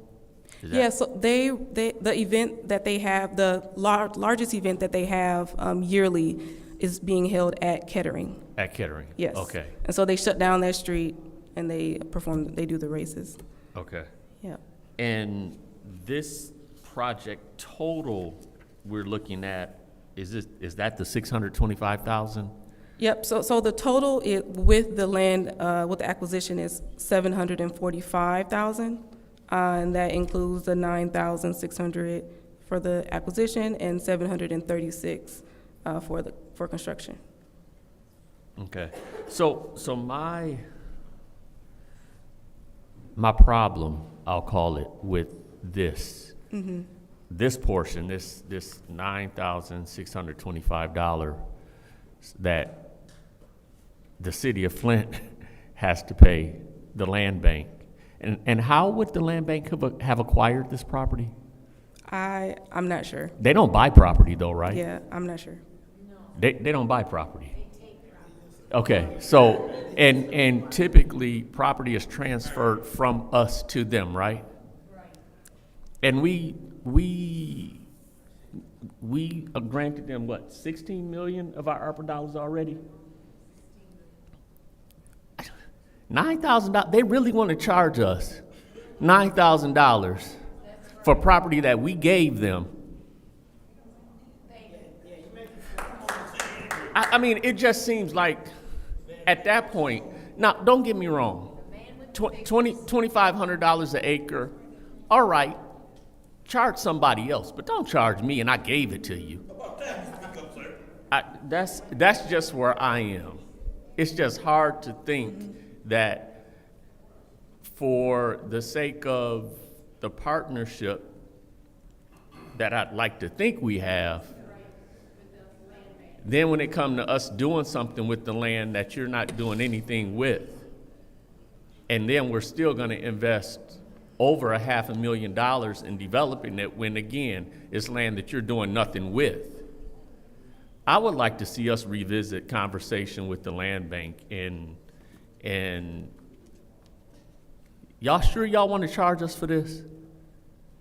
I mean, who, was this did I hear you to say you initiated the interaction with the land Yeah, bank? well, the project has been underway for a few years now, so I'm sure they were approached by previous staff. I mean, so out of all our administration, not to in any way, discredit you and your work and your position, but it would seem like, for moving the city forward, a mayor could call somebody at the land bank and say, hey, there's some property we would like to receive back in our ownership.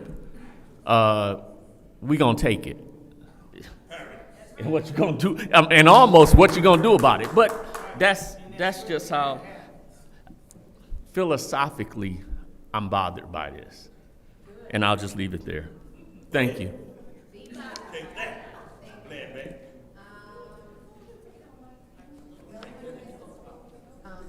Ms. Winfrey Carter and myself. And thank you, Madam Chair. Councilman Jared, you just brought up an interesting interesting point. I mean, really. So, Ashley, who negotiated this? Do you know? I'm sorry, the price of? Yes. So again, I approached them, told them we were ready to start the project, and they asked me to apply, to put in an application, so. They asked you to apply Yeah, for? to write an application, to fill out an application to acquire the property. Okay. Yep. Yeah, maybe. Request for information. What's your request? Through you to the speaker. Doesn't it seem like we might be able to get one of those $1 leases? Yeah. I mean, get one of those $1, because they give them away for people to plant trees. Right. Let's see about them willow trees. Yeah, I would think. Yeah. So we definitely went back and forth in our department about this, and the project has again been. It started a few years ago. We want to finish the project, and we budgeted for this amount. Well, not particularly, but we have the funds available, and so we want to finish the project. And acquiring this land is important to completing the project. I'm just wondering, was this land listed on that list of properties? And then, the land bank, every year, they give us a hassle about those properties. And I see where some of the properties are on this agenda tonight of some homes that we tried to save. Well, we did save them. It was a project that Councilman Mays started, he initiated, to keep people in their homes. Those who were, I guess, living in land bank properties or whatever for tax reasons and stuff. I do agree with Councilman Jared about this. And maybe we need to go back to the table and renegotiate. Is there a chance? So, the project is ready to begin. We have a contractor. We're ready to expend the funds. Of course, I mean, it would hurt our project timeline. So, Okay. yeah, at this So point, I mean, is of it- course, we recommend to purchase the property. And it's been on hold for a couple of years? It has been, yeah. Okay. Yeah. Okay. Thank you, Madam Chair. Thank you. I'm going to take my time now. I'm glad you gave us this map, because I keep driving down 69 and seeing the hill and thinking, why aren't we using that? Yeah. We are. I thought we were buying this property to construct a whole new Derby area. Okay, yeah. So I'm really glad to see that we are going to utilize what is already there. When I helped my uncle and my cousins build a soapbox derby when I was a kid, so it was lots of fun. So we have purchased other properties from the land bank before for city use, and I'm not necessarily in favor of doing that, considering that it was the city's property to begin with, and I have hundreds of homes to come down in Flint, and they haven't started yet in the 4th Ward. And we've had 26 homes taken down and there's like almost 300 houses on the list, plus more that have been burned down. And I believe there was 3 fires last night in the 4th Ward. So anyways, that has nothing to do with this purchase, but so I have no problem with this. I'm glad to see. I remember how far it was to drag that car away to the site and everything. So having it all closer together would be great. And I think the kids will love it. It's not an expensive car to build. And it teaches them carpentry skills that they can use down the line. Yeah. So I'm in favor of that. Is there any discussion in the second round? Yes. Go ahead. So, as you guys know, I do sit on the land bank board. And the land bank been in existence for a long time. They take properties and sell them, and they keep the money in-house so that it pay people salaries. Yep. If you go to land bank, you can go to their website, you will see their salaries. Just like some of us go to work and want to get paid, those people who go and work for the land bank, they want to get paid too. The land bank raise money off of selling properties.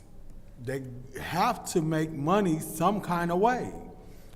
They do get grant money and other kind of money and diversify how they leverage their dollars. So when we see them selling a property, it's not abnormal for them to sell a property. I think it was a property on the corner of Mott and Saginaw that we sold for $5,000 to the car lot guy when they came down to city council. That was in the hood. So, we sold properties to Brian Node and them for Burston Fieldhouse. We sold properties just recently to, this is just not abnormal for them to, so I don't want us to take this situation and throw the land bank under the rug on other issues that we have with them based on the city of Flint trying to move forward on this project that they've been working on for a long time.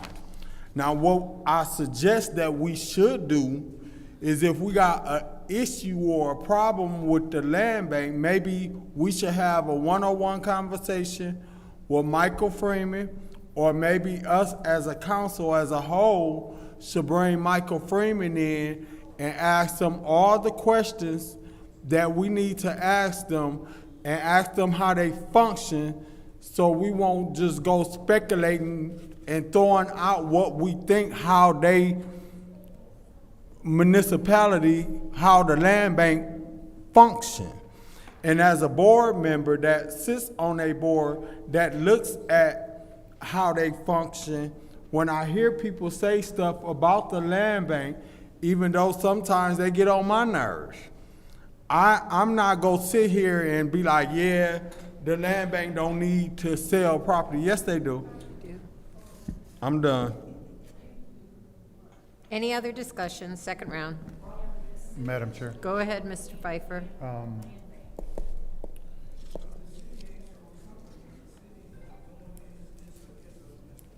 I don't have a problem with them selling the land, but why isn't it discounted? Because it's going to be, I mean, in all intents and purposes, a public park. I don't have a problem with it because, I mean, we discounted the land, I think, for, on Dewey over there for Burston. We didn't give it to them at full price. So, I mean, we gave it to Burston at a discounted price. I just think that there should be some give and take with the, especially when it's, it's not gonna be a for-profit,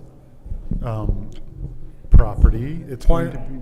Request for information. What's your request? Did you know that the properties that they sold for Burston Field House were residential property and houses was on them? Yeah.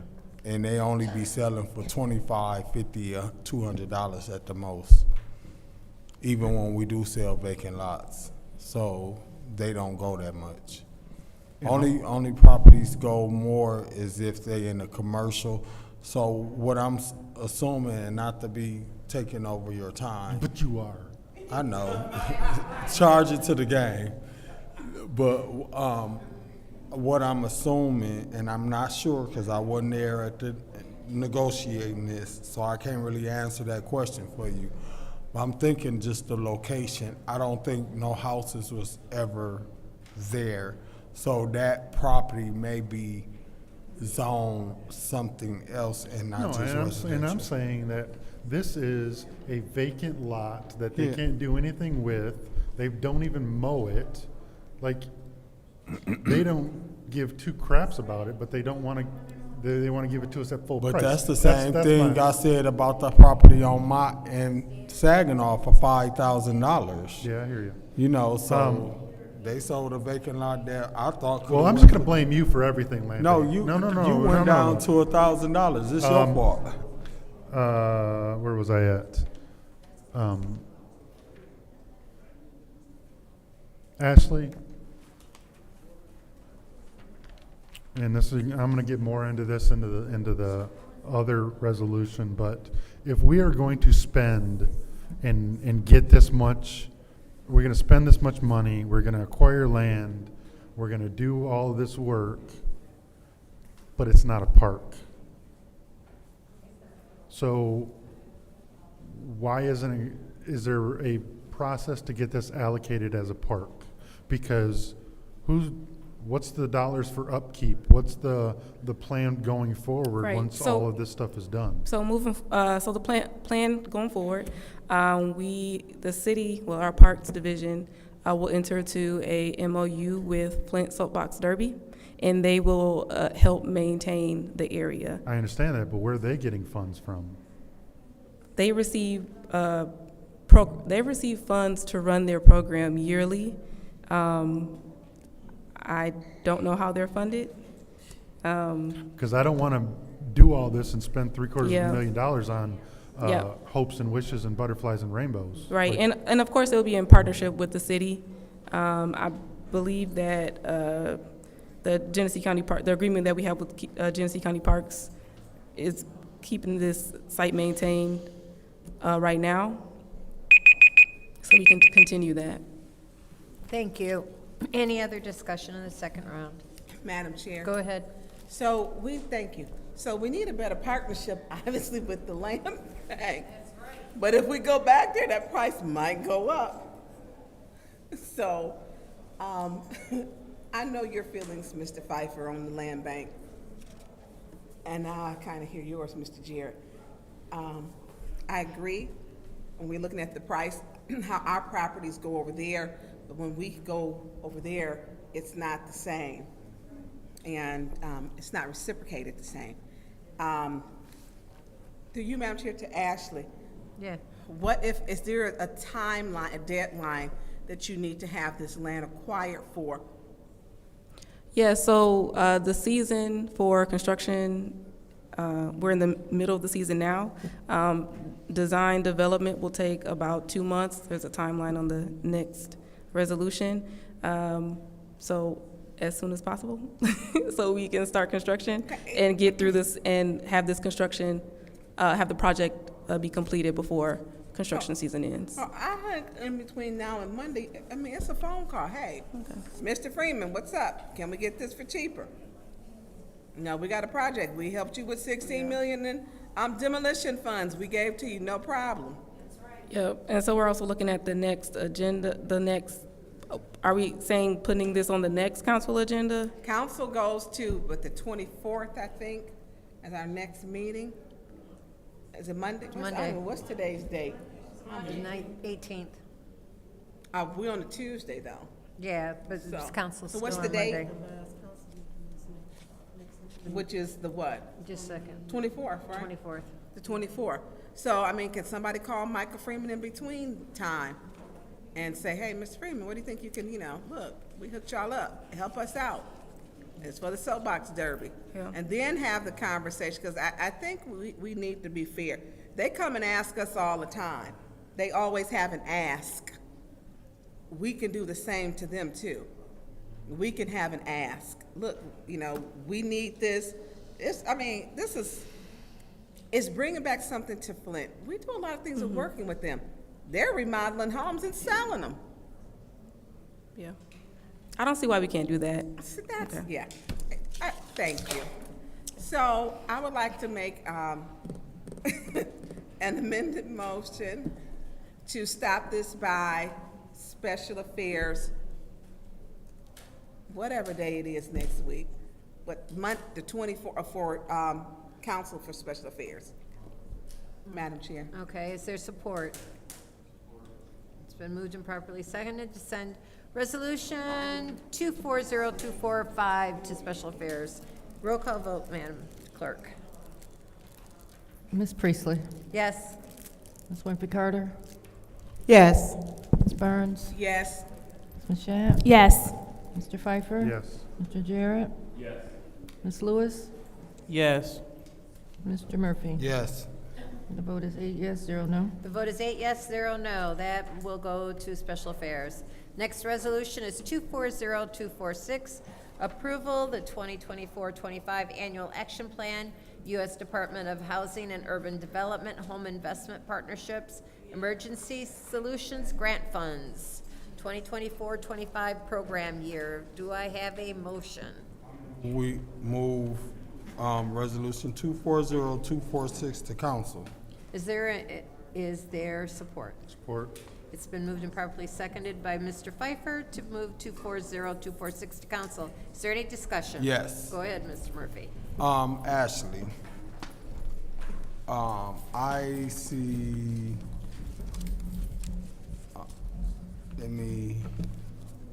you sent it to me, so let me go back to it. St. Mark's Church. They do a lot of work in the community. And it's St. Mark's Community Outreach Center, Infrastructure Improvements, ADA Compliance. So it sounds as if they are trying to get something entryway where, they deal a lot with public and volunteers. And if you got volunteers that's in a wheelchair, it's a possibility that they don't have a good access to getting in the area that they distribute food. I see they didn't, do you know how much Request they for applied information. for? What's your request? Where are you reading St. Mark's at? He's got a list. I'ma send it to you, Pfeiffer. Don't say I ain't never did nothing for you. Oh, I'm still gonna say it. I don't have the amount that they apply for in front of me. I can get the information to you. But they provide food. There was a resolution before council a few months ago to reallocate CDBG funds and CDBG CV funds for the food bank. And I believe St. Mark is, or one of the shelters that receive funds through food bank. You say St. Mark's got funds to where? They've received funds through a reallocation resolution that. So y'all did give them funds? Yes, they've received funds. How much did y'all give them? I can get the information, that information to Request you. for information. I don't know the. I'm sorry, I don't mean to keep interrupting you, I'm just trying to follow. I Are just you sent it. asking- I just sent it to you. Are you asking why somebody didn't get funded? Yes. Okay, I got you now, okay. Yeah. And so when we reviewed the applications, we considered if organizations received ARPA funds, if they received funds. So they did receive some money, so they should be good. Correct. Okay, well, I'm good Correct. with this. I'm done. I have no more questions. Madam Chair? Go ahead, Mr. Pfeiffer. So, I have a few questions. And Quincy, don't get mad at me. That's okay. The Won't be St. the first John time. Park, the St. John Park, didn't we basically sign that over to be a state park? What are these funds for? No, it's not a state park. So the total project for St. John Park development is a little over $2 million. We secured $1,750,000. So once we. But it's not part of the state park that we? No, the St. John's is not part of the state park. I thought it was. Nope. So part of that 1.7 we got is ARPA though, right? Yep, ARPA, general, and we received a grant from the DNR, MDNR. So will this complete their Yes. funding? Yes, this is it. This is the gap funding to complete the project. Okay. My second, because this resolution is kind of hard to follow, it's got basically a chart. Maybe I'm looking at it incorrectly, but it's got a chart of all the dollars and then more verbiage and then another chart. Am I looking at this correctly? Correct. So the first chart is for your information, easier to follow, and then the second chart is the chart of accounts. So the expense and revenue accounts. So the one with the accounts, why is there two different account numbers for some line items that have the same dollar value? So there is a separate account set up for each subrecipient. But the first account is basically a summary, correct? Without the account numbers? Correct. So, like, for instance, the City of Flint Blight Code Enforcement for $350,000, the code enforcement has two different line items for $350,000. So are they getting $700,000? No. So the first account is an expense and revenue. So the first account is what will be paid out by the city, and then the second account, I believe, is what we receive, how we receive the funds. Yeah. So we have a. So to answer your question, no, they do not receive 700,000. So why do some? All of them should have two accounts. Do they? Each allocation should have an expense and a revenue account, except for no, actually all of them do, yes. Okay, maybe they do. Yeah. Okay, so it's a account to receive the money and then account to expend the money. Correct. Okay.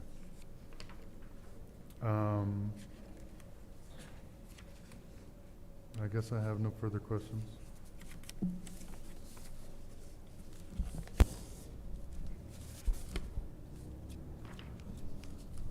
Madam Chair.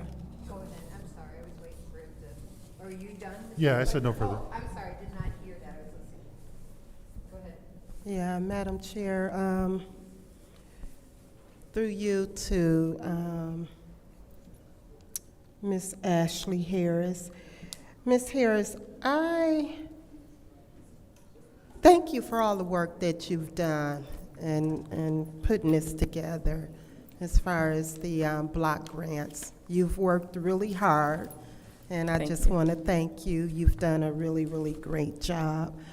But you know, I want everyone to know, I totally agree with all of the organizations that's being funded here.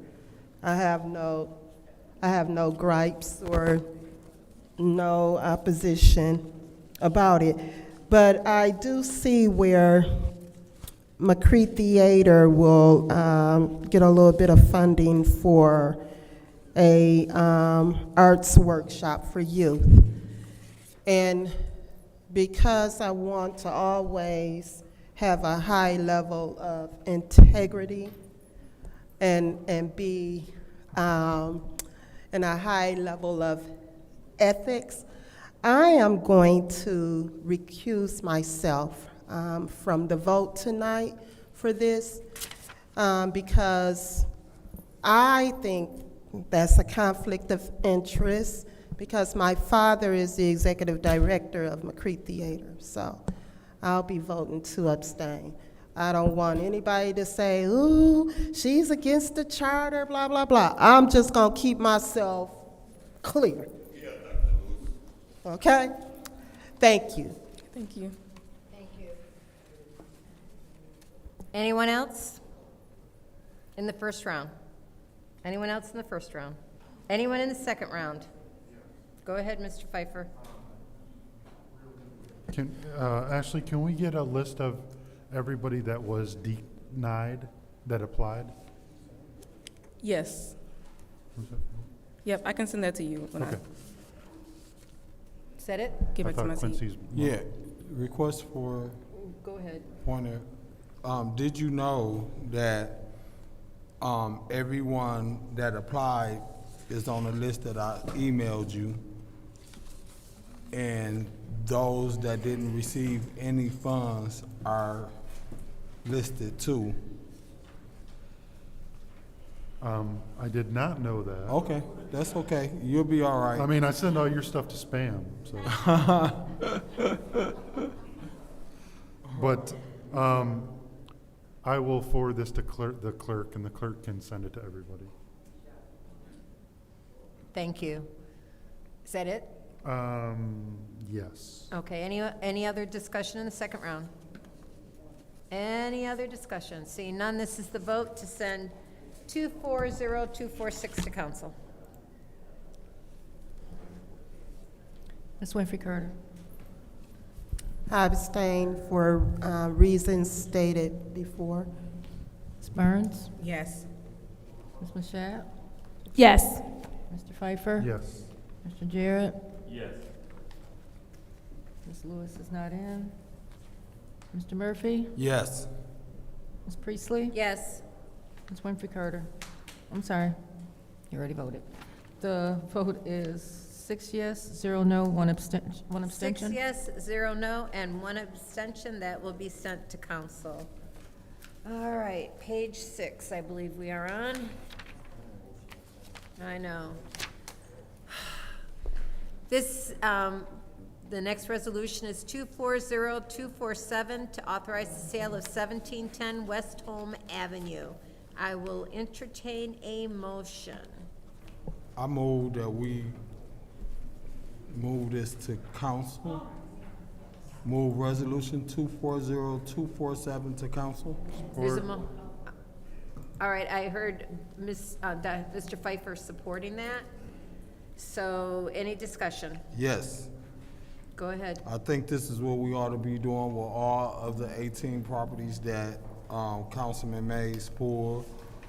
And we should get them all done as soon as possible so we can get them off our books. So we can get some revenue back going, because those folks who living in those houses, or those houses that's sitting, either could be sold or those people could be paying taxes. They've been living in those houses and not having to pay no taxes because the city of Flint own them. Now we can get them back on the tax roll.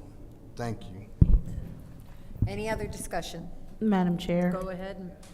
So I am going to support this because one of the things that we keep seeing and we keep having a discussion about is the fact that residents are in danger of losing their homes, in danger of losing whether it is a home that they grew up in or is a family home or whatever, or whether it's just a new home that they have. We're seeing liens that we had to stop from happening. We're seeing people coming in from out of town and buying things in bundles. And so if whatever we can do to help support the residents staying in their homes, I'm all for.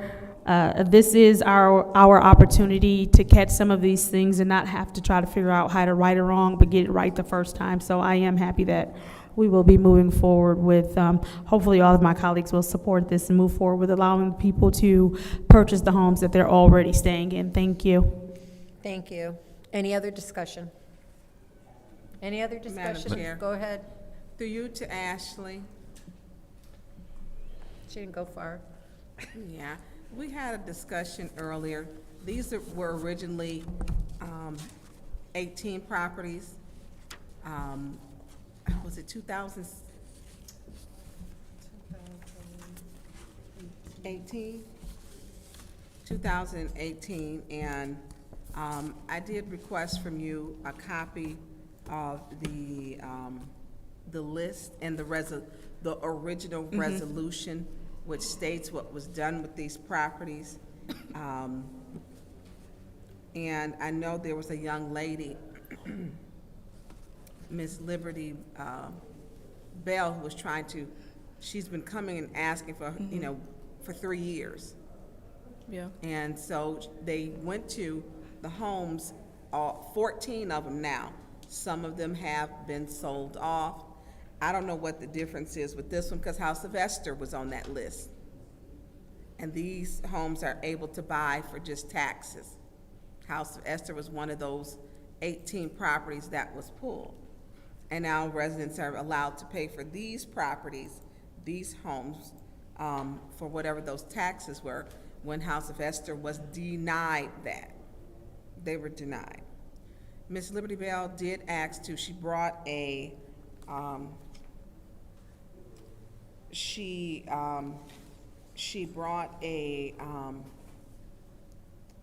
brought a cashier's check in and to pay for it, and she was unable to pay, and she had spoken with Tyler Bailey. And we're sending out these letters. She was, I guess, home at the time. She's a single mom, 2 children. She had been saving the monies and setting them aside. And when she came to pay, they did not accept her funds. So there's a fear. She's thinking, as a single mom, I'm going to be put out of my home. And she, the same day they came, took a picture, tacked it to her door. And the guy took from Eric from building, is it building and permits? Building safety. Building and BSI. safety did it. You know, she went right to the bank and said, "Hey, I've been waiting on this. Let me go take care of my business." So I think the way that we're contacting, or they're contacting, I would like to know how they're contacting, because people are getting caught off guard. And, you know, if we could give some of these people some notice, as opposed to, was there letters sent out that they would be doing this?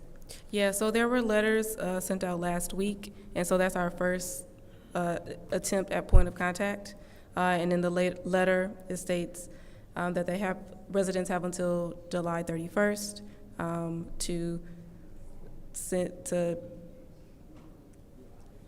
let the city know that they like the property, show proof of payment, and then if they have, I guess if the previous owner is deceased, show proof of next of kin. So if they don't have the money, are we giving these properties, the city retaining them and selling them themselves? Because we've gotten into the real estate business. Right, so the next. Or are they going over to the county who's Yeah. in the real estate business? Yeah, so the next step, if a resident doesn't want the property or can't pay for the property, the property will be listed on auction. Yeah, that's the next step. And the Department of Business Services team is actually hiring on someone for property disposition to facilitate that process. Okay. And so how many letters have you sent out?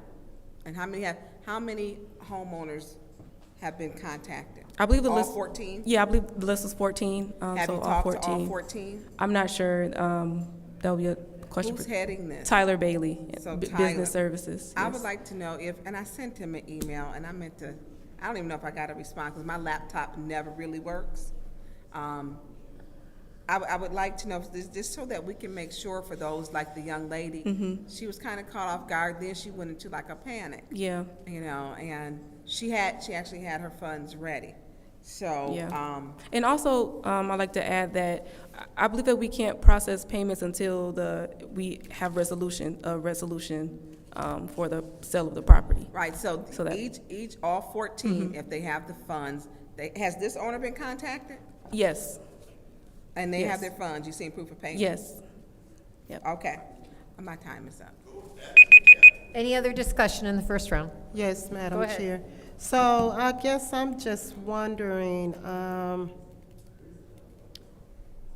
how was it that their resolution was,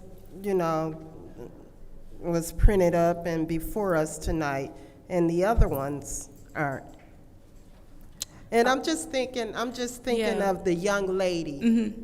Yep. She did show proof that Yes. she has the money, a cashier's check. Right. So we have deadlines when we can submit resolutions. And my guess is that this homeowner responded quickly. Oh, okay. Yeah. And They so that's how it was responded written up. immediately. Yeah, Okay. it sounds like it. Oh, okay. Okay. So we should have the resolution for Ms. Bell coming really soon, right? If she meets the requirements, yes. Yeah. Yes. If she shows proof yes. Okay. Yep.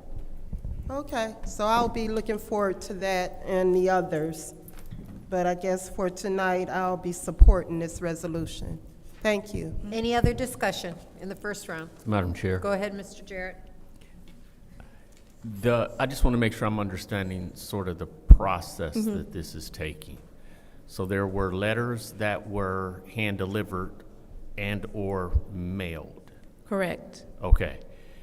And from there, if the individual that received the letter, if it's their name on the letter, their next step in retaining their property is to contact, or retaining that property is to contact us and show proof of funds. Correct. Proof of funds. And or that they don't desire to stay in Correct. the house, but they have to do this by the 31st of July. Correct. Now, proof of funds, then that triggers us, someone here at the city doing a resolution. Correct. And once the resolution is drawn, it goes through our process, assuming it's approved, then They can officially purchase. then we can accept the payment. And is there some type of release of lien? Is there a lien? Yeah, there's a quick claim deed. Okay. I believe, that is given to the new owner. Okay, so if by chance the person who receives the letter, their name is not on the letter, but they are able to show that they are an heir or such, that may be why we have until July 31st, so they can get that Yes, documentation in yeah, place? Tyler's team, they're really working really hard to have, we, as a city, want to promote home ownership. We want residents who have been, most of these homes, there are residents who have lived there for quite a few years. We want them to keep their homes, so we're doing everything that we can to support that. But we also want to make sure that there's a fair process and that we're doing our due diligence and going through that process. Okay. Now, is there either a way that you can get us a list of those properties and the amounts at which we are expecting receipt Yes. to cure whatever was owed? Yes, we can get that list. Okay. I can get that list to you all. All right. And I think I'll be done there. Thank you. Thank you. Any other discussion? Any other discussion of the first round? Any discussion in the second? Madam Chair. Go ahead. So I am happy to hear that Ms. Bell did reach quite a few of us. I did request a resolution for her. It was explained to me by Tyler that there's a document that she does need to bring in, but that her resolution would be ready by the next Finance Committee. But I guess my next question, though, is, and it's probably a Tyler question, so never mind. I'll save it for Tyler. Thank you. Has everybody else been notified of or sent an email of this is the documentation you need to bring with you? So that way they just come fully prepared and not have to kind of go back and go through that panic. Yeah, notification is a Tyler question. But. All right, thank you so much. Thank you. Any other discussion in the second round? Here. Yes. Go ahead.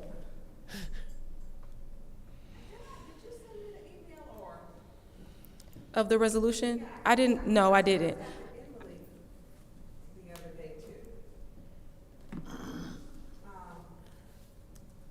For the previous resolution for the property?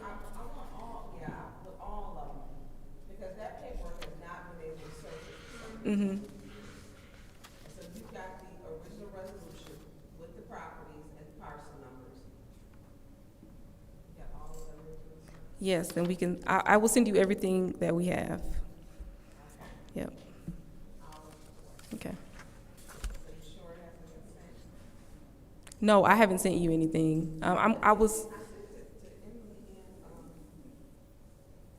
Tyler? Yeah, and then I sent it to also the clerk too, because I knew we would all need it. Yeah, and I don't see it. Okay. Oh, no. You got it? I know she even put me at 6:42 a.m. Don't anybody sleep? Over here. Okay, she did. Okay. Okay. She did. She doesn't have it. Since at 6:42 a.m.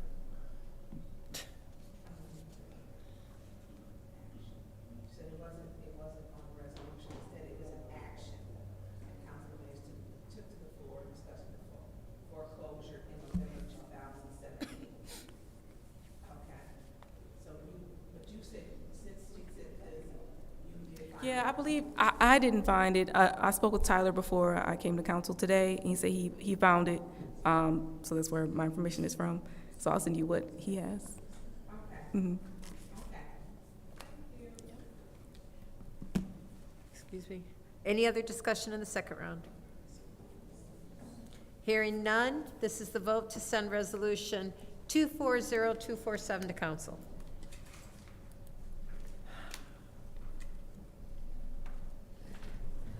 Ms. Burns? Yes. Ms. Mashat? Yes. Mr. Pfeiffer? Yes. Mr. Jarrett? Yes. Ms. Lewis? Yes. Mr. Murphy? Yes. Ms. Priestley? Yes. Ms. Winfrey Carter? Yes. Vote is 8 yes, 0 no. 8 yes, 0 no. That resolution will go to council. The next resolution is 240248. I'll entertain a motion.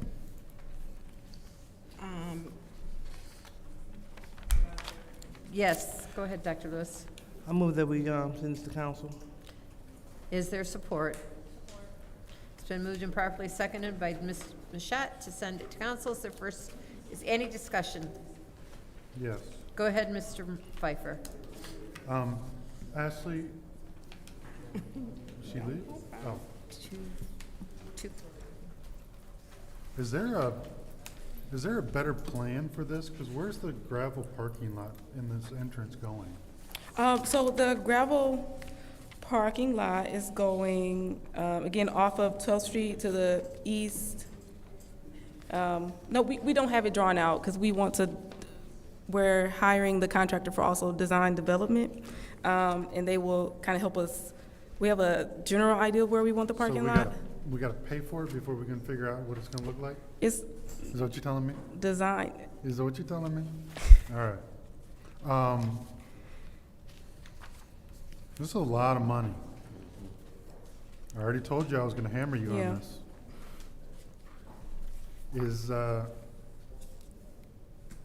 What is FAEC account? I'm sorry, I'm not familiar with that. Yeah, the FAEC account is the Flint Area Enterprise Community Fund. There were dollars set aside from a funding that we received in a very long time ago. And we use it for gap funding for projects like these. I'm not familiar with that account. How much money do we have in that account? Actually, I'm unsure of the total amount in the account.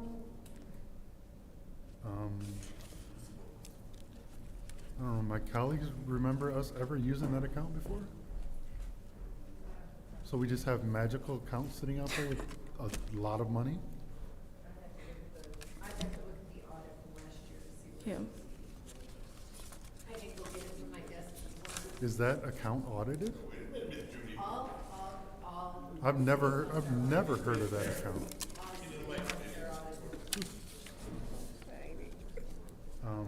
Including the grants.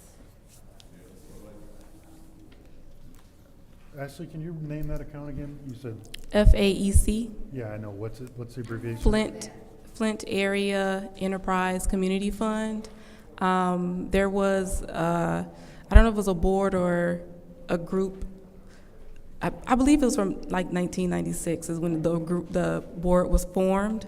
The funds were to be utilized to revitalize what they called the enterprise community. So they selected areas around Flint to help residents and businesses, and recreation falls under that. That actually dissolved. The Flint area, yeah, so they dissolved, and so the funds. We approved that a couple of years ago. Yes, in 2021. Yeah, so in 2021, we were approved. You guys approved to accept those funds, and some went to county, I believe, or. Mm-hmm. How many times a year does this going to be used? The track. Yes. So I know. Because the one that's Chevy in the Hole is 1 day a year. Mm-hmm. So. Yep. So they have various events throughout the year. Now that they're utilizing catering, they are restricted to fewer events. Once I think they have this site, they'll be able to have more events. Also, in the wintertime, it could be utilized as a public space. It could be utilized, and other organizations will be able to use it as well. So what, obviously the city of Flint will retain ownership of this. So is there gonna be a resolution brought forward to make this a park? Well, our Parks Division already oversees this, the land. But it's not on the park list, right? It is. I have to verify that. I don't believe it is. Yeah. So, and go back to my earlier question It's in the outdoor- previous round, how is this going to be maintained, and what is the cost of, are we gonna have to put CBDG funds every single year Yeah. for maintaining this thing that gets used a half a dozen times a year. Right, so it's already being maintained by the city. And the partnership that we have with Flint, well, we'll have with Flint Soapbox Derby, will actually add to maintaining the space. They will provide. Thank you. Any other discussion? Any other discussion of the first Yes. round? Go ahead, Mr. Murphy. I think we should just go on and move forward on this project. I mean, they done came this far. And for us, it's just not, I mean, I think maybe if it do get done, people will use it more. So you don't know that until you get it done. If you don't get it done, you won't know how much more usage. They just really can't, they can't use the Kettering Street because cars drive up and down it. But if you got this, what y'all trying to create over there now, Yeah. and it ain't something I ever did before. I wouldn't mind trying it. Maybe I'll race Pfeiffer. But I'm just saying, I think we should just move forward on the project. I'm done. Any other discussion in the first round? Any other discussion of the first round? Ms. Chair. Go ahead. Thank you. I'm definitely a proponent of it because I know that the Flint Community Schools, that they build these cars, and the students actually will get a chance to race on our own property. So, and I know that it is, it attracts people. So not only do it attract students, but it attracts family members, supporters, and also could potentially invite outsiders to come in and make this one of the Derby hubs. Yeah. So Yeah. it's all about what we make it. So again, as a mom of a Flint Community School student, I think it'd be a benefit, and I'm totally for it. Thank you. So thank you. Any other discussion? Any other discussion? Second round? Madam Chair. Go ahead, Mr. Pfeiffer. Actually, I'll support this on one. I got one asterisk that in order to get my vote, is if I get to push Quincy down the hill.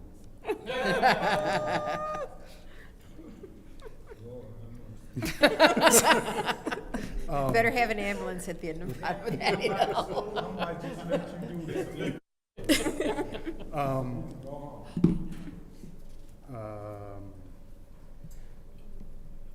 Actually, I would just really prefer if we got more information on how we're going to Maintain. pay for it going forward.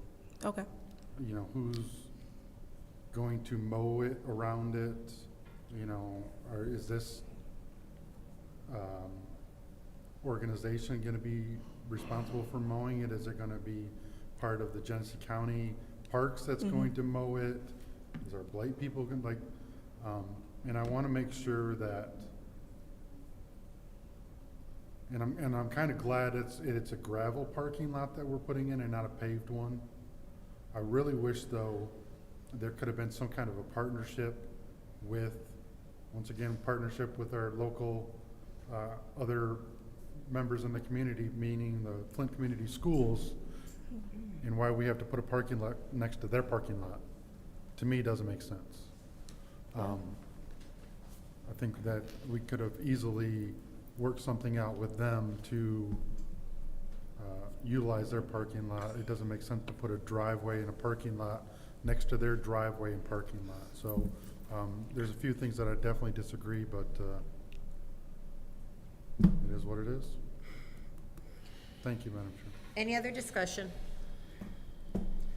Any other discussion in the second round? Seeing none, this is the vote to send resolution 240248 to council. Ms. Mashat? Yes. Mr. Pfeiffer? Yes. Mr. Jarrett? Yes. Ms. Lewis? Yes. Mr. Murphy? Yes. Ms. Priestley? Yes. Ms. Winfrey Carter? Yes. Ms. Burns? Yes. Vote is 8 yes, 0 no. The vote is 8 yes, 0 no. That will be sent to council. The next resolution, is 240249, to AIS Construction and Equipment Contractors, purchase of a new John Deere backhoe and loader at the Water Service Center. What is your pleasure? I move that we send this to council. It's been moved. Is there support? Support. I heard Dr. Lewis for the second. Is there any discussion? Madam Chair, Yes, ma'am. Go ahead. through you I see Paul back there, Mr. Miller. Whose department is this? Huh? Paul, can you come to the podium, please? Thank you. 249. That requires Blair? Okay, make no sense. So do you currently have one, or? Do you currently have one, or, I know you got them, so what, you needed a new one? Yes. Speak into the mic, sir, when you get to. Okay, how many do you have? Pardon me? How many We do you have 3 currently. Will this be 4? Has this arrived yet? No. No. It's on standby for us as we speak. Yeah, Judy, yeah, I know, because sometimes they do get here, and they're already ordered. And so it has been, how are you, Blair? Fine, how are you guys? Good. And Paul, how are you? I'm awesome. How about yourself? So, That sounds is your sarcastic. equipment getting old? Yes. Yep. And so this is replacing equipment. Yes, look, y'all are, you're like two synchronized nodders. You want me to take over? Yeah, I can Paul, give you- Paul don't want to talk. I can give you all guys all the numbers. So currently he has 2 units. Once a unit goes past its life cycle, they just start breaking down. We have, Do we even have anybody to repair them when they break down? I do, but these are to the point where it's gonna Okay. cost too much. Like for instance, unit 7437, it's got black smoke. It's gonna be about $7,000 to bring it back to standard repair. It's got 8,132 hours on it. These things don't go by miles, they go by engine hours. Engine hours is not something you want to see go into the double digits. By that time, you're going to be replacing major components, and it's just no longer worth it. So right now, we have no residual value left in it really like that. So it's best that, now that we've paid them all off, we don't owe anything on what do them. you do with them? We're going to trade it in towards the price What of do the you new get one. for Numbers. What are you looking for? See, She wants to be know red, the just like trade-in numbers. value. She got her act together. 15,000 Yep, for I have one it. and 18,000 for the other one. Exactly. And so are they sold at, it is a trade-in? It's gonna be a trade-in value Okay. towards the new purchase. Towards the So new it's, the purchase, new which is- purchase will drop those amounts. Okay, and so new purchase, was it 156,000? One 146, 373. These machines went up. Oh my goodness. After COVID, the prices are up 100,000. What were they before COVID? 100. And now they're running 200 and more. 250. Literally, I'm not Is exaggerating. it the same manufacturer? Same exact everything. Well, why not? COVID, and they stamped another $100,000 on these things Luckily, we get a 39% discount just for being in the city. through the My Deals program. Wow. Yes. Okay, so is this the only one that you're replacing, is it just one? Just for this fiscal year, because I still have Okay. money left, so we were able to fit it in. Into your If this budget. passes, we can have it delivered next week after. And you can put it, because you use these on what, your water main All of breaks? all of our excavations that we do, yeah. whether it's service lines or water main repair, hydrants, valves, they get used. Yeah. So there's a lot of wear and tear on them. And these 2 models that we're trading in, as she stated, they were 2007 models. Oh, wow. So that we purchased in '08. So they were purchased in 2007? Yes. So they've been around for quite a Yeah, while? yep. And they've served their purpose? Because we average about, 250 water main breaks a year? Yeah, 200 it depending depends if on the it's season. This year was a slow warm. season, but yes. And anywhere, we usually average around at least 200.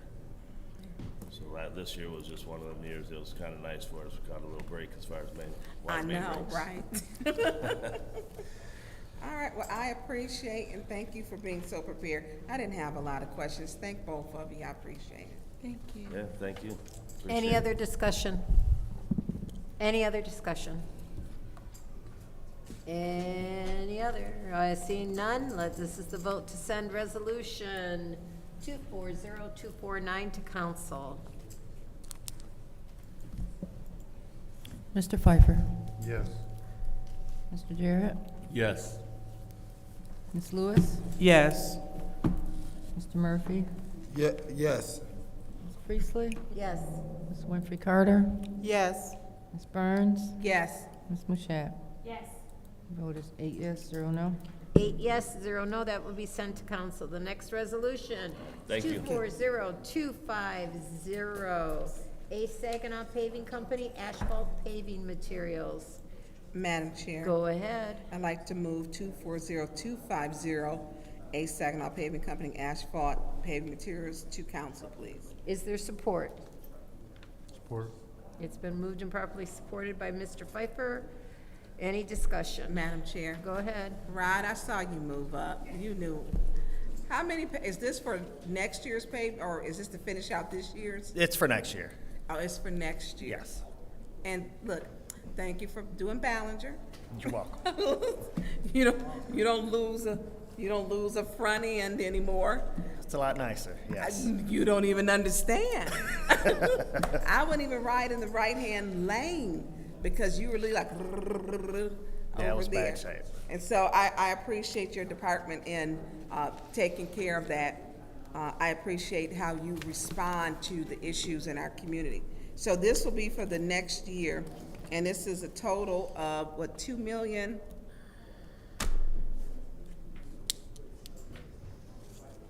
$2,411,000, is that for the full year? Yes. How many paving projects do you have for next year? We don't have the list ready, but this also consists of coal patch also. That's what we use in the wintertime to fill all of our potholes. That's what the water and sewer department uses also whenever they do their breaks. So it incorporates everything, all the asphalt. Okay. When do the asphalt companies will be closing here and the cement, what is it, October, November? November. They usually close in November, yes. Okay. How many more projects do you have to finish for this year? Or do you, Until June 30th? well, you actually stop in October and November. Do you have a lot more projects? I know. Yeah, we have a lot more city streets that we'd like to get paved. Okay.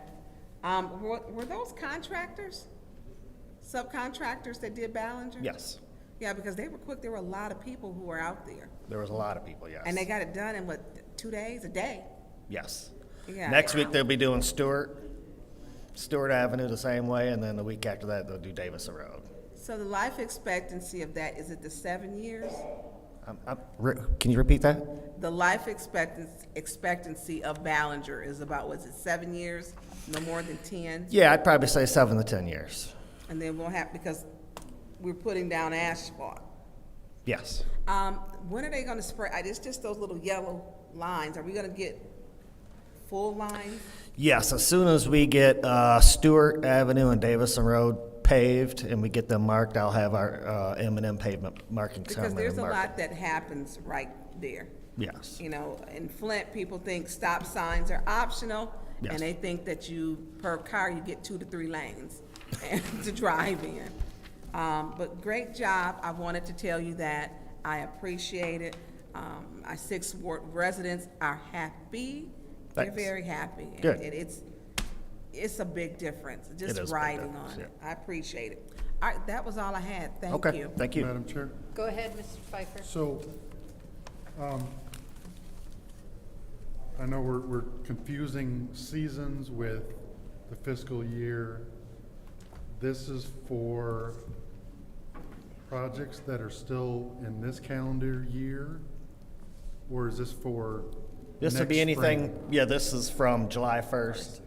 So this is for projects that are happening this calendar year? Yes. And we don't have the list? Yeah, we're working on a list. Yes, we have a list that we started on, and that's what we're gonna continue. If we get that list done, we wanna add more to it. So the list that we got earlier in the year with different streets, that's what, That's what we're working on now, yes. All the streets that we milled, we do have paved. So we're gonna continue to work off that list. So we have a list, but we wanna add more to it. okay, so that list that we got whenever, spring, maybe winter, this is paying for that list. Part of it, yes. Part We of already it. have And plus some of the any- list plus done, yes. Some additionals. Yes. Gotcha. Okay, that's all I have, thank you. Any other discussion? Yes. Go ahead. Rob, I just want to really commend you for the work that you do as a council person and putting in referrals and having stuff done. I remember when I came to you 2 years ago about getting Moore Street repaved, Myrtle, Yes. Stewart, Industrial, and you came through. And I'm not sure what's your timeline on Stewart Street. It'll be next week. Huh? It's gonna be done next week. Next week? Yes. Oh man, that's gonna be so awesome. Thank you so much. And I know you probably couldn't get to all the streets that you would like, but I just want to personally thank you for the 3rd Ward because it's making a difference, and I am excited about Stewart Street. I Great. can't wait. All And right, then thank they you. getting ready to build the new houses too, so that's gonna really make that look good. Thank you. You're welcome. Any other discussion? Yes, Go Madam ahead. Chair. Hi, Rod. Hello. How are you? Good. I know I've been sending you a lot of emails. I want to thank you for getting right back with me about 7th Avenue. Yes. Bad shape, isn't it? It is. It is. So when will that That's be one done? of the streets we're gonna try to add to this list for this year. Okay, thank you, thank you. But also, have you taken a look at Grand Traverse, right there at My Brother's Keeper? Yes, that bridge is hopefully will be MDOT's project for next year. That's MDOT, okay. Yes, between that one and we put in to get that one and the one on Western Road redone, out of the 4, we put them at the top 2, so. Okay, because, I mean, now that street right there, what did you rate 7th Avenue as, a 2? I think it was a 2 is what Yes. Genesee County Grand rated it. Traverse is like a 1. Yeah, right Is there on the that- bridge is is that the the bad, worst? that's the worst part there on the bridge, and we can't, if we pave it, we'll have to do a whole new, we'd have to re-sign it, and the road would have to go out there and redo the poundage for the bridge, so it's just better to get it redone. Yeah. Well, okay. Well, thank you for all that you do. You're welcome, thank you. I do have to say, when you email him, he gets right back to you. And I like that, and thank you. You're welcome. Any other discussion? Any other discussion? Seeing none, Rod, I'm going to take my time. Where on Davison Road are you paving? We're gonna be paving from Dort Highway to Lewis. Okay, that needs it. Yes. That's good, yeah, that's really good. Since everybody's thanking you, thank you so much for taking care of that tree that Yes. fell on those 2 houses. Kentucky? Yes. Yes, You're yes. welcome. That was, when I saw that tree, I went, oh Lord, this has got to be done now, and I called right away. Yeah, it was a bad situation. That was a bad situation. And they're very happy that they're gone. Yes. Even though they have roof damage that has to be taken care of. So I appreciate that, and that's all I have. Any you. discussion in the second round? Any discussion second round? Seeing none, this is the vote to send 240250 to council. Mr. Jarrett? Yes. Ms. Lewis? Yes. Mr. Murphy? Yes. Ms. Priestley? Yes. Ms. Winfrey Carter? Yes. Ms. Burns? Yes. Ms. Shap? Yes. Mr. Pfeiffer? Yes. Vote is 8 yes, 0 no. The vote is 8 yes, 0 no. That motion will go to, that resolution will go to council. The next resolution is 240253, grant from the state of Michigan, purchase police vehicles, PPV and SSV vehicles. Is there a motion? Madam Chair. Go ahead. A motion to send 240253 grant for the state of Michigan purchase to move to council. Is there support? It's been moved and properly seconded by Ms. Mashat to send resolution 240253 to council. Any discussion? Madam Chair. Go ahead, Ms. Where's Burns. Chief Green? You're not here. Yeah, Mr. Edwards is still here. Oh, here comes, Oh, okay. let's get the fleet manager in here. Okay, so this was a hot topic. This was the grant that was available, and they were stating that we didn't apply, but we did apply. Yes. Okay, when was it applied for? When? I want to say back in January, Okay, so the first first of the year. first of the year. And so this will get 22 new vehicles. Yes. Okay, I'm gonna tell you, I was at a, Officer Jones had a duct taped windshield. She did. She did. And she was handling about 4 things in my ward, and I was over there with these families. And I was like, what's wrong with your car? Her vehicle has 88,000, I asked her how many miles, it had 88,000 miles. Who repairs just like basic repair? We do. Somebody fix her windshield while she out there. They need to bring it to the shop. That's the problem. You got to write it up and you got to bring it to the shop. They run so hard and so heavy that a lot of the equipment is not getting repaired like it needs to because it is on the road. It's not like it's the fleet and they're not fixing it. It's just that they're busy. So they're not. It's not available. Okay, how many are in our fleet for police cars now? I would have to count. Can you get that? I sure can. Because we had vehicles before. I like her. I don't know who she is. So this is 22. And who's outfitting? Matter of fact, there was a bunch of new ones during COVID that they were doing them like one at a time because the gentleman who normally did them was deceased. He lost his life due to COVID. And so there was a backlog. If you can let us know how many vehicles, because it always look like there's a lot in that parking lot. It is. It is. Always. And I want to say, what is the average mileage? Because she gave me the year, and I was actually thinking that those vehicles would have had like 200,000 miles. It was only like 80-something thousand. It said 88. We literally, the life cycle of a police vehicle is 5 years. It is 5. It doesn't have anything to do with mileage. It is literally 5 years because they run so hard and so heavy. And they have to keep them running. Yes. In order you got to for look at it that everything it's practically a 24-hour operation. Yeah. Yeah, okay. So the grant was applied, they put in form, when will we be, once approved, when will we be receiving these? The vehicles, so we just had something just happen out of the blue. One, these are not even available to us. We tried to get 2024s ordered and was told we missed the deadline cutoff. I was in touch with the procurement team of GM, and I don't know who, what county or whatever, but somebody canceled an order. We got in line. So the vehicles became available to us. It's wind up, it's gonna get split between 2 different dealerships. Berger has 10 and we'll get the other 12 from And LaFontaine. Yes. Berger has 2 available on the ground now and the other 8 will be here within the next 2 weeks of the first month of July. First week or so in July.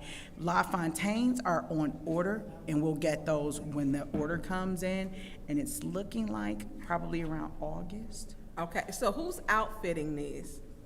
They'll be outfitted with When you, the PPV. upon delivery? Yes, they come. So they're coming with everything, outfitted. the bells, the whistles? Only thing we'll have to do is like specialty equipment for them, like radios or something like Okay, that. and so who's doing that? It would probably Right. be like Procom. They usually Okay. do like their radios.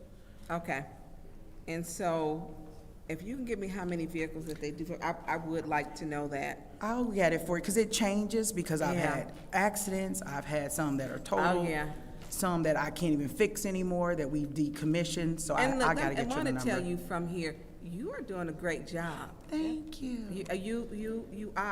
You are on it, and it is nice to talk to someone who is knowledgeable, who is cheerful, and you seem excited about your job. You know your job. Thank you. And so it's an appreciation, and often, you know, people won't tell you, and I want to tell you that because I appreciate you. So if you can get me that, that's all I need for right. That's some time. Any other discussion in the first round? Any other discussion? Discussion in second? Madam Chair?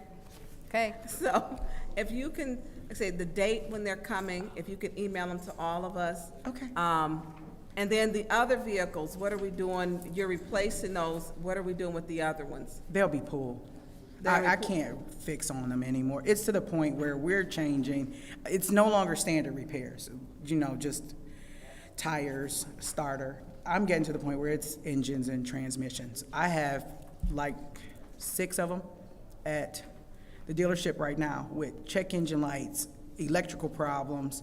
These are the things I need to be able to pull because they're costing too much money to keep them up and running.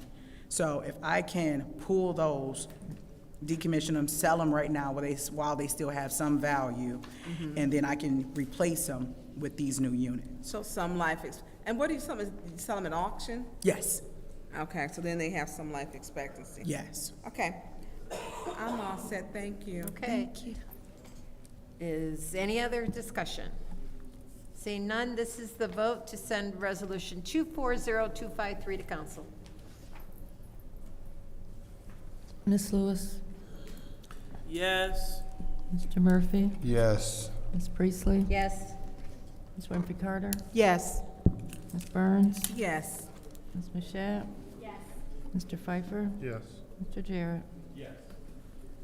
Vote is 8 yes, 0 no. The vote is 8 yes, 0 no. Thank you very much. Next resolution is 240257, Siemens Mobility, Inc., Eagle Signal, repair parts and supplies. I'll entertain a motion.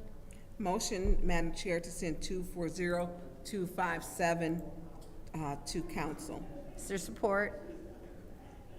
It's been moved and properly seconded by Mr. Murphy to send 240257 to council. Is there discussion? Madam Chair. Go ahead. Rob, what is this? Oh, it's for our signal Right. repairs. We get all of our parts from Siemens. I didn't hear you. For our traffic signals, all of our parts for our traffic signals come from Siemens. Now, here's what's different. The traffic signals, which threw me, they used to be like right on this side. Now they on the other side. Was that like a safety issue? Yes, standard changes over the years. Or I'm sorry, they used to be in the middle. Right. Yeah, and now they're not. They're across like the street. Yes. Okay. And so this is just for equipment, for supplies, for, It's for upgrades, it's for our regular maintenance, it's for knockdowns.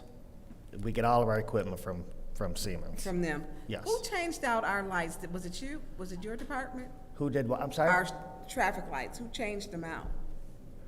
2 LED? No, are we talking traffic lights? Traffic signals. Traffic Yes. signals? Yes. Red light, green light? Yes. Who changed those? Was it, Well, we have a contractor that upgrades them. okay, so it's a contractor that does Yes, that? yes, Okay, because that was a lot of work. yes. Are we done with that process? No. No, we try to do about 4 to 5 to 6 a year. That's it? Yeah, it's expensive. How expensive are they? I don't have it with me right now. I can try to email it to you. No worries. I just wanted to, I didn't know what this was exactly, and I wanted to know, because it was quite hefty. So you're changing 4 to 6 a year, and that's it, and we're using a subcontractor to do that? Yes, because we get so many knockdowns. Just like over 2 nights ago, they took the signal out at Pearson and Salvey. They drag race down there, don't they? They drag race everywhere. But they took out one of our cabinets. Even on the residential roads. Yeah. Okay. All right, thank you. You're very welcome. Any other discussion? Any other discussion? Second round? Seeing none, this is the vote to send Resolution 240257 to council. Mr. Murphy? Yes. Ms. Priestley? Yes. Ms. Rumpy Carter? Yes. Ms. Burns? Yes. Ms. Mashat? Yes. Mr. Pfeiffer? Yes. Mr. Jarrett? Yes. Ms. Lewis? Yes. Vote is 8 yes, 0 no. The vote is 8 yes, 0 no. That resolution will go to council. The next one is 240258, Global Solutions, Water Service Center and Water Plant Surveillance, whatever, System Improvements. I'll entertain a motion. Madam Chair, Go ahead. motion to move 240258, Global Solutions, Corporate Water Service Center and Water Plant to council. Is there support? It's been moved and properly seconded by Ms. Mashat to move 240258 to council. Is there any discussion? Madam Chair, is this through you to Mr. Miller? This is your department? Mr. Miller, what does this consist of? This is cameras? And is this making sure keeping our water safe from terrorist threats and? That is exactly right. Yes, ma'am. And so is there something that's there now, or is this an upgrade? I haven't had a chance to read it, and I apologize. No. This is a lot. That's fine. There is equipment there now, but it is antiquated and insufficient. Is it black and white? I don't know if it's black and white or not, but it is not sufficient for what we need. I can also, we should also tie this to the risk and resiliency report that has to be sent to the EPA this cycle, which is the end of the year. Yeah, because you're required to make sure that's protecting and keeping our water safe also. That is correct. How many, I'm not gonna even ask how many are you able to use the existing and then add to it, or is this just replacing? This is going to replace the outdated system. It's going to be better. And I just learned today that there will be opportunity to allow the police department to see what's being monitored. So the Flint Police Department? The Flint Police Department. Okay. Yes, ma'am. That was, when will the work begin? I don't know, but I can get the answer to that. That's it. I'm sorry you stayed so late. That's We have all a right. big agenda. It's my job. And did you ever get those chemicals you needed? We did get the chemicals, and so I appreciate any effort you all made in that. You had an emergency. We did. Yeah. So that didn't come to us. That came, it slid by us, but I know you needed when we left the meeting. Yes. So I know that was important, that, to keep our water safe, our drinking water. Yes. Okay. I'm all set. Thank you, Mr. Miller. All right. Thank you. Any other discussion? Yes. Go ahead. Is you located at the water treatment plant on Door Highway in Stewart? Is that where your office at? No, my office is here at City Hall. I'm in the north building, Suite 102. Is you over the water treatment plant? Pardon me? Are you over the water treatment plant? So, yes, I am. Yes, sir. Okay. So, for FYI, it's a West Boulevard and the East Boulevard. If you don't know Flint too well, you can easily get confused, and you can go towards Door Highway if you're going into the Rollingwood neighborhood, but right behind the water treatment plant is a street. Okay. Back there is a older lady that lived there. She probably been there for over 50-something years. You will never know she lived back there. Okay. But I guess it's a train track or something. All up under that train track, it's always standing water and some water is coming from somewhere at the water treatment plant, and it's clear. Okay. It's not dirty water, because at first they said when it rained. But I think you guys need to look at digging that area up and putting some drainage there, because when she's trying to get out, she barely can get out because it's water there. And I went and looked at what she was talking about, and then I think it's 2 fire hydrants on the side, and it was water coming out of one of them. So if you can, would you take a look, or you can reach out to me, and I'll meet you back there so I could show you what I'm talking about. Yes, sir. We But will. it's always kind of standing It's water always there. water standing there, clear water. Yeah, we can even test the water to see if it has chlorine and fluoride in it, and then determine if it is. I think it's if coming, it's, I don't know city where water. it's coming from, but wherever it's coming from, it's clear.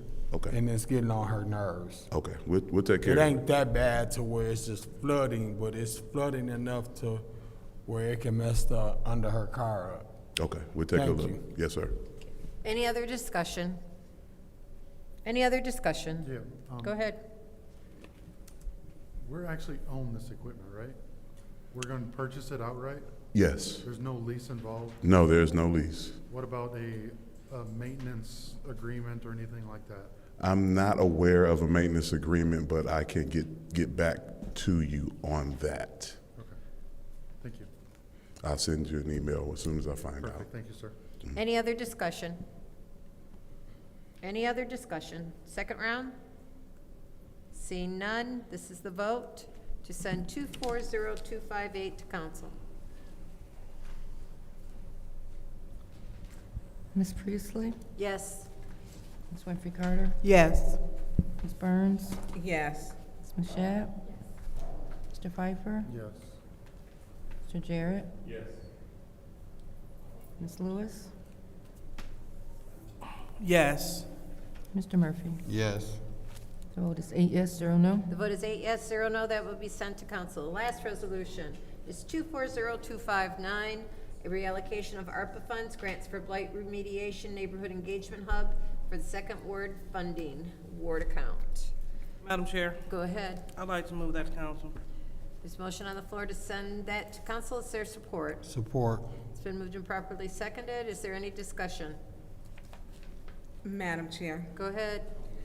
So this is the ward, Priorities. and that each of our wards, I don't know what happened to Councilman Murphy's ward when it just kind of, I don't know. Request for information. What's the request? So it was separated and left in council, and the quorum's broke. It's at council. So this is for grass cutting in the second ward. And grass in the city of Flint, I don't know if they had super grow on it this year or what. It's perfect work, right? Yeah, I mean, the grass is just, it's hay. And so are there any particular areas, because this is Councilwoman Lewis's, that you're targeting for $10,000 worth of grass cuts? No. So is it just, is it vacant lots or fields, or is it, I mean, how are you doing it? Identifying land bank properties and vacant lots. So so the land bank is supposed to cut theirs, are they not cutting them? They are, but they only do twice a year. Right, okay, the twice a year cut, so you're gonna cut, how many cuts will this get per property? How many cuts per property? I mean, are you cutting, say if I have a property, am I gonna cut it once this year or twice? Is this a one cut for 10,000? Point of order. Go ahead. Point. The clock is not moving at all. Thank you. All right, yeah, so so I'm not sure. Hold on 1 second. Are you using a? Oh, excuse me, yeah, so we're gonna get approximately 500 cuts with that. And then we're gonna leverage that, with some in-kind cuts, so we're gonna get approximately 1,000 cuts. So you got 500 in-kind, 500 cuts is what the 10,000, how much is that per, I don't have a calculator. $20 per parcel. So you're doing what land bank charges? Is that, I think that's what land bank charges, $20 a parcel? I don't know, that's what I'm charging, and that's what my contractor agreed to.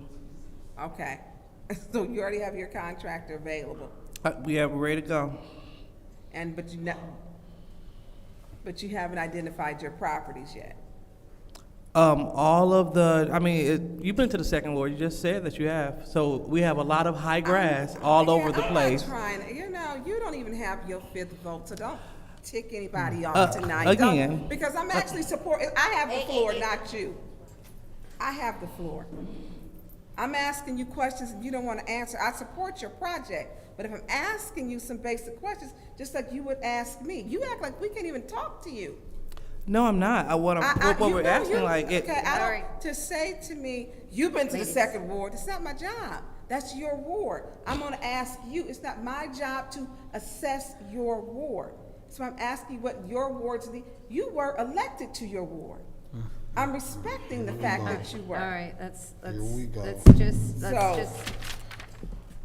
I'm asking again, so you have a contractor, you haven't identified, it's 500 cuts, because this isn't in the resolution. Or I don't see that. And so if it's information that's not in there, if you ask me, I would not get offended. I would not. And so will you have a list of your lots?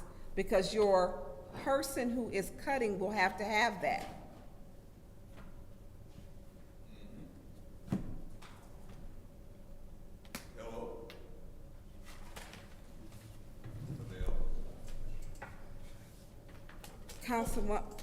Councilwoman Lewis, your person will have to have a list of lots. When will you have that for that person?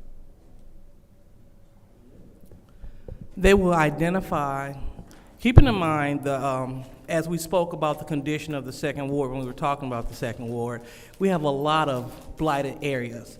So I have not targeted one area because there's not one area to target. As we all know, the entire second ward. I'm asking you number of parts to cut a parcel. There is a parcel address and a parcel number. So is the guy just riding around saying, I got tall grass here, let me cut it? Because you're not giving a parcel number. Correct. So he's just riding around saying, it's tall grass here, I'm gonna cut it? Yes.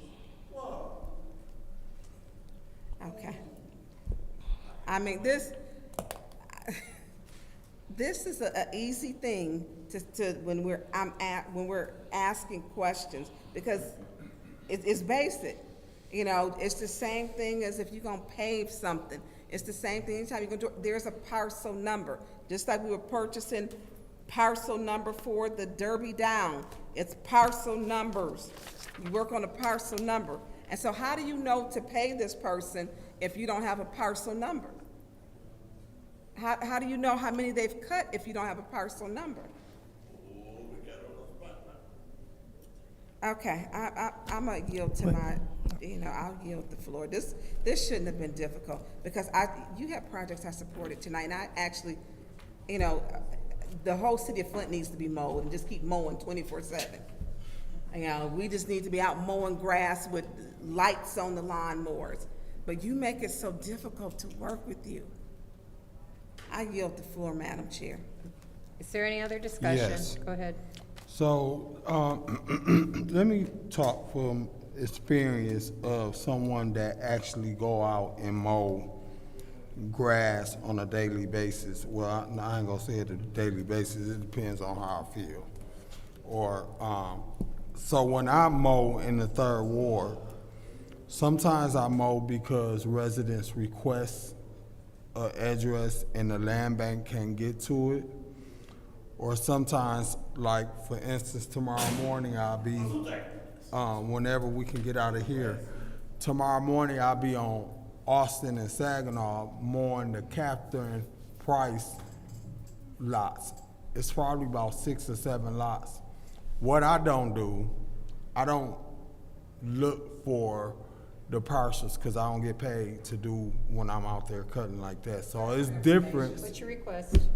But you do know, you just said you were going what you're gonna get paid for.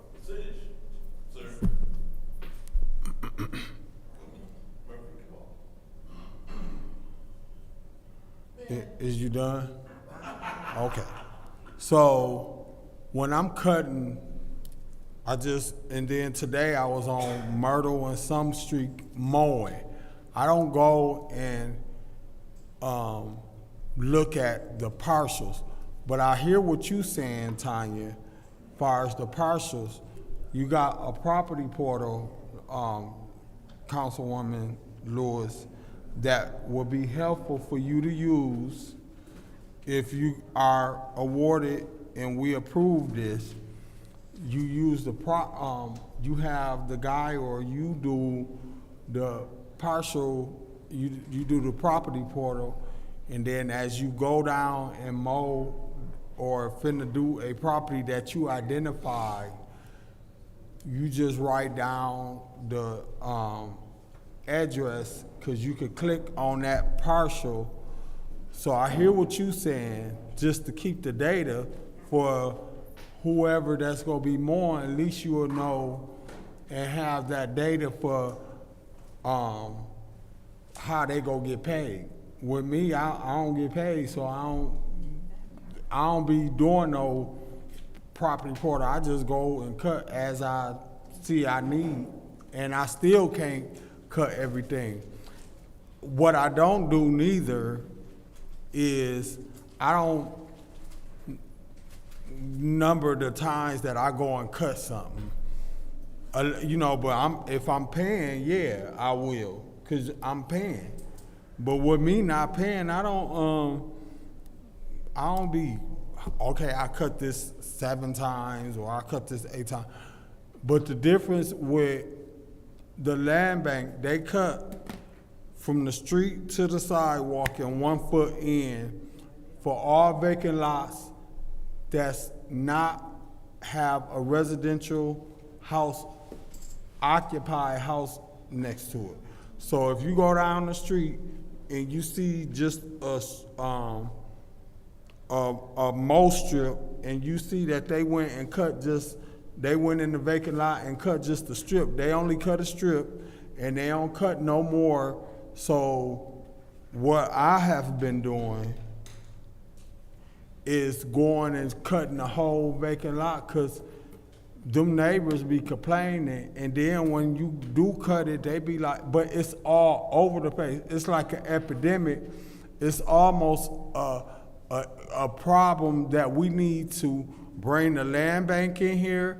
We need to bring Arnold Brown in here. We need to bring all of them in here, even with the demolition of the properties that we gave them money to. We need to bring them all in here, because I only seen 1 house tore down in the 3rd Ward, and I'd be darned if I sit on the land bank board and help support this money, and I don't see no houses in the 3rd Ward, and the 4th Ward is the worstest ward in the whole city of Flint. And we seem like we being left out when they come down to demo, and they keep talking about go to the property portal. So I can go on and on, but I hear what you're saying. I just think you need to make sure you track when they going to cut, and that'll solve that problem. I'm done. Thank you. Any other discussion? Madam Chair. Go ahead. Thank you. Just to bring some clarity to my project that my residents asked for, we have came up, as I said, with a rate of $20 per parcel. We're going to identify the addresses in parcel and then confirm them with the property portal. So that means that they can drive their vehicle up to a place where they see high grass. You identify high grass, you instantly log onto the property portal. It tells you your destination. You look at the destination and you identify the corresponding parcel. From there, you will take a before picture, and then you will document it on your sheet, on your documented spreadsheet that I am in the process of creating. You will cut the parcel. After you cut the parcel, you will take the after picture. After picture, you would tally it off on your sheet. You will move on to the next one. That's the process. And then you will submit your sheets to the Neighborhood Engagement Hub, where they will remit payment. Any question from the colleagues?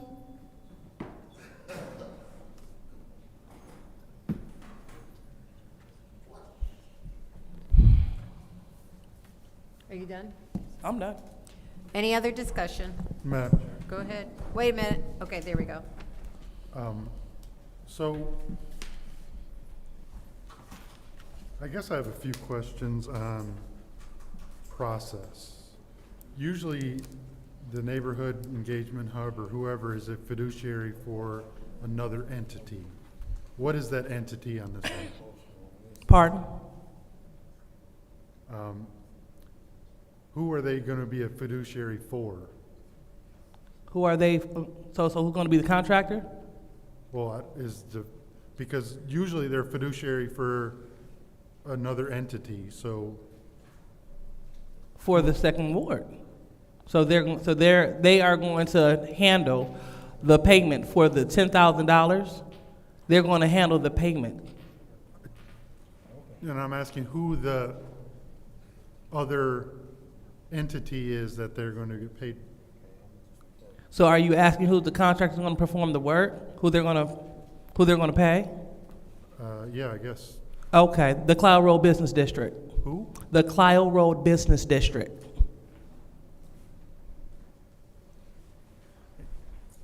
And who? Right. That's a 501(c)(3). It is.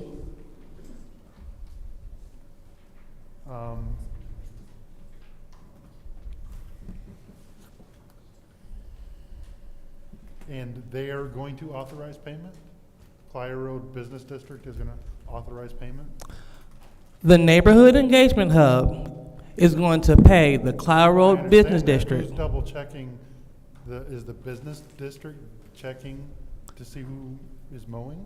I'm going to say it again. The Clio Road Business District is the contractor. That's the organization that's going to do the cutting. Who is verifying that they're cutting? The Neighborhood Engagement Hub. That's what I'm asking. I'm asking is the neighborhood, or is the Neighborhood Engagement Hub going to verify that the work is done? Yes, and I said that when it was my time. I said that it's going to take place via pictures as well as You wanna via a be hostile, spreadsheet. so I'm gonna vote no. What? I'm just telling you. I'm explaining. Well, that's fine.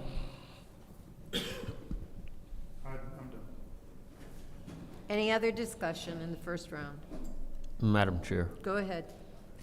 I just want to try to make sure I'm following. When it says here, the $10,000 of funds ward account, is this of that $30,000? Is that what this is? Yes. And is that the understanding? I understand. It No, is. That's it is, that's what this is intended to come from? Yes. Okay. Then I'll think, otherwise I'll be done. Thank you. Thank you. Any other discussion? Yes, Madam ahead. Chair. Through you to Councilwoman Lewis. So Councilwoman Lewis, are they only cutting land bank properties? Or are they They're not cutting private properties. not? So, yeah, no. Okay. But do you, and I know I have this situation going on in the Fifth Ward. I do have privately owned properties that are more or less abandoned. And I mean, I just paid the guy next door. I don't know. I guess he passed away, and something's going on. But his lawn was like this high, and it's next door to my property. So I had that cut. So I'm just wondering, and I like your idea. I like what you're doing, and this is a good use of the money, because I get a lot of calls, and particularly land bank properties, because they only cut twice a year. Sometimes they don't even get around to cut the second time. So, but yeah, I think it would be good too, as far as like, well, it does say abandoned private properties. that you're gonna cut? You know what, I'm done. I'm done. Okay. Any other discussion? Madam Chair. Go ahead. So the hour is late, and I know everybody's a bit tired and upset. I do want us to not lose focus of the fact that we've had an amazing meeting tonight. It's been extremely productive, and that we've been able to support projects across the city. You know, despite anything that's been going on. And so, if I may, just with a little latitude here, Dr. Lewis, I believe some of the answers to your questions, as far as like what's getting cut and who's cutting it. So, the money is going to go to the Neighborhood Engagement Hub, and they will act as the fiduciary on behalf of, instead of it just coming from the city. That money is going to go to the Neighborhood Engagement Hub, and then the contractors, which would be the Clio Road Investment, and I know that I'm saying the name wrong, but the Clio Road Group were actually the contractors that the Neighborhood Engagement Hub are going to use to make sure that these parcels are, the parcels are taken care of. The process that's going to happen is that, as they see the tall grass in certain areas, and as in everybody's ward, we all have where it might even be whole blocks that need to be cut. But they're going to go and they're going to take a picture of the before, and then from there they'll look up the property on the property portal, and then after they're done cutting, they'll take a picture of the after, and they'll have to submit that as proof to the Neighborhood Engagement Hub, and the Neighborhood Engagement Hub will also go verify that information before a payment is given to the organization for cutting the lawns. And so that's how that process is going to work, is the Neighborhood Engagement Hub is basically stepping in instead of the city being the one to do the direct invoicing. The Neighborhood Engagement Hub will pay that out and then come back and invoice the city for the work, because you only get 20% upfront with the ARPA funding. And so from there, the city will be invoiced, and if it's turned in on time every 2 weeks, the Neighborhood Engagement Hub will get their money reimbursed back to them that they gave to the Clio Road District. I hope this helps clear up some things, because I want us to not lose sight of the fact that this is going to be amazing for residents. I do appreciate my colleagues in thinking that this is an excellent idea and seeing that this might be something that's viable for their ward. And I would hope that if you do decide that this is something you want to move forward with your ward, that Dr. Lewis would be in a position to support that as well. What's Yes, your ma'am. point? As the Councilwoman, the 7th Ward has stated before, we are not to call by titles. She's Councilmember Lewis. I said Dr. Lewis. No, doctor, she's supposed to be Councilmember Lewis. According to the book, you had stated that before. Go ahead. Like I said, I understand tensions are running high. Nope. And so we just have to stay focused on the fact that we've had an extremely productive meeting. And we've all said and agree that Dr. Lewis is presenting a great plan. And if we want to go ahead and move forward on behalf of the residents, I think it'll be a really good idea. There were some second ward projects that were already supported tonight.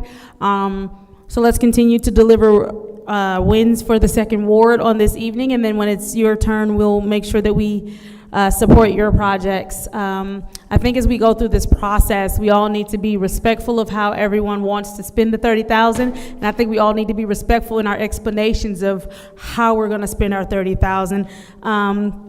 It's never a comfortable position when we are the ones who have to be in the hot seat and answer some questions, but I would hope that we're all graceful in the way that we answer to colleagues, and I will yield the floor. Thank you. Any other discussion? Any the other first. discussion in the first round? Discussion in the second?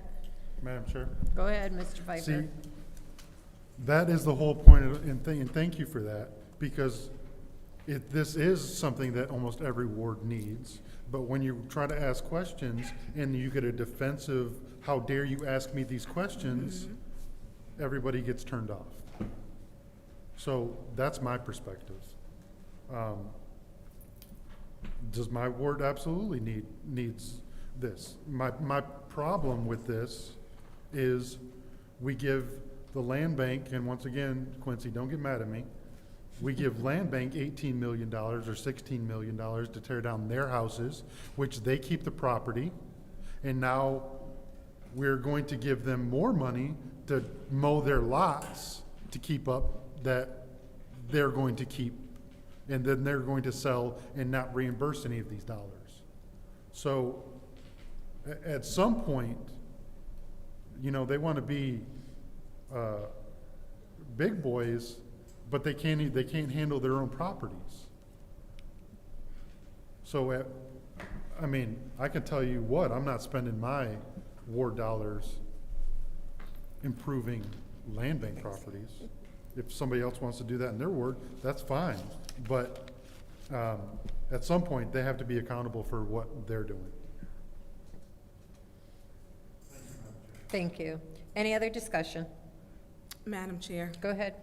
I want to make it very clear. I don't care if I'm here at 4 o'clock in the morning, as tall as that grass is all over the city. But I don't want anybody speaking for me ever. I'm not tired. I'm not angry. What I don't like is being disrespected. We're asking simply, how does the process work? We have voted for stuff in second ward. She didn't tonight. She didn't. We supported her ward and she didn't. And so whatever her issues are hers. Our concern is we're all looking at tall grass. I don't care where you at. It's grass tall. You know, are they cutting front and back? And then she rolls her eyes. No, they're not. Yeah, you did. You did. You know, are they cutting front? Are they cutting back? And then we have to go back to just basic questions that to set aside that this is really about what's best for your ward, which is a portion of the whole city of Flint. And you couldn't get along with your colleagues because it was just terrible. It was terrible. And here we're saying, because look, it may be something we may want to implement. I would like to, how much of the fiduciary fees that the neighborhood engagement hub is getting? 10%. They're getting 10%, Judy? That's standard. That's all they can get. That's all that they can get? Yep. That's Thank standard. you. At And are they ARPA. cutting front and through you to council member in the second ward? Are they cutting front and back? Yes. Okay. And so this is, if I don't even know about fixing anymore because so much stuff happens in these council chambers and the seeking retribution, that when it gets down to the basic thing that we could have taken your plan and said, you know what, I can apply that to my ward, which butts up to your ward. And you were hostile talking to us, very hostile, very disrespectful. I supported your stuff tonight and you didn't. You didn't. So I'm not tired. I'm tired of being disrespected and talked to crazy. That is what the problem is. I'm done, Madam Chair. Thank you. Any other discussion? In the second round, any other discussion? Madam Chair. Go ahead. Thank you. So I would just compel my colleagues to, as Mr. Pfeiffer said, he wouldn't spend his dollars like this. Well, the 8th Ward have different issues than the 2nd Ward. And so this is a major issue. I wish I had time to wait for the land bank to come around twice, but at the rate that it's raining, I'm getting a lot of phone calls stating that the grass. Request for information. What's your request? Thank you. Madam Chair, I want to appeal to you. We want to support you. Just bring it down. Just, can we be good tonight? Just please. Way you just came out that gate, please. We want to support you. Just bring it down so that we can have just a conversation to where you came out. Oh, Mr. Pfeiffer, he got the same, we all got the same problems. I'm gonna have Quincy teach me how to cut grass. Go ahead, Dr. Lewis. Go ahead, Dr. Lewis. Thank you. And so, please excuse the frustration because the unclarity of the question and the repetitiveness of the question. I thought that those things were laid out, and then when the question began to be repetitive, then that's when I began to get a little frustrated, as if when people are talking, no one is listening. So that's why. So I do apologize for that. But at any rate, this is a vote for the 2nd Ward. This is a vote to eliminate blight in the 2nd Ward. This is not a win for, this is not for Liddell, this is for the residents in the 2nd Ward. So And that's it. So so hopefully we're looking forward to the colleagues supporting this, so we can get the ball rolling. And per usual, if anyone would like to, I guess, the blueprint of how this is going to happen in the second ward, as a PhD in evaluation, I specialize in methodology. I would love to share it with you. Thank you, madam. Thank you. Any other discussion in the second round? Any other? I just got to say this, and I'm just going to say it. You know what? You need to check your attitude. And so I'll be voting no. When you get your attitude together, then you can come back and I'll vote yes. It's about your attitude.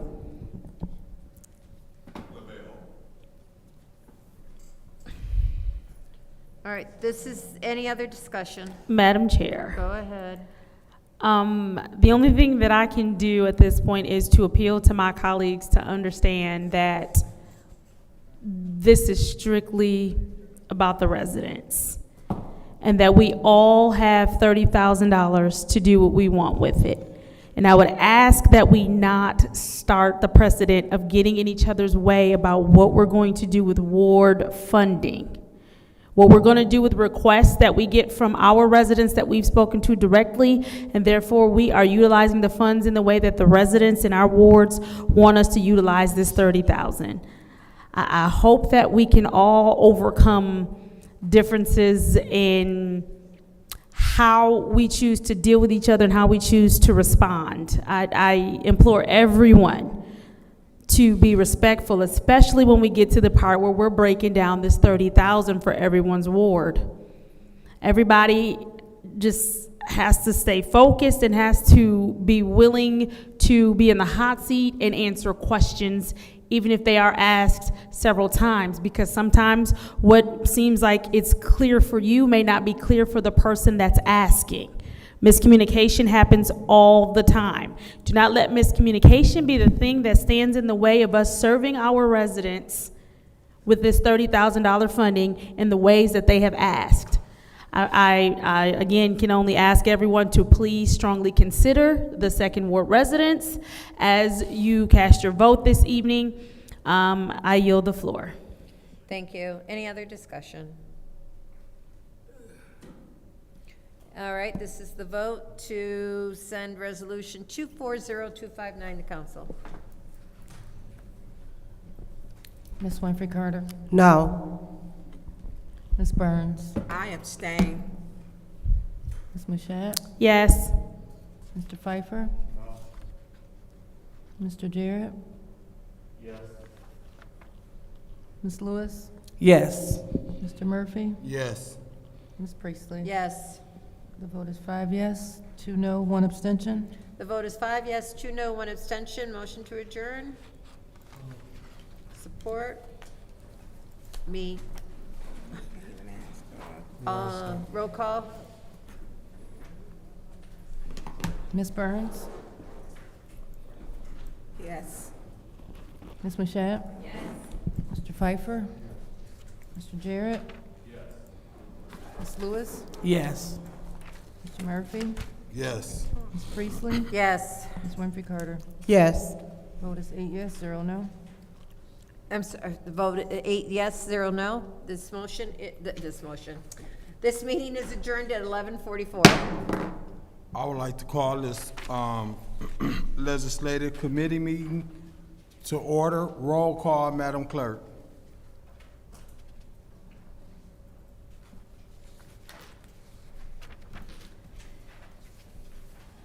Mr. Alameen is absent. Ms. Lewis? Present. Mr. Murphy? Present. Ms. Priestley? Present. Ms. Winfrey Carter? Present. Ms. Burns? Present. Ms. Mashat? Present. Mr. Pfeiffer? Mr. Jarrett? You have 8 members present.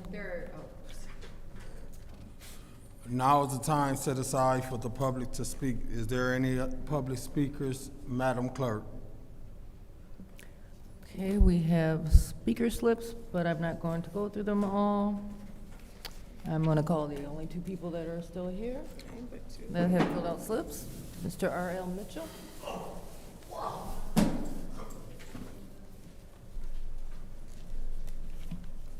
Hello, Council. I'm R.L. Mitchell, and I'm gonna speak on the grass cutting. Since I heard Mr. Murphy talk about the grass cutting, I was called in the neighborhood to cut some trees off some neighbor's yard, and it was over in another man's yard, and he caught me cutting the tree, but she came out, that was a good guy, because he could have went off and done something to the whole neighborhood, but the grass was across the streets up to I went over there and stood in the bushes, and everybody looking at, he was over there by Cherry Line in that neighborhood, a whole lot of houses. But after I cut the tree down, I had to put it in the truck, and they took it to this junkyard on Atherton Road, and the junk man charged me $5 to dump. Done that for 2 weeks, and he went up and changed to $10. And I feel like one of them lawnmowers that Murphy got. I don't appreciate that. That wants the money for, anyway, but in Erskine Young, like Monday, you say you're supposed to be here, I was on my way over to Golden Corral to get some breakfast, and I seen the President of the United States acting like Madam Lewis over there. I never saw nothing like in my life. He couldn't even, they had to walk him up the podium. That's what, down there early, this guy back here was doing the People's at City Hall last week. Sat beside me, that's what, doing the public like they don't exist. But I hope Erskine Young don't do that when he come here Monday with the funds. Ain't been here in 3 years, like the President of the United States, Joe Biden. And in the meanwhile, Trump was in Detroit, went to church in Detroit. I seen that right while I was waiting on my breakfast, and the neighbors come to me and telling me they was in shock for seeing this 4 dudes beat the boy, gave him a whooping, but pistol whooping. And then they jumped on her for taking a $10,000 dog in the MTA, and she prayed again, like she prayed for them thugs to stop, and they ran like roaches, and they say, people talking about the guns, pray for the guns officers. It's too late now because everybody in the college packing. But just a matter of time for all of them gonna use them at the same time. Who ordered that? They ain't even answered me yet, but I think I know who ordered it. Yeah, but I see this, these church, and he got the nerve, Trump. And he was in Saginaw the other day, but he's scared to come to Flint. Donald Trump talking that junk, and you up there, and Murphy, take it. Next speaker. The only other speaker that's still here, Mr. James Moore. I'm gonna try to talk loud enough that y'all can hear me. I'm gonna bring up 2 issues. When you guys come in, do me a favor, look up there at that poster on the wall where it says Flint Vehicle City. That's what the soapbox means. It gives back heritage to what we come from. It's a great background set off of 69 to be able to see that. I hope that they would do that type of thing, because frankly, Flint is boring. There's nothing really nice to see around here. That's why people go down to Detroit and others, because they have a venue, and we could use that. And the second part that I'm gonna talk about is the ugliest thing that is in Flint is all of the tall grass. Even around vacant houses, if it was shut down, it would make our city look so much more better. So I hope you guys are cutting Lindell a little slack on trying to get the grass cut however the way she wanna organize it. But just get the grass cut, man. You ride around the city, it looks bad in all of the different wards. And I am one of those ones who do ride around the city, and I do see the ugly grass, and I do bring it up. Thank you. Thank you. Any council response? Mr. Chair. Yes. Thank you. Thank you, Mr. Moore, and I do appreciate the votes of my colleague that supported the grass cutting to be moved to council. This is where you stay. This is where I stay. We see this, and so to not vote for it is definitely a smack in the second ward's face. So we are definitely appreciative of those that did, and I look forward to supporting everyone else's ward as well as they spend their ward accounts. Thank you. Madam Chair. Councilwoman, you okay, you okay, you okay, Councilwoman Burns, you have the floor. Thank you. I was thinking Judy was still chair. That's okay. My apologies. I do want to say this. That's why her colleagues didn't support, because sometimes you have to be graceful. Sometimes you have to just answer the questions. It doesn't state that we have to be tolerant for her to abuse and talk to us crazy, because we didn't do that. No one was hostile with asking basic questions for a program that we may have said, hey, let's all work together to get a program. I'm not going to, if she wants to get along with people, because she didn't vote for everything in your ward. St. Luke does some great things. She voted no. Let's be clear on that. So when you talk about that, and if she can't answer basic questions, that's her job. Well, no one was hostile. We were actually very cordial.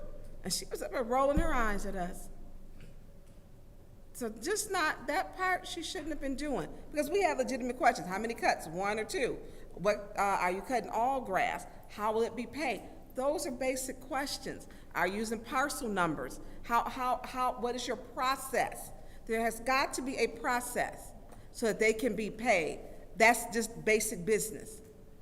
And so when a person cannot be asked basic questions, you need to have, as a second ward resident, talk with her. She's not approachable.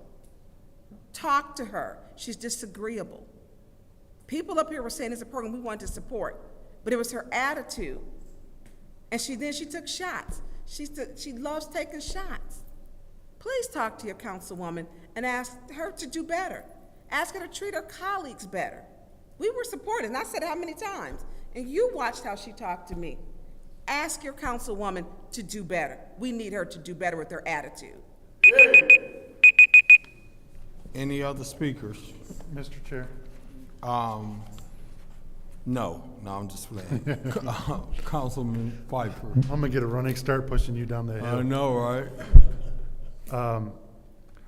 You know, we support the second ward. We supported the second ward when Pump 5 went out, and we're still paying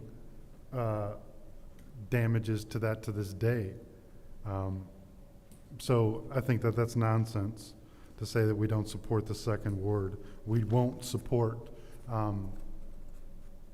the attitude and answering simple questions.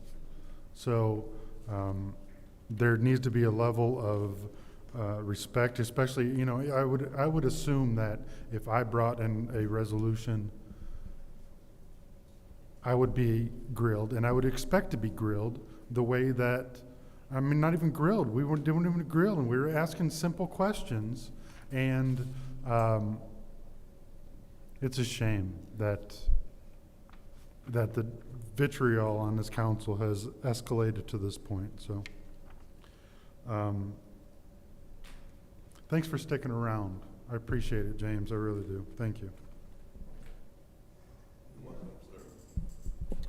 Any other speakers? Sure. Councilman Garrett. So I too, I want to thank you all for yet being here.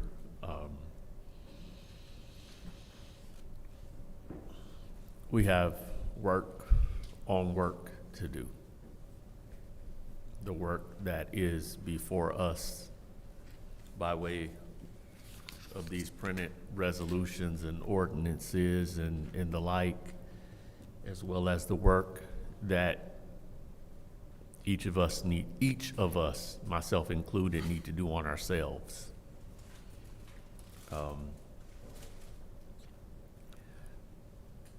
I trust that we're all committed to all aspects of work.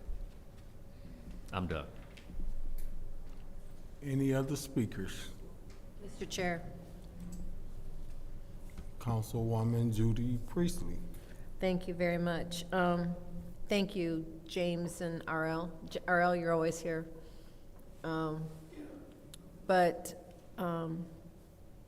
Since we're talking about the second ward, you know, sometimes you feel very defensive about something that is your project. And you react internally, and I know I do. And I will lash out if I feel under attack. And I think that sometimes the animosity on this council towards people, towards ourselves, each other,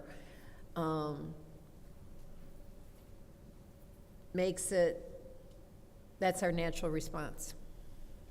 So we do need to do better. We need to treat each other better. I don't care if you like me. I've said it before. I don't care who likes me. Just treat me with respect. I'll treat you with respect. I don't care how you treat me. I'm going to treat you with respect. I might not treat you with respect behind your back, but in front of your face I will, and in front of public I will. But I'm good, just being honest here. But when you feel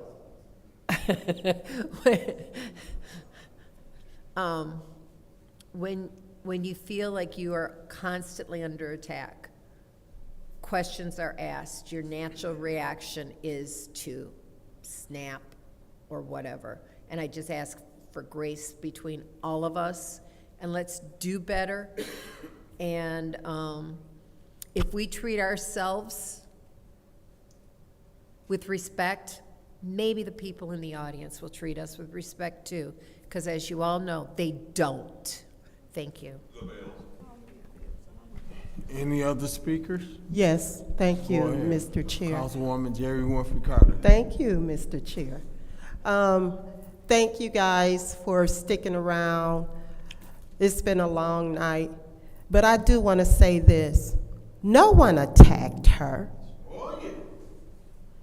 In fact, I thought I was applauding her for her idea to spend her funds on getting the grass cut.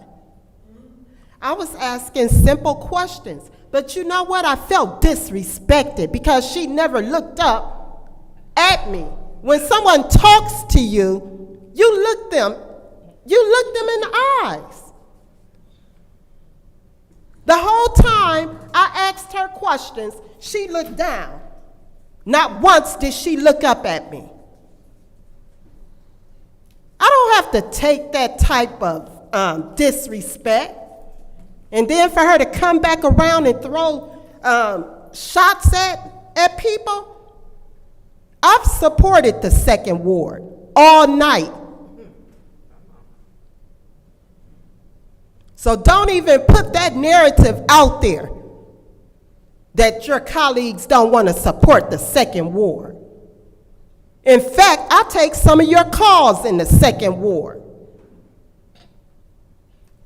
And you can sit over there and laugh and smirk if all you want. So no, I will never support someone being disrespectful with a nasty attitude. Thank you. Any other speakers? I mean, I might as well, Mr. Chair, since everybody else did. I just. Councilwoman. Thank you. Machette. I mean, you know, if you want to get fancy with it, that's fine. I do want to, though, want us to just keep in mind that as we're making these choices, and I'm only speaking specifically to the 30,000 right now, is the fact that we have all had conversations with our residents to find out what they would like, what they need, what they feel like is missing. And for them, this 30,000 feels like just a last chance to get some help with some unprecedented funding. And so we have to have the ability to set aside personalities when it's time to discuss the funding, when it's time to answer questions, when it's time to vote. I think that it's not lost that we had an extremely productive night tonight. But it's like we get to the finish line and we can't quite cross it.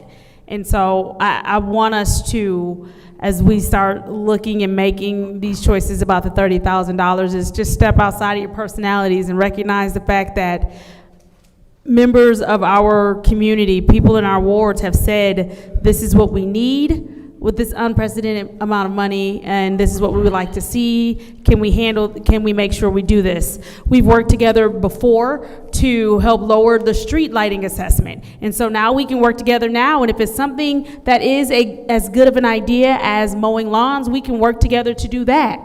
There could have been some conversation about ways to improve it. It could have been some conversations about ways to expand it to the other parts of the city. So let's just make sure that we are being respectful and then thinking of the residents. Thank you. Thank you. Any other speakers? Any other speakers? Go on once, go on twice. This, I'll be the last speaker to speak. Here's what I want to say, and I said it before. We do need to respect one another. And sometimes it's not what you say, it's how you say what you say. And I believe my colleague in the second ward, the delivery and the body language was offensive to some of my colleagues, and that's what made them. But on the other hand, to my colleagues, you have to still be careful that we don't, and I understand the frustration that we don't get into a tangling fuss and match with each other, because then here we go, and we did do good tonight, I thought, until the end. And hopefully moving forward, we could just need to work on that, because people is watching us and depending on us to come in here and do business and get the job done. We had a lot of separations, but we was able to get through it. We didn't agree on some of the things, but for the most part, we agreed to disagree, to move on, to pass, or to move some of the stuff back. And I just think we need to continue to work on us. How can we be a better us when we come up in here? Thank you. Including me, because I can be a hot mess too. Whatever. I couldn't leave that one out. All right. Is there a motion to approve the consent agreement? Yes. I make a motion to approve the consent agenda. There's been a motion made by Councilwoman Machette and supported by Councilwoman Judy Priestley to approve the consent agreement with any separations. Is that correct? Is there, can I finish this? No, I'm just, yeah, whatever. I know. Cut me off too, because I ain't trying to be that. I'm trying to go home. So, so there's only 2 things or 3 things on the agenda. Everything is separated. So y'all want to move with ordinance 240168.1, amended ordinance, amending ordinance chapter 4. Is there a motion to do what with this? Mr. Chair. Yes. Y'all call me madam one more time. We're going to go back to some old, no, I'm just. I had another committee on mine. Well, committee, get yourself together. Get your brain right. I make a motion to send 240168.1 to council. There's been a motion made by Councilwoman Judy Priestley to move resolution ordinance 240168.1 to council. Is there a second? Is there a second?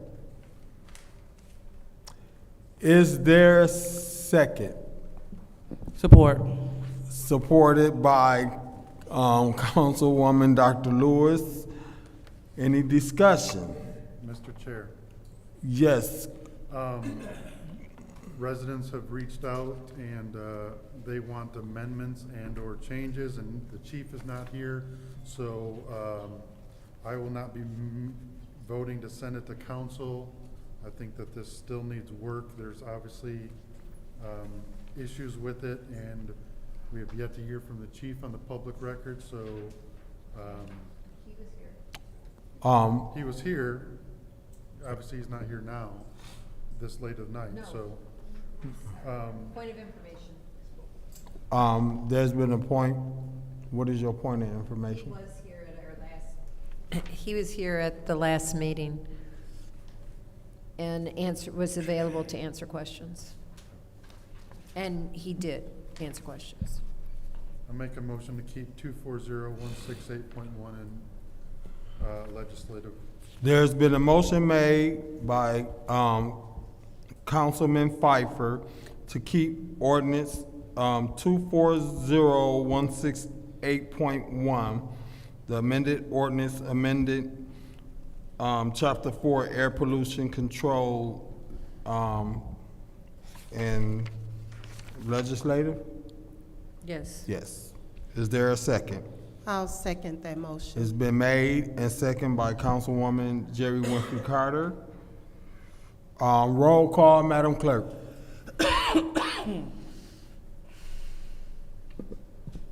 Ms. Lewis? Yes. Mr. Murphy? Yes. Ms. Priestley? Yes. Ms. Winfrey Carter? Yes. Ms. Burns? Yes. Ms. Mashat? Yes. Mr. Pfeiffer? Yes. Mr. Jarrett? The vote is 8 yes, 0 no. Thank you. Before I You can get, announce this board. before I move forward with ordinance 240. Announce the vote. Oh. 8 yes, 0 no. 8 yes, 0 no. Thank you. Before I move forward on ordinance 240261, I would like to refer this to the clerk because there was some changes or some things that you needed to correct on here. Could you explain before we get into discussion?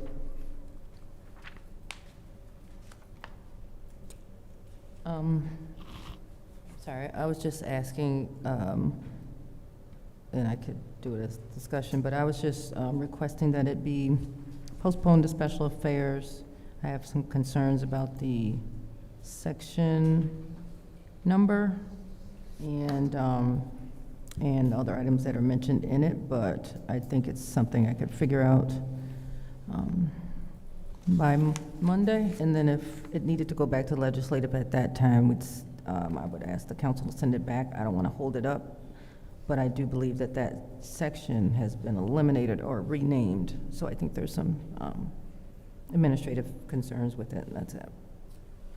Thank you very much. So we is on ordinance 240261, amended ordinance chapter 50, zoning, article 30, flood hazard management, section 50-172, flood insurance study adopted. What is the pleasure of the body? Mr. Chair, make a motion to send to special affairs. Support. There's been a motion made by Councilman Pfeiffer and second by Councilwoman Mashat to move this to special affairs. Roll call, Madam Clerk. Mr. Murphy? Yes. Ms. Priestley? Yep. Ms. Winfrey Carter? Yes. Ms. Burns? Yes. Ms. Mashat? Yes. Mr. Pfeiffer? Yes. Mr. Jarrett? Yes. Ms. Lewis? Yes. The vote is 8 yes, 0 no. All right, the vote is 8 yes, 0 no. That has been moved to special affairs.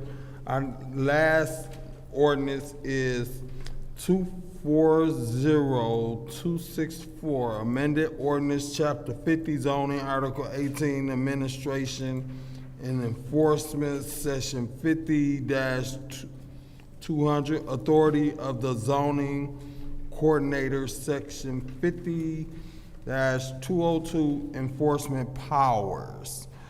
What is the pleasure of the body? Mr. Chair. Yes, Madam, Councilwoman Mashat. I make a motion that we move this to special affairs.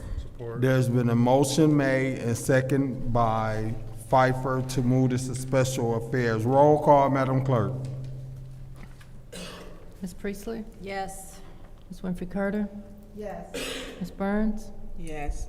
Ms. Mashat? Yes. Mr. Pfeiffer? Yes. Mr. Jarrett? Ms. Lewis? Yes. Mr. Murphy? Yes. The vote is 8 yes, 0 no. The vote is 8 yes, 0 no. That has been moved to special affairs. There's been a motion to adjourn by Councilwoman Judy Priestley and second by Councilwoman Mashat. Roll call, Madam Clerk. Ms. Winfrey Carter? Yes. Ms. Burns? Yes. Ms. Mashat? Yes. Mr. Pfeiffer? Yes. Mr. Jarrett? Yes. Ms. Lewis? Yes. Mr. Murphy? Yes. Ms. Priestley? Yes. The vote is 8 yes, 0 no. 8 yes, 0 no. This legislative committee is done.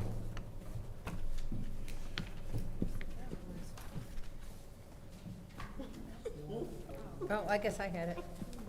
Are you running this meeting?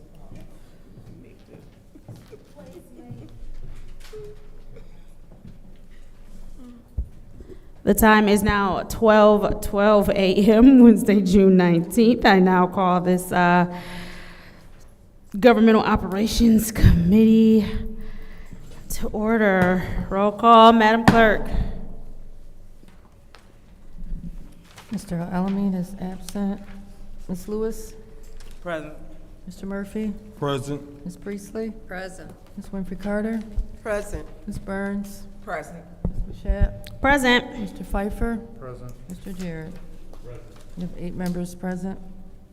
We have 8 members present. Are there any requests for changes to the agenda? Seeing as how there are no requests for changes to the agenda, it is now time for public comment. Do we have any speakers, Madam Clerk? First speaker is R.L. Mitchell.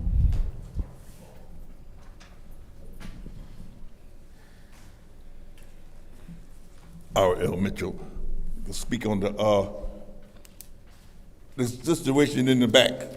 Not to we supposed to get the what you call it, attention when you go in the back and don't let the public know what's going on when the public getting the money for getting that lawsuit, all them lawsuits, what you revoking the people to do to what you doing to us, and you don't let us hear what you're saying, so we can have some more comments on. Point of order. I'm sorry, what's your point? The time's not going. Oh my! Point of order. Start my time over, Davina. Point of order. What's your point? Oh, my bad.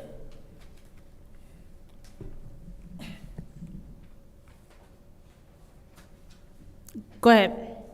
Yeah, like I was saying, I can't announce some sophisticated words, but when you go take the council in the back and come back, I almost got choked on that chicken dinner the peoples gave me after I got through cutting the grass in this hostile neighborhood right over there behind that pawn shop. The neighbors had me. I don't talk about that. I don't talk about that Southwestern High School, them little go-karts down there in the bushes. The woman, land bank, think we okie dokie. Know that the land belongs to the school. Now they act like they charging this little girl, this lady, Ray, $6,700,000, something like, for that little piece of land and using the opera money and what Miss Priestley grew up on with the little go-karts and stuff. I remember that when I first moved in that white neighborhood, going to the Oak School down there. They offered me to build a go-kart and anticipating in the community, sir. I said, no. Just like, so you was on there too, huh? But anyway, Flint is historic, America. As you can see, we'll be about to come back and put this city on wheels again. Soon as Erskine Young coming Monday, if he don't do like President Joe Biden and Dr. Lewis did when she was talking to, but she froze up and they had to walk him off and Trump, I think that was Trump cronies that beat up the little boy in the parking lot over there back. You know, while he up there going to the black church and talking stuff and grinning there. Cause Joe Biden. Thank you. Next public speaker, Madam Clerk. Last speaker is Mr. James Moore. I'm gonna try to be brief about this here, James Moore. Flint's a tough city, you know. We don't just go and cry and go away, we keep coming back. I wanna support Mr. Pfeiffer and. The time. What happened? The time hasn't started. Jared,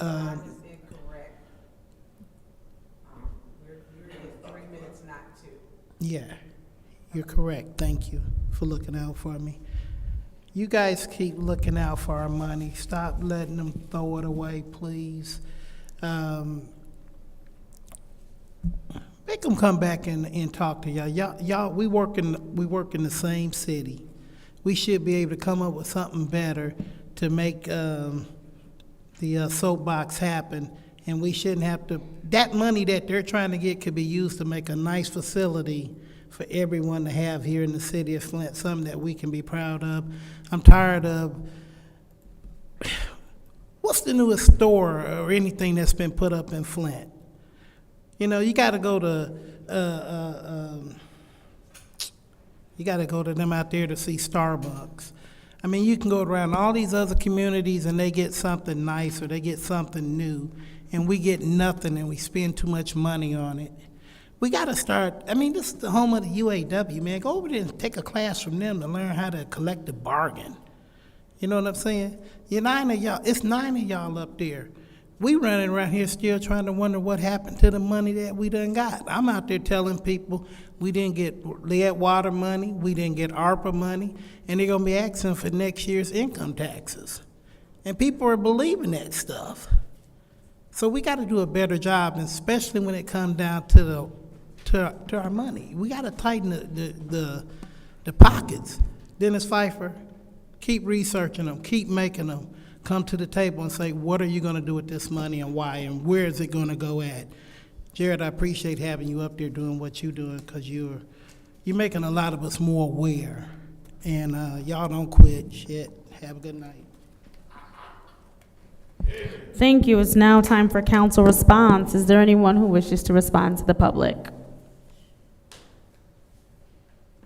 Seeing as how there's no one who wishes to respond to the public, I will entertain a motion about the consent agenda. Madam Chair, Councilwoman in the 4th Ward. make a motion to approve the consent agenda. There is a motion to approve the consent agenda. Is there a second?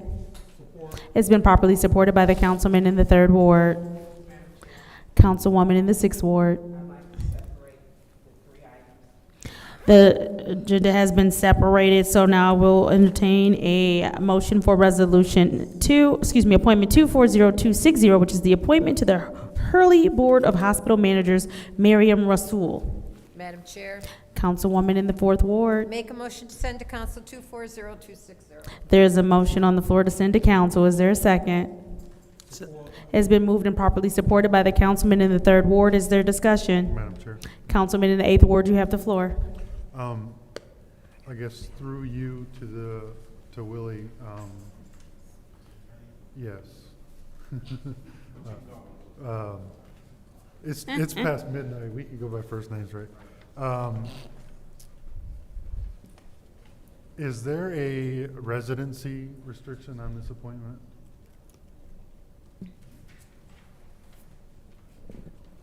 Yes, there is. Because this person lives in Flushing, so is this? Wait a minute. Let me check that. I believe that the charter allows for perhaps one person. So what I'll have to do is look in the charter and answer that question for you. Because do you have the list of the residency of everyone on that board to verify if this is legit? I don't have any list. No, I don't. Do you have one? No. Okay. But we're talking about this particular person, all right? Yeah. Well, if there's a residency required in the charter, like only a certain number of people, so you would have to get the whole list of where they. I see what you're saying. That's absolutely correct.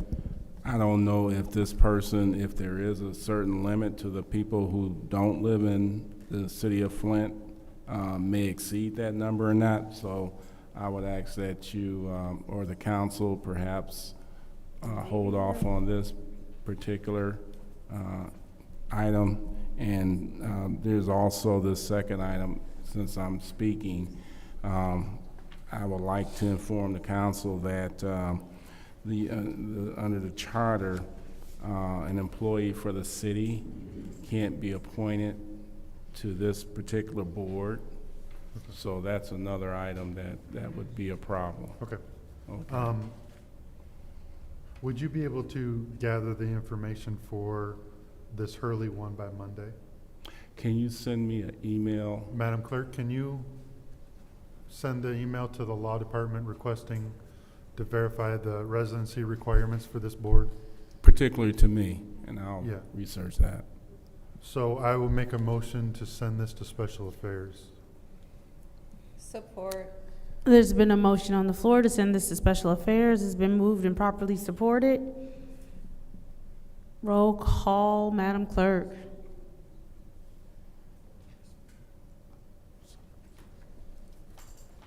Ms. Lewis? Yes. Mr. Murphy? Yes. Ms. Priestley? Yes. Ms. Winfrey Carter? Yes. Ms. Burns? Yes. Ms. Mushat? Yes. Mr. Pfeiffer? Yes. Mr. Jarrett? Yes. The vote is 8 yes, 0 no. Can you please speak clearly? I didn't hear what you said. The vote is 8 yes, 0 no. The vote is 8 yes, 0 no.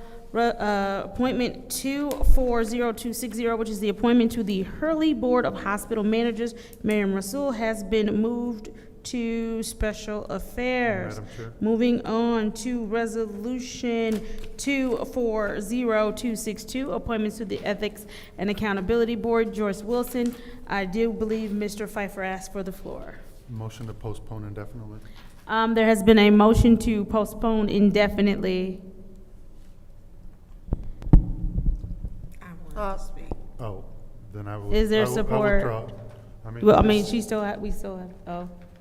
No, I can withdraw before it was seconded. Well, I need a new motion. Council. Motion to, motion to keep, no, motion to You send gotta send it to to council, that's when Yeah. we can discuss it. Yeah. There's a motion to send to council, is there a second? Support. It's been moved and properly supported by the councilwoman in the 6th Ward, is there any discussion? Yes. Councilman Pfeiffer. So just for clarity, the attorney said that she can't be appointed because she's a city council, or City of Flint employee, so that's why I made that motion. But people wanted to speak to it, so. Thank I'll you, yield. Mr. Pfeiffer, thank you. Madam Chair. Wilson? Joyce? Councilman in the 9th Ward. Just, so and I don't know if this is necessarily for your attorney or even for the This is clerk. a legal issue because it would violate the charter. Yeah, well, my question is this. Is there a reason why, or can we begin to get, when appointments are presented, can we get a listing of who currently is serving along with their information as far as if they are a resident of the ward or a resident of the city, reside outside the city, and what the requirements or restrictions are for So that? we do have that information already. I think you need to contact Mr. Kim, Attorney Kim. He has sent that before. I mean, I'm asking if it could even be as simple as when we get the resolution, here's a list of those that are currently serving, and because otherwise, We've asked for that for 2 years. I'm going to say, you can ask.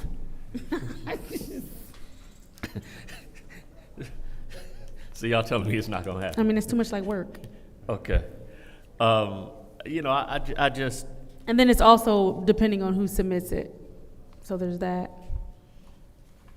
okay. Okay.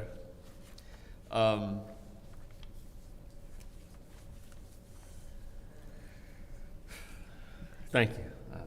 If you want to, Madam Clerk, I believe he had a request of when appointments for boards are submitted, if that resolution can include who's already serving on the board and what ward they represent, and when their term expires. This has come up before, and I think it's just as simple as having the formatting for those appointment resolutions, have the history. Sometimes we do have it included, so we can include the information they're looking for in the resolution itself moving forward if the legal department is amenable to that. But usually that stuff is in the body of the resolution, who they're replacing, the terms, any special circumstances for that board. I mean, okay, so that's fine. So I guess what we do moving forward is just reject the resolution if it doesn't come as we just asked for it. Madam Yes. Chair, we doing Thank you. discussion? Yep, thank you. Madam Chair. I I'm sorry. Tanya, I'm gonna give it to you. You got the attorney over there waving at you. Yes, sir. Yes, I was just circling back to that first resolution. I did look that up, and per the city charter, at least three quarters of the members of the board shall be residents of the city, leaving the remaining of the 15 don't have to be residents of the city. However, we don't know the numbers that already are on the board who may not be residents, so that's why we need the list that Mr. Pfeiffer asked for. All right, thank you. Councilwoman in the 6th Ward, you have the floor. Thank you. To you too, Madam Clerk, Madam Chair, City Clerk, if we could have when these terms expire, I know we have talked about it before, with you being the official record keeper, if we can get when they expire, who they're replacing, and that way we have them. And then also, on those, we should be able to, before it comes out, I guess if it's given to you in an adequate amount of time, to check those lists, because some of them, we don't even know who they're replacing and when the term expired. And then the other one is for Joyce Wilson on page 34 of the Flint City Charter. I believe Attorney Wallace was stating that under the section of ethics and accountability board appointment qualifications and terms, Section A states the Ethics and Accountability Board shall consist of 11 members appointed as follows. The mayor appoints 2 at-large members. Each council person shall appoint 1 resident of their board. Appointments shall be subject to approval of the council. A public hearing shall be held prior to voting on the council for appointees. All appointees who at any time during their board membership will be city residents and residents of the ward at that time, which they are appointed, and not elective officers, appointees, volunteers, or employees of the city. And I believe it came into question that I know Joyce had worked in Blight before, and then she had worked in building and permits before. And so I believe she's back in planning and we were told planning and development. So it is on page 34 in there. And I guess we may have to look at also that board too, because this also says no volunteers. I know there's a volunteer on that board. So that was the reason for separating that, to make sure we are according, and thank you, Attorney Wallace, that we are in accordance with the city charter. Madam Chair. Councilwoman in the 4th Ward. So, Is Joyce a regular employee, or is She she is a regular- contractor? She's a regular employee? Okay, that doesn't show on a resume. Okay, I got it. Thank you very much. That was my question.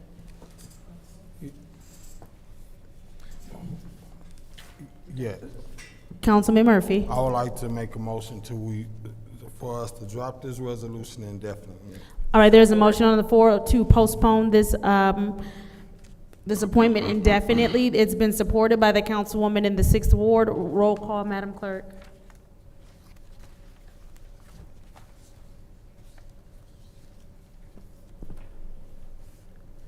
Mr. Murphy? Yes.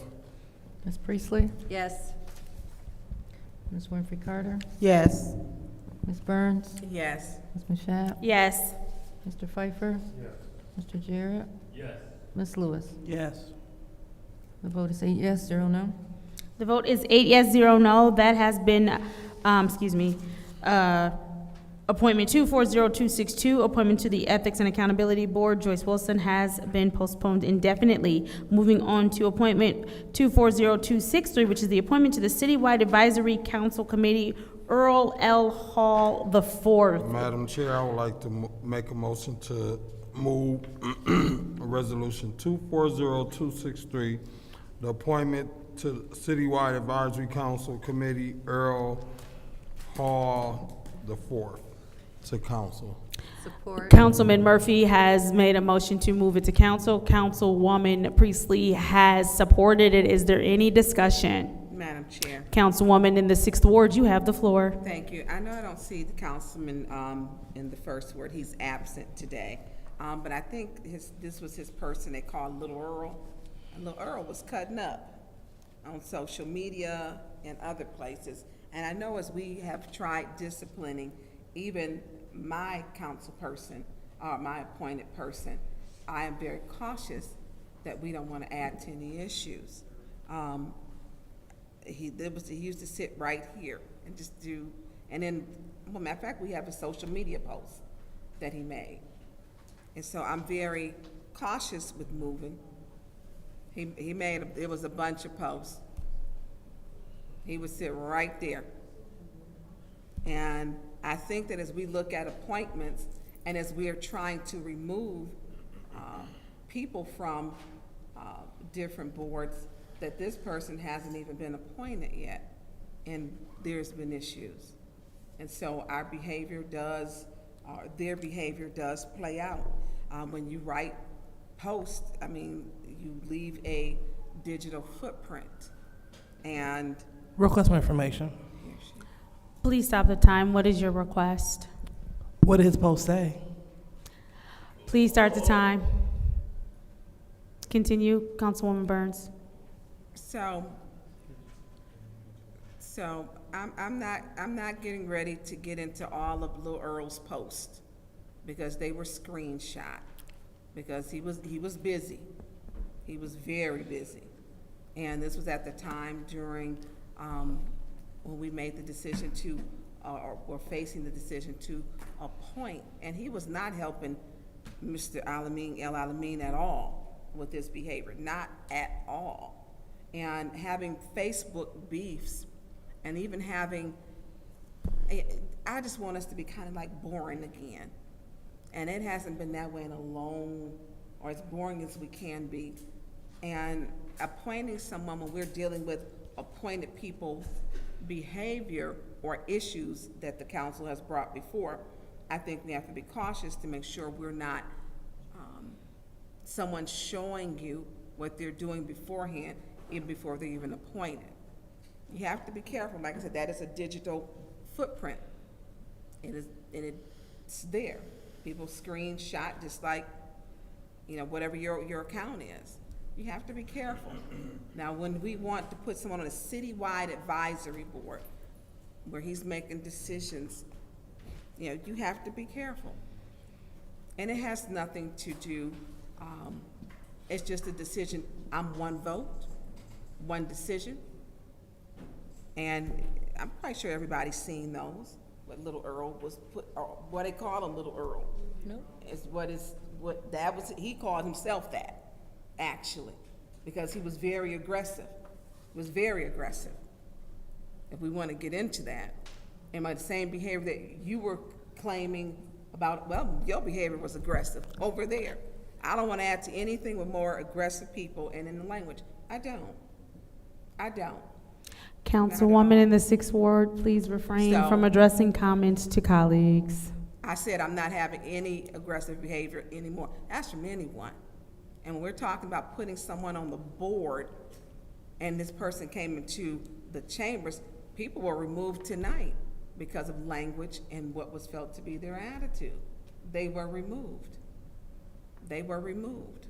And so, and other time, well, it was less, 50 people got removed out of here since, I'm gonna say the past year out of these council chambers. And so when someone comes here and their behavior is off, they're making a digital footprint online, I'm not supporting we don't need any help being dysfunctional. We just don't. We don't need any extra help doing that. And I'm not supporting him in this. And if I get the time, I will send them to you. I don't have no problem if I have to go back to search. I'm quite sure somebody out there got them. And Lord knows whoever be doing these little TikToks and these posts, they'll probably be able to post them for you because I'm not giving it my immediate attention. When I get home, I'm having a glass of wine. That's gonna be my next thing that I do. But I'm telling you his behavior. And if we're talking about people who are coming, we don't wanna add to the problems that we already have. We just don't. And so any boards that I'm picking, and I have the citywide advisory, I'm very careful who I'm picking. And I'm looking at past behavior. And I'm asking the tough questions.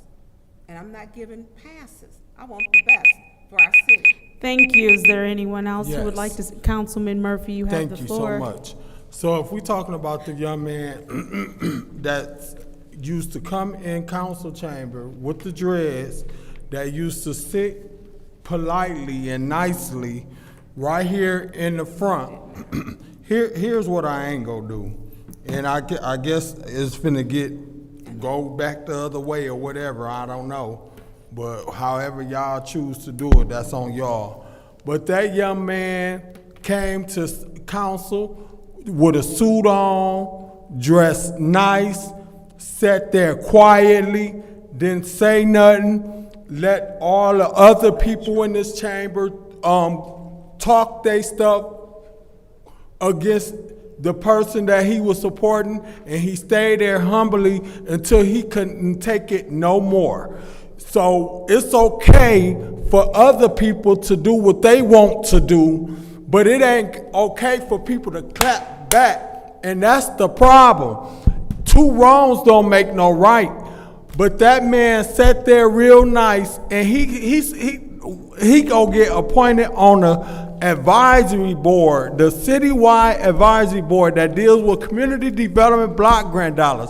He ain't dealing with no on no ethics and accountability board, and he ain't up here coming to council like we got somebody right now sitting on the ethics and accountability board now that done came up in this council chamber and done talked about whooping one of my colleagues' asses, and we sat up there. Request for information. Please pause the time. Councilman Murphy, watch your language. What is your request, Did the Councilwoman? president of the Flint City Council call me a bitch? Councilwoman in the 6th Ward, watch your language. Councilman Murphy, please continue. Thank you so much. So I'm talking about this man, Earl, that done stood up for himself, this young man that could grow up to be a politician and a great politician.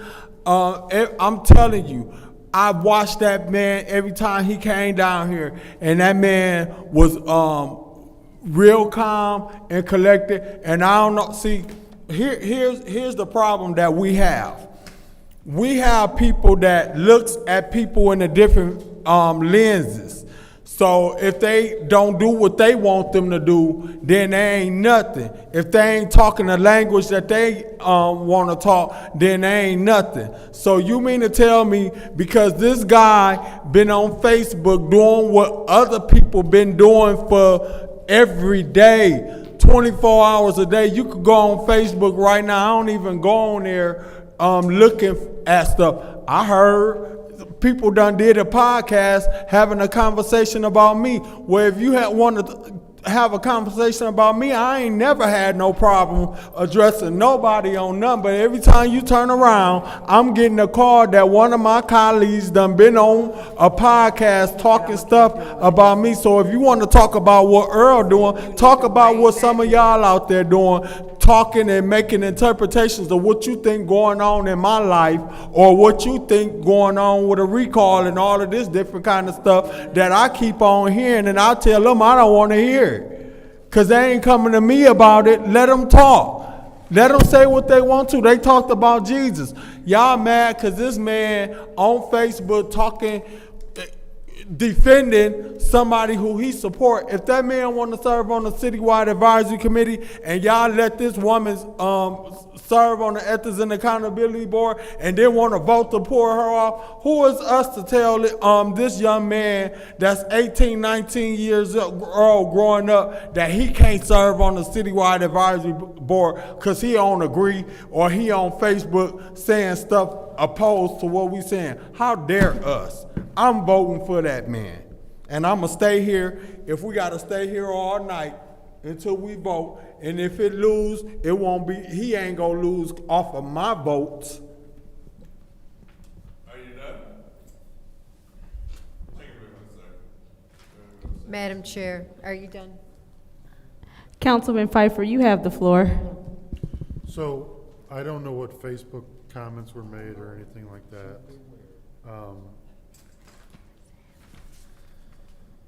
I don't think I can support it, just the fact that there's no address on here to verify it's a first ward residency on the resolution or the resume attached. There's no address.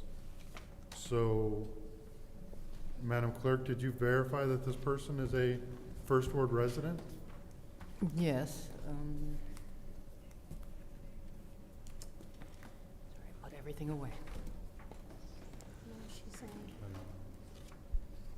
She said yes, and then she says to amend that.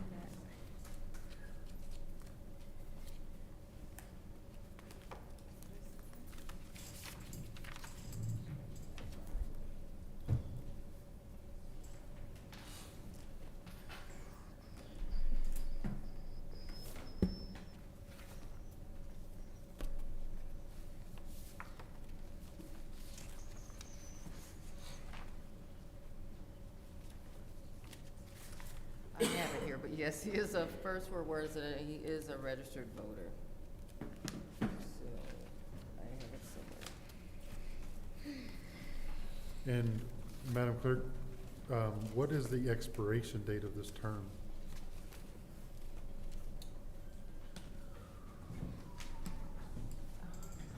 That I was not sure of because I could not find a citywide advisory appointment previously, and that's one of those boards I wasn't sure about and was going to inquire with the city attorney.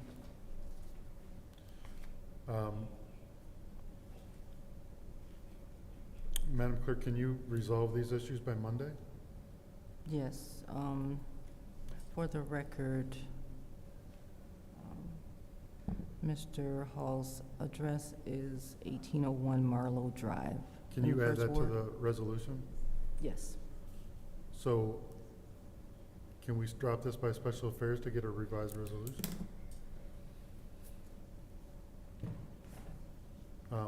So moved. There's a motion on the floor to send this to special affairs. Is there support? Support. It's been moved and properly supported. Roll call, Madam Clerk.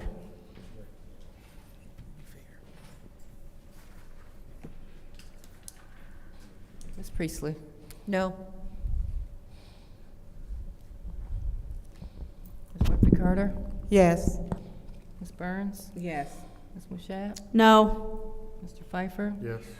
Mr. Jarrett? Yes. Ms. Lewis? No. Mr. Murphy? Yes. The vote is 5 yes, 3 no. The vote is 5 yes, 3 no. That resolution is moving to special affairs. I will Motion to obtain it. Oh, there's been a motion to adjourn. Is there support? I'll support it. Roll call, Madam Clerk. Yes. I can't hear you, Davina. We can't hear Speak you. up, we can't. Ms. Burns? Yes. Ms. Mashat? Did you Yes. skip over me? Mr. Pfeiffer? Yes. I'm sorry, I did get your vote, Ms. Winfrey Carter. Pardon me? Yes, I did get your yes. I'm sorry, I didn't have my I microphone didn't on. say yes. Ms. Winfrey Carter? Yes. Ms. Burns? Is a yes. Ms. Mushat? Yes. Mr. Pfeiffer? Still yes. Mr. Garrett? Ms. Lewis is not in. Ms. Priestley? Yes. Mr. Murphy, I'm sorry. Yes. Did I say yes? Absolutely not true. I have to go back.